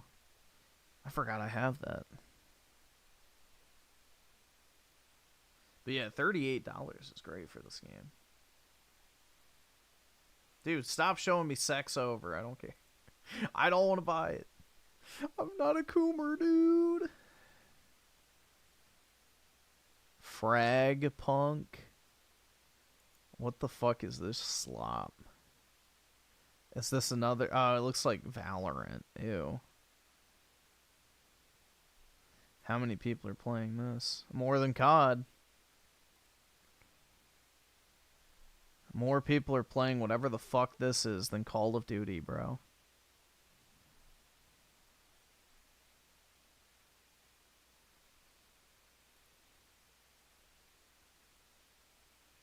Bro, stop showing me the porn games. I have no idea what Throne and Liberty is. Looks like an MMO. How many people are on Kingdom Come? I don't care. 73 over double Call of Duty. Oy vey goyim.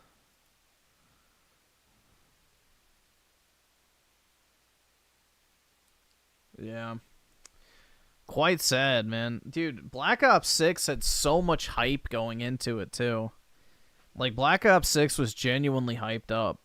I really enjoyed it at first, but holy shit, it had the worst packet burst I've ever fucking seen in any of the modern CODs.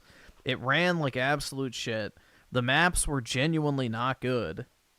And, I don't know, it just got old very quick.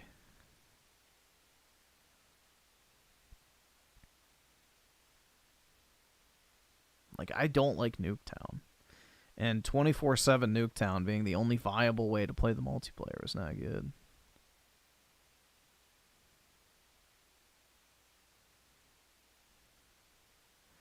Opinionated Junkie with a 5. Look up failure of the week. Absolute failure. Video.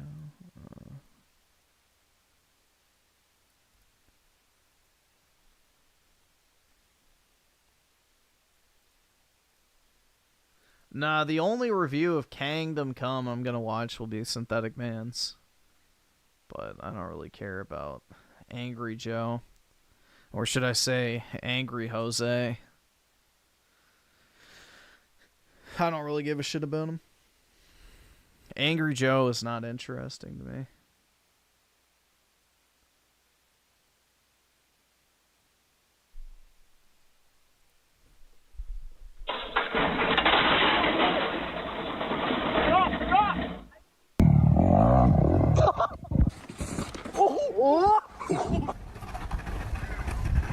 Dude, I haven't seen a ripstick in forever. Oh shit. Star? Star, you kenapa? Gila dia anjir.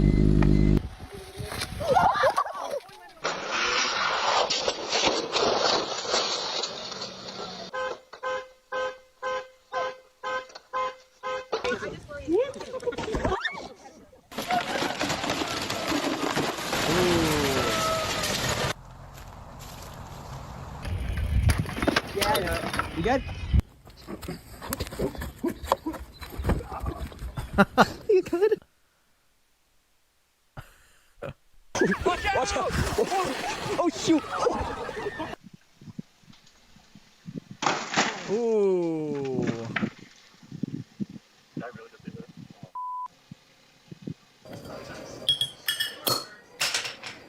What? Was that a fail though? That wasn't a fail. That was pretty cool. What? Oh! Oh! Here.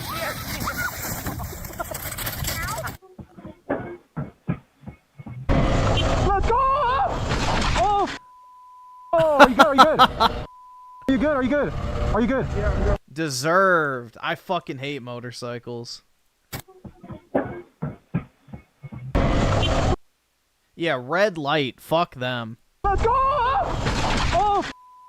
Well deserved. It's a shame they're still alive. You good? Are you good? Are you good? Are you good?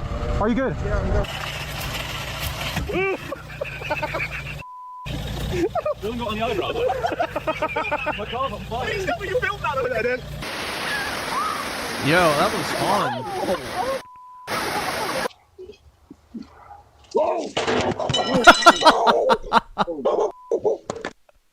Why did he freak out like that?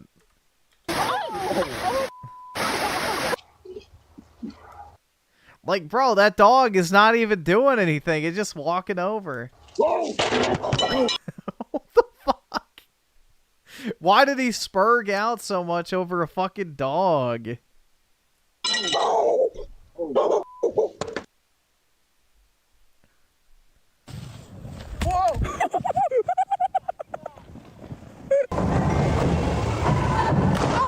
Ooh.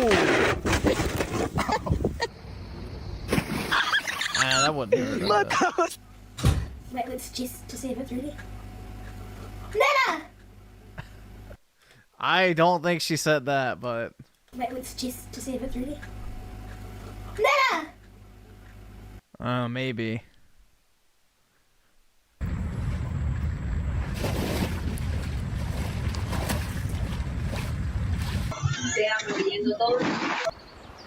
Oh! Ooh.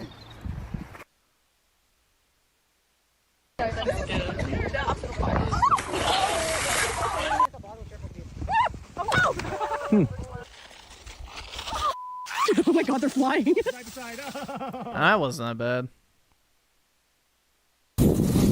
Whoa!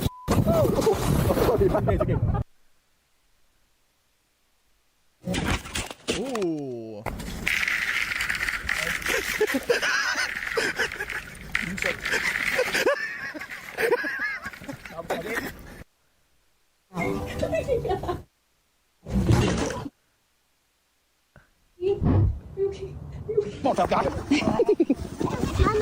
Yeah, you know what they say, man. Couples that steal together stay together.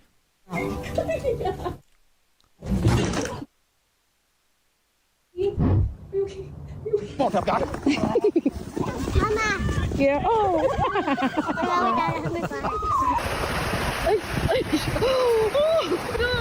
Ah!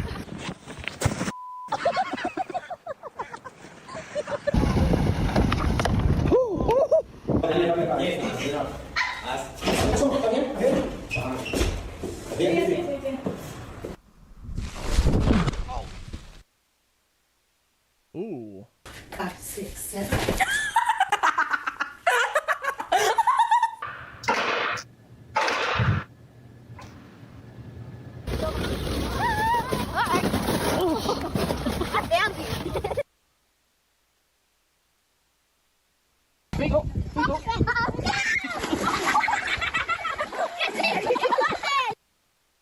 Oh my god. Good. Disgusting tattooed whore. On the ground where you belong.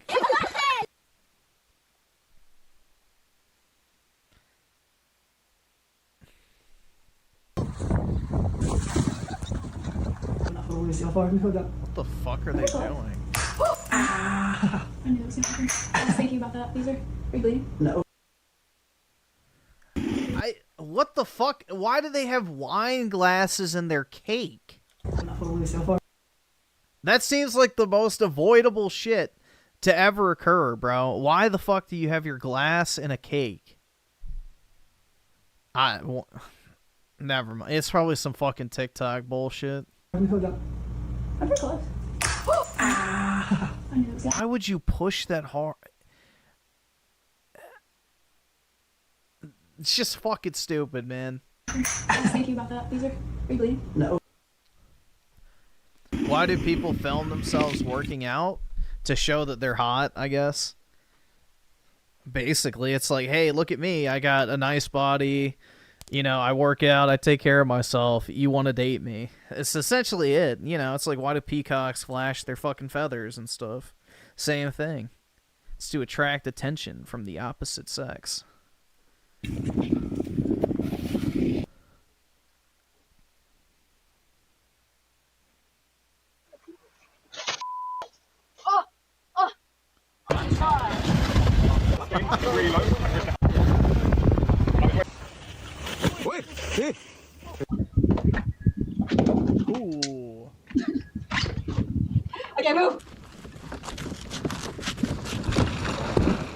Damn, twin, you good? Come. You good? Huh? In the trash can? Trash can! Yep. Oh, shit. That sucks.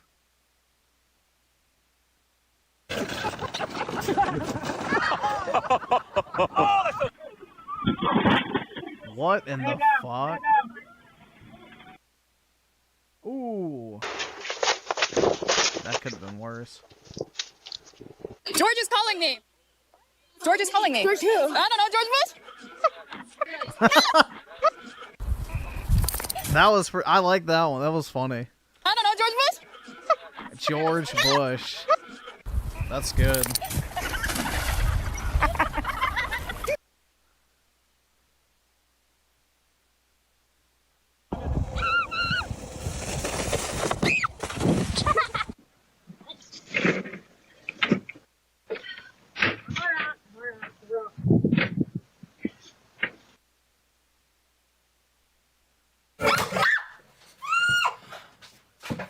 What in the fuck?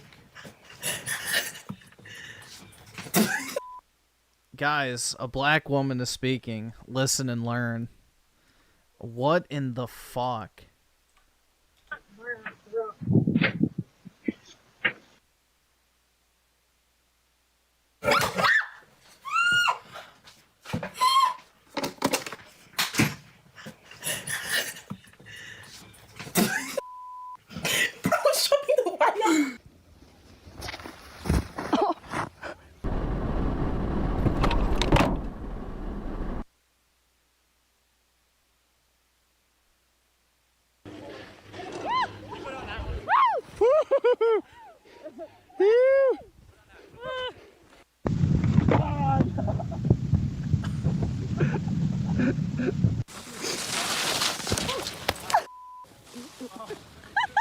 I love her, but it's what? My glass just shattered.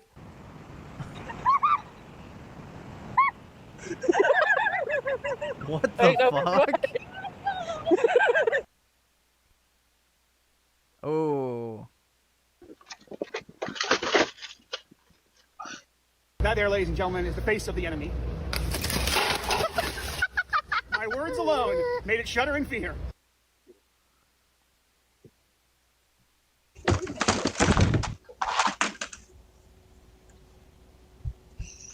I'm fine. Oh. Oh my god! No.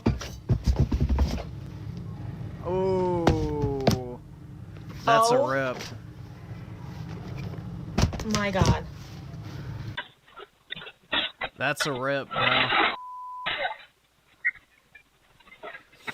Yeah, I don't understand people that take that risk. Putting water with their electronics, never a good idea. So.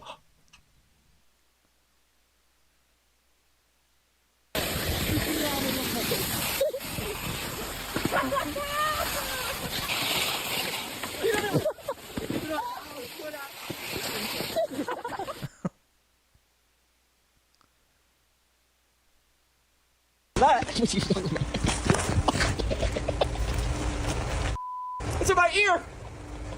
I don't think I can do that. Just I did that.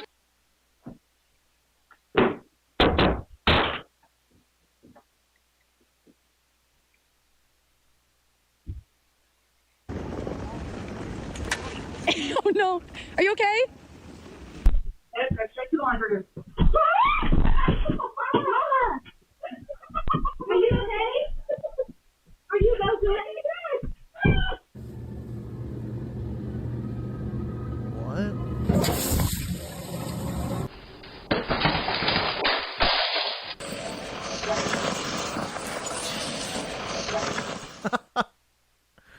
Why the fuck? Looney Tunes moment, I guess, yeah.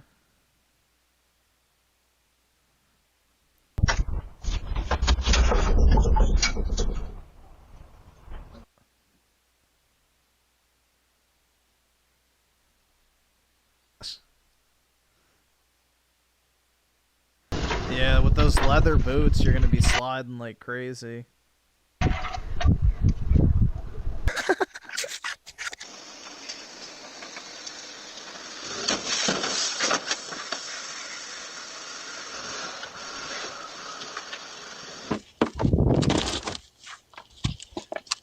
Oh, this thing supposedly attacking me.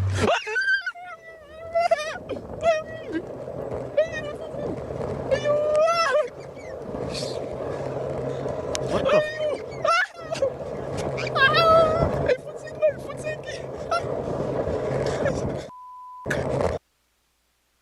Bruh, just grab that fucking bird and break its neck. Easy. They got hollow bones.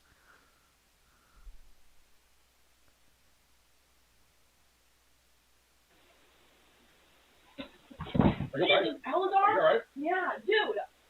Blow me down. Oh! Oh, God. That's a sign from God. Wait, TikTok's back.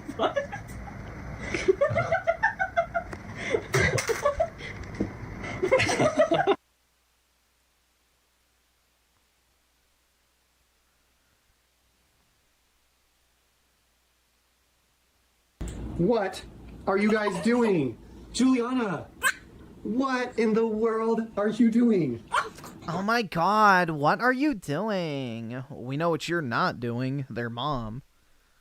Oh my goodness. James, why did you let her do this? I don't know. You don't Oh my know? God. So why are you still playing in it?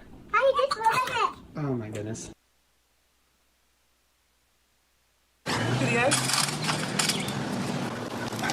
Why isn't that ladder closer? The rain spout is there, honey.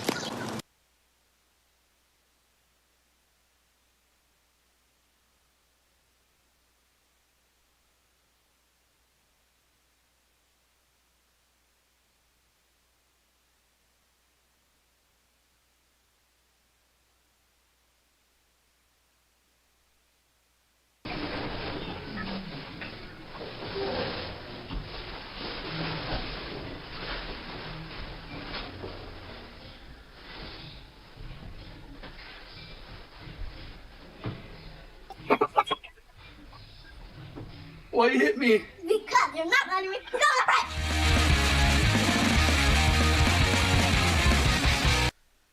The fuck? Women in their natural habitat? The mud? Yeah, I guess so. Rolling around in that shit.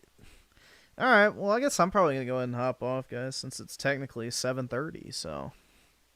Anyway. Probably go ahead and hop on off. So I hope you'll have a good rest of your weekends. Big ups to everybody for coming out. And I'll talk to everybody later. Peace out, guys.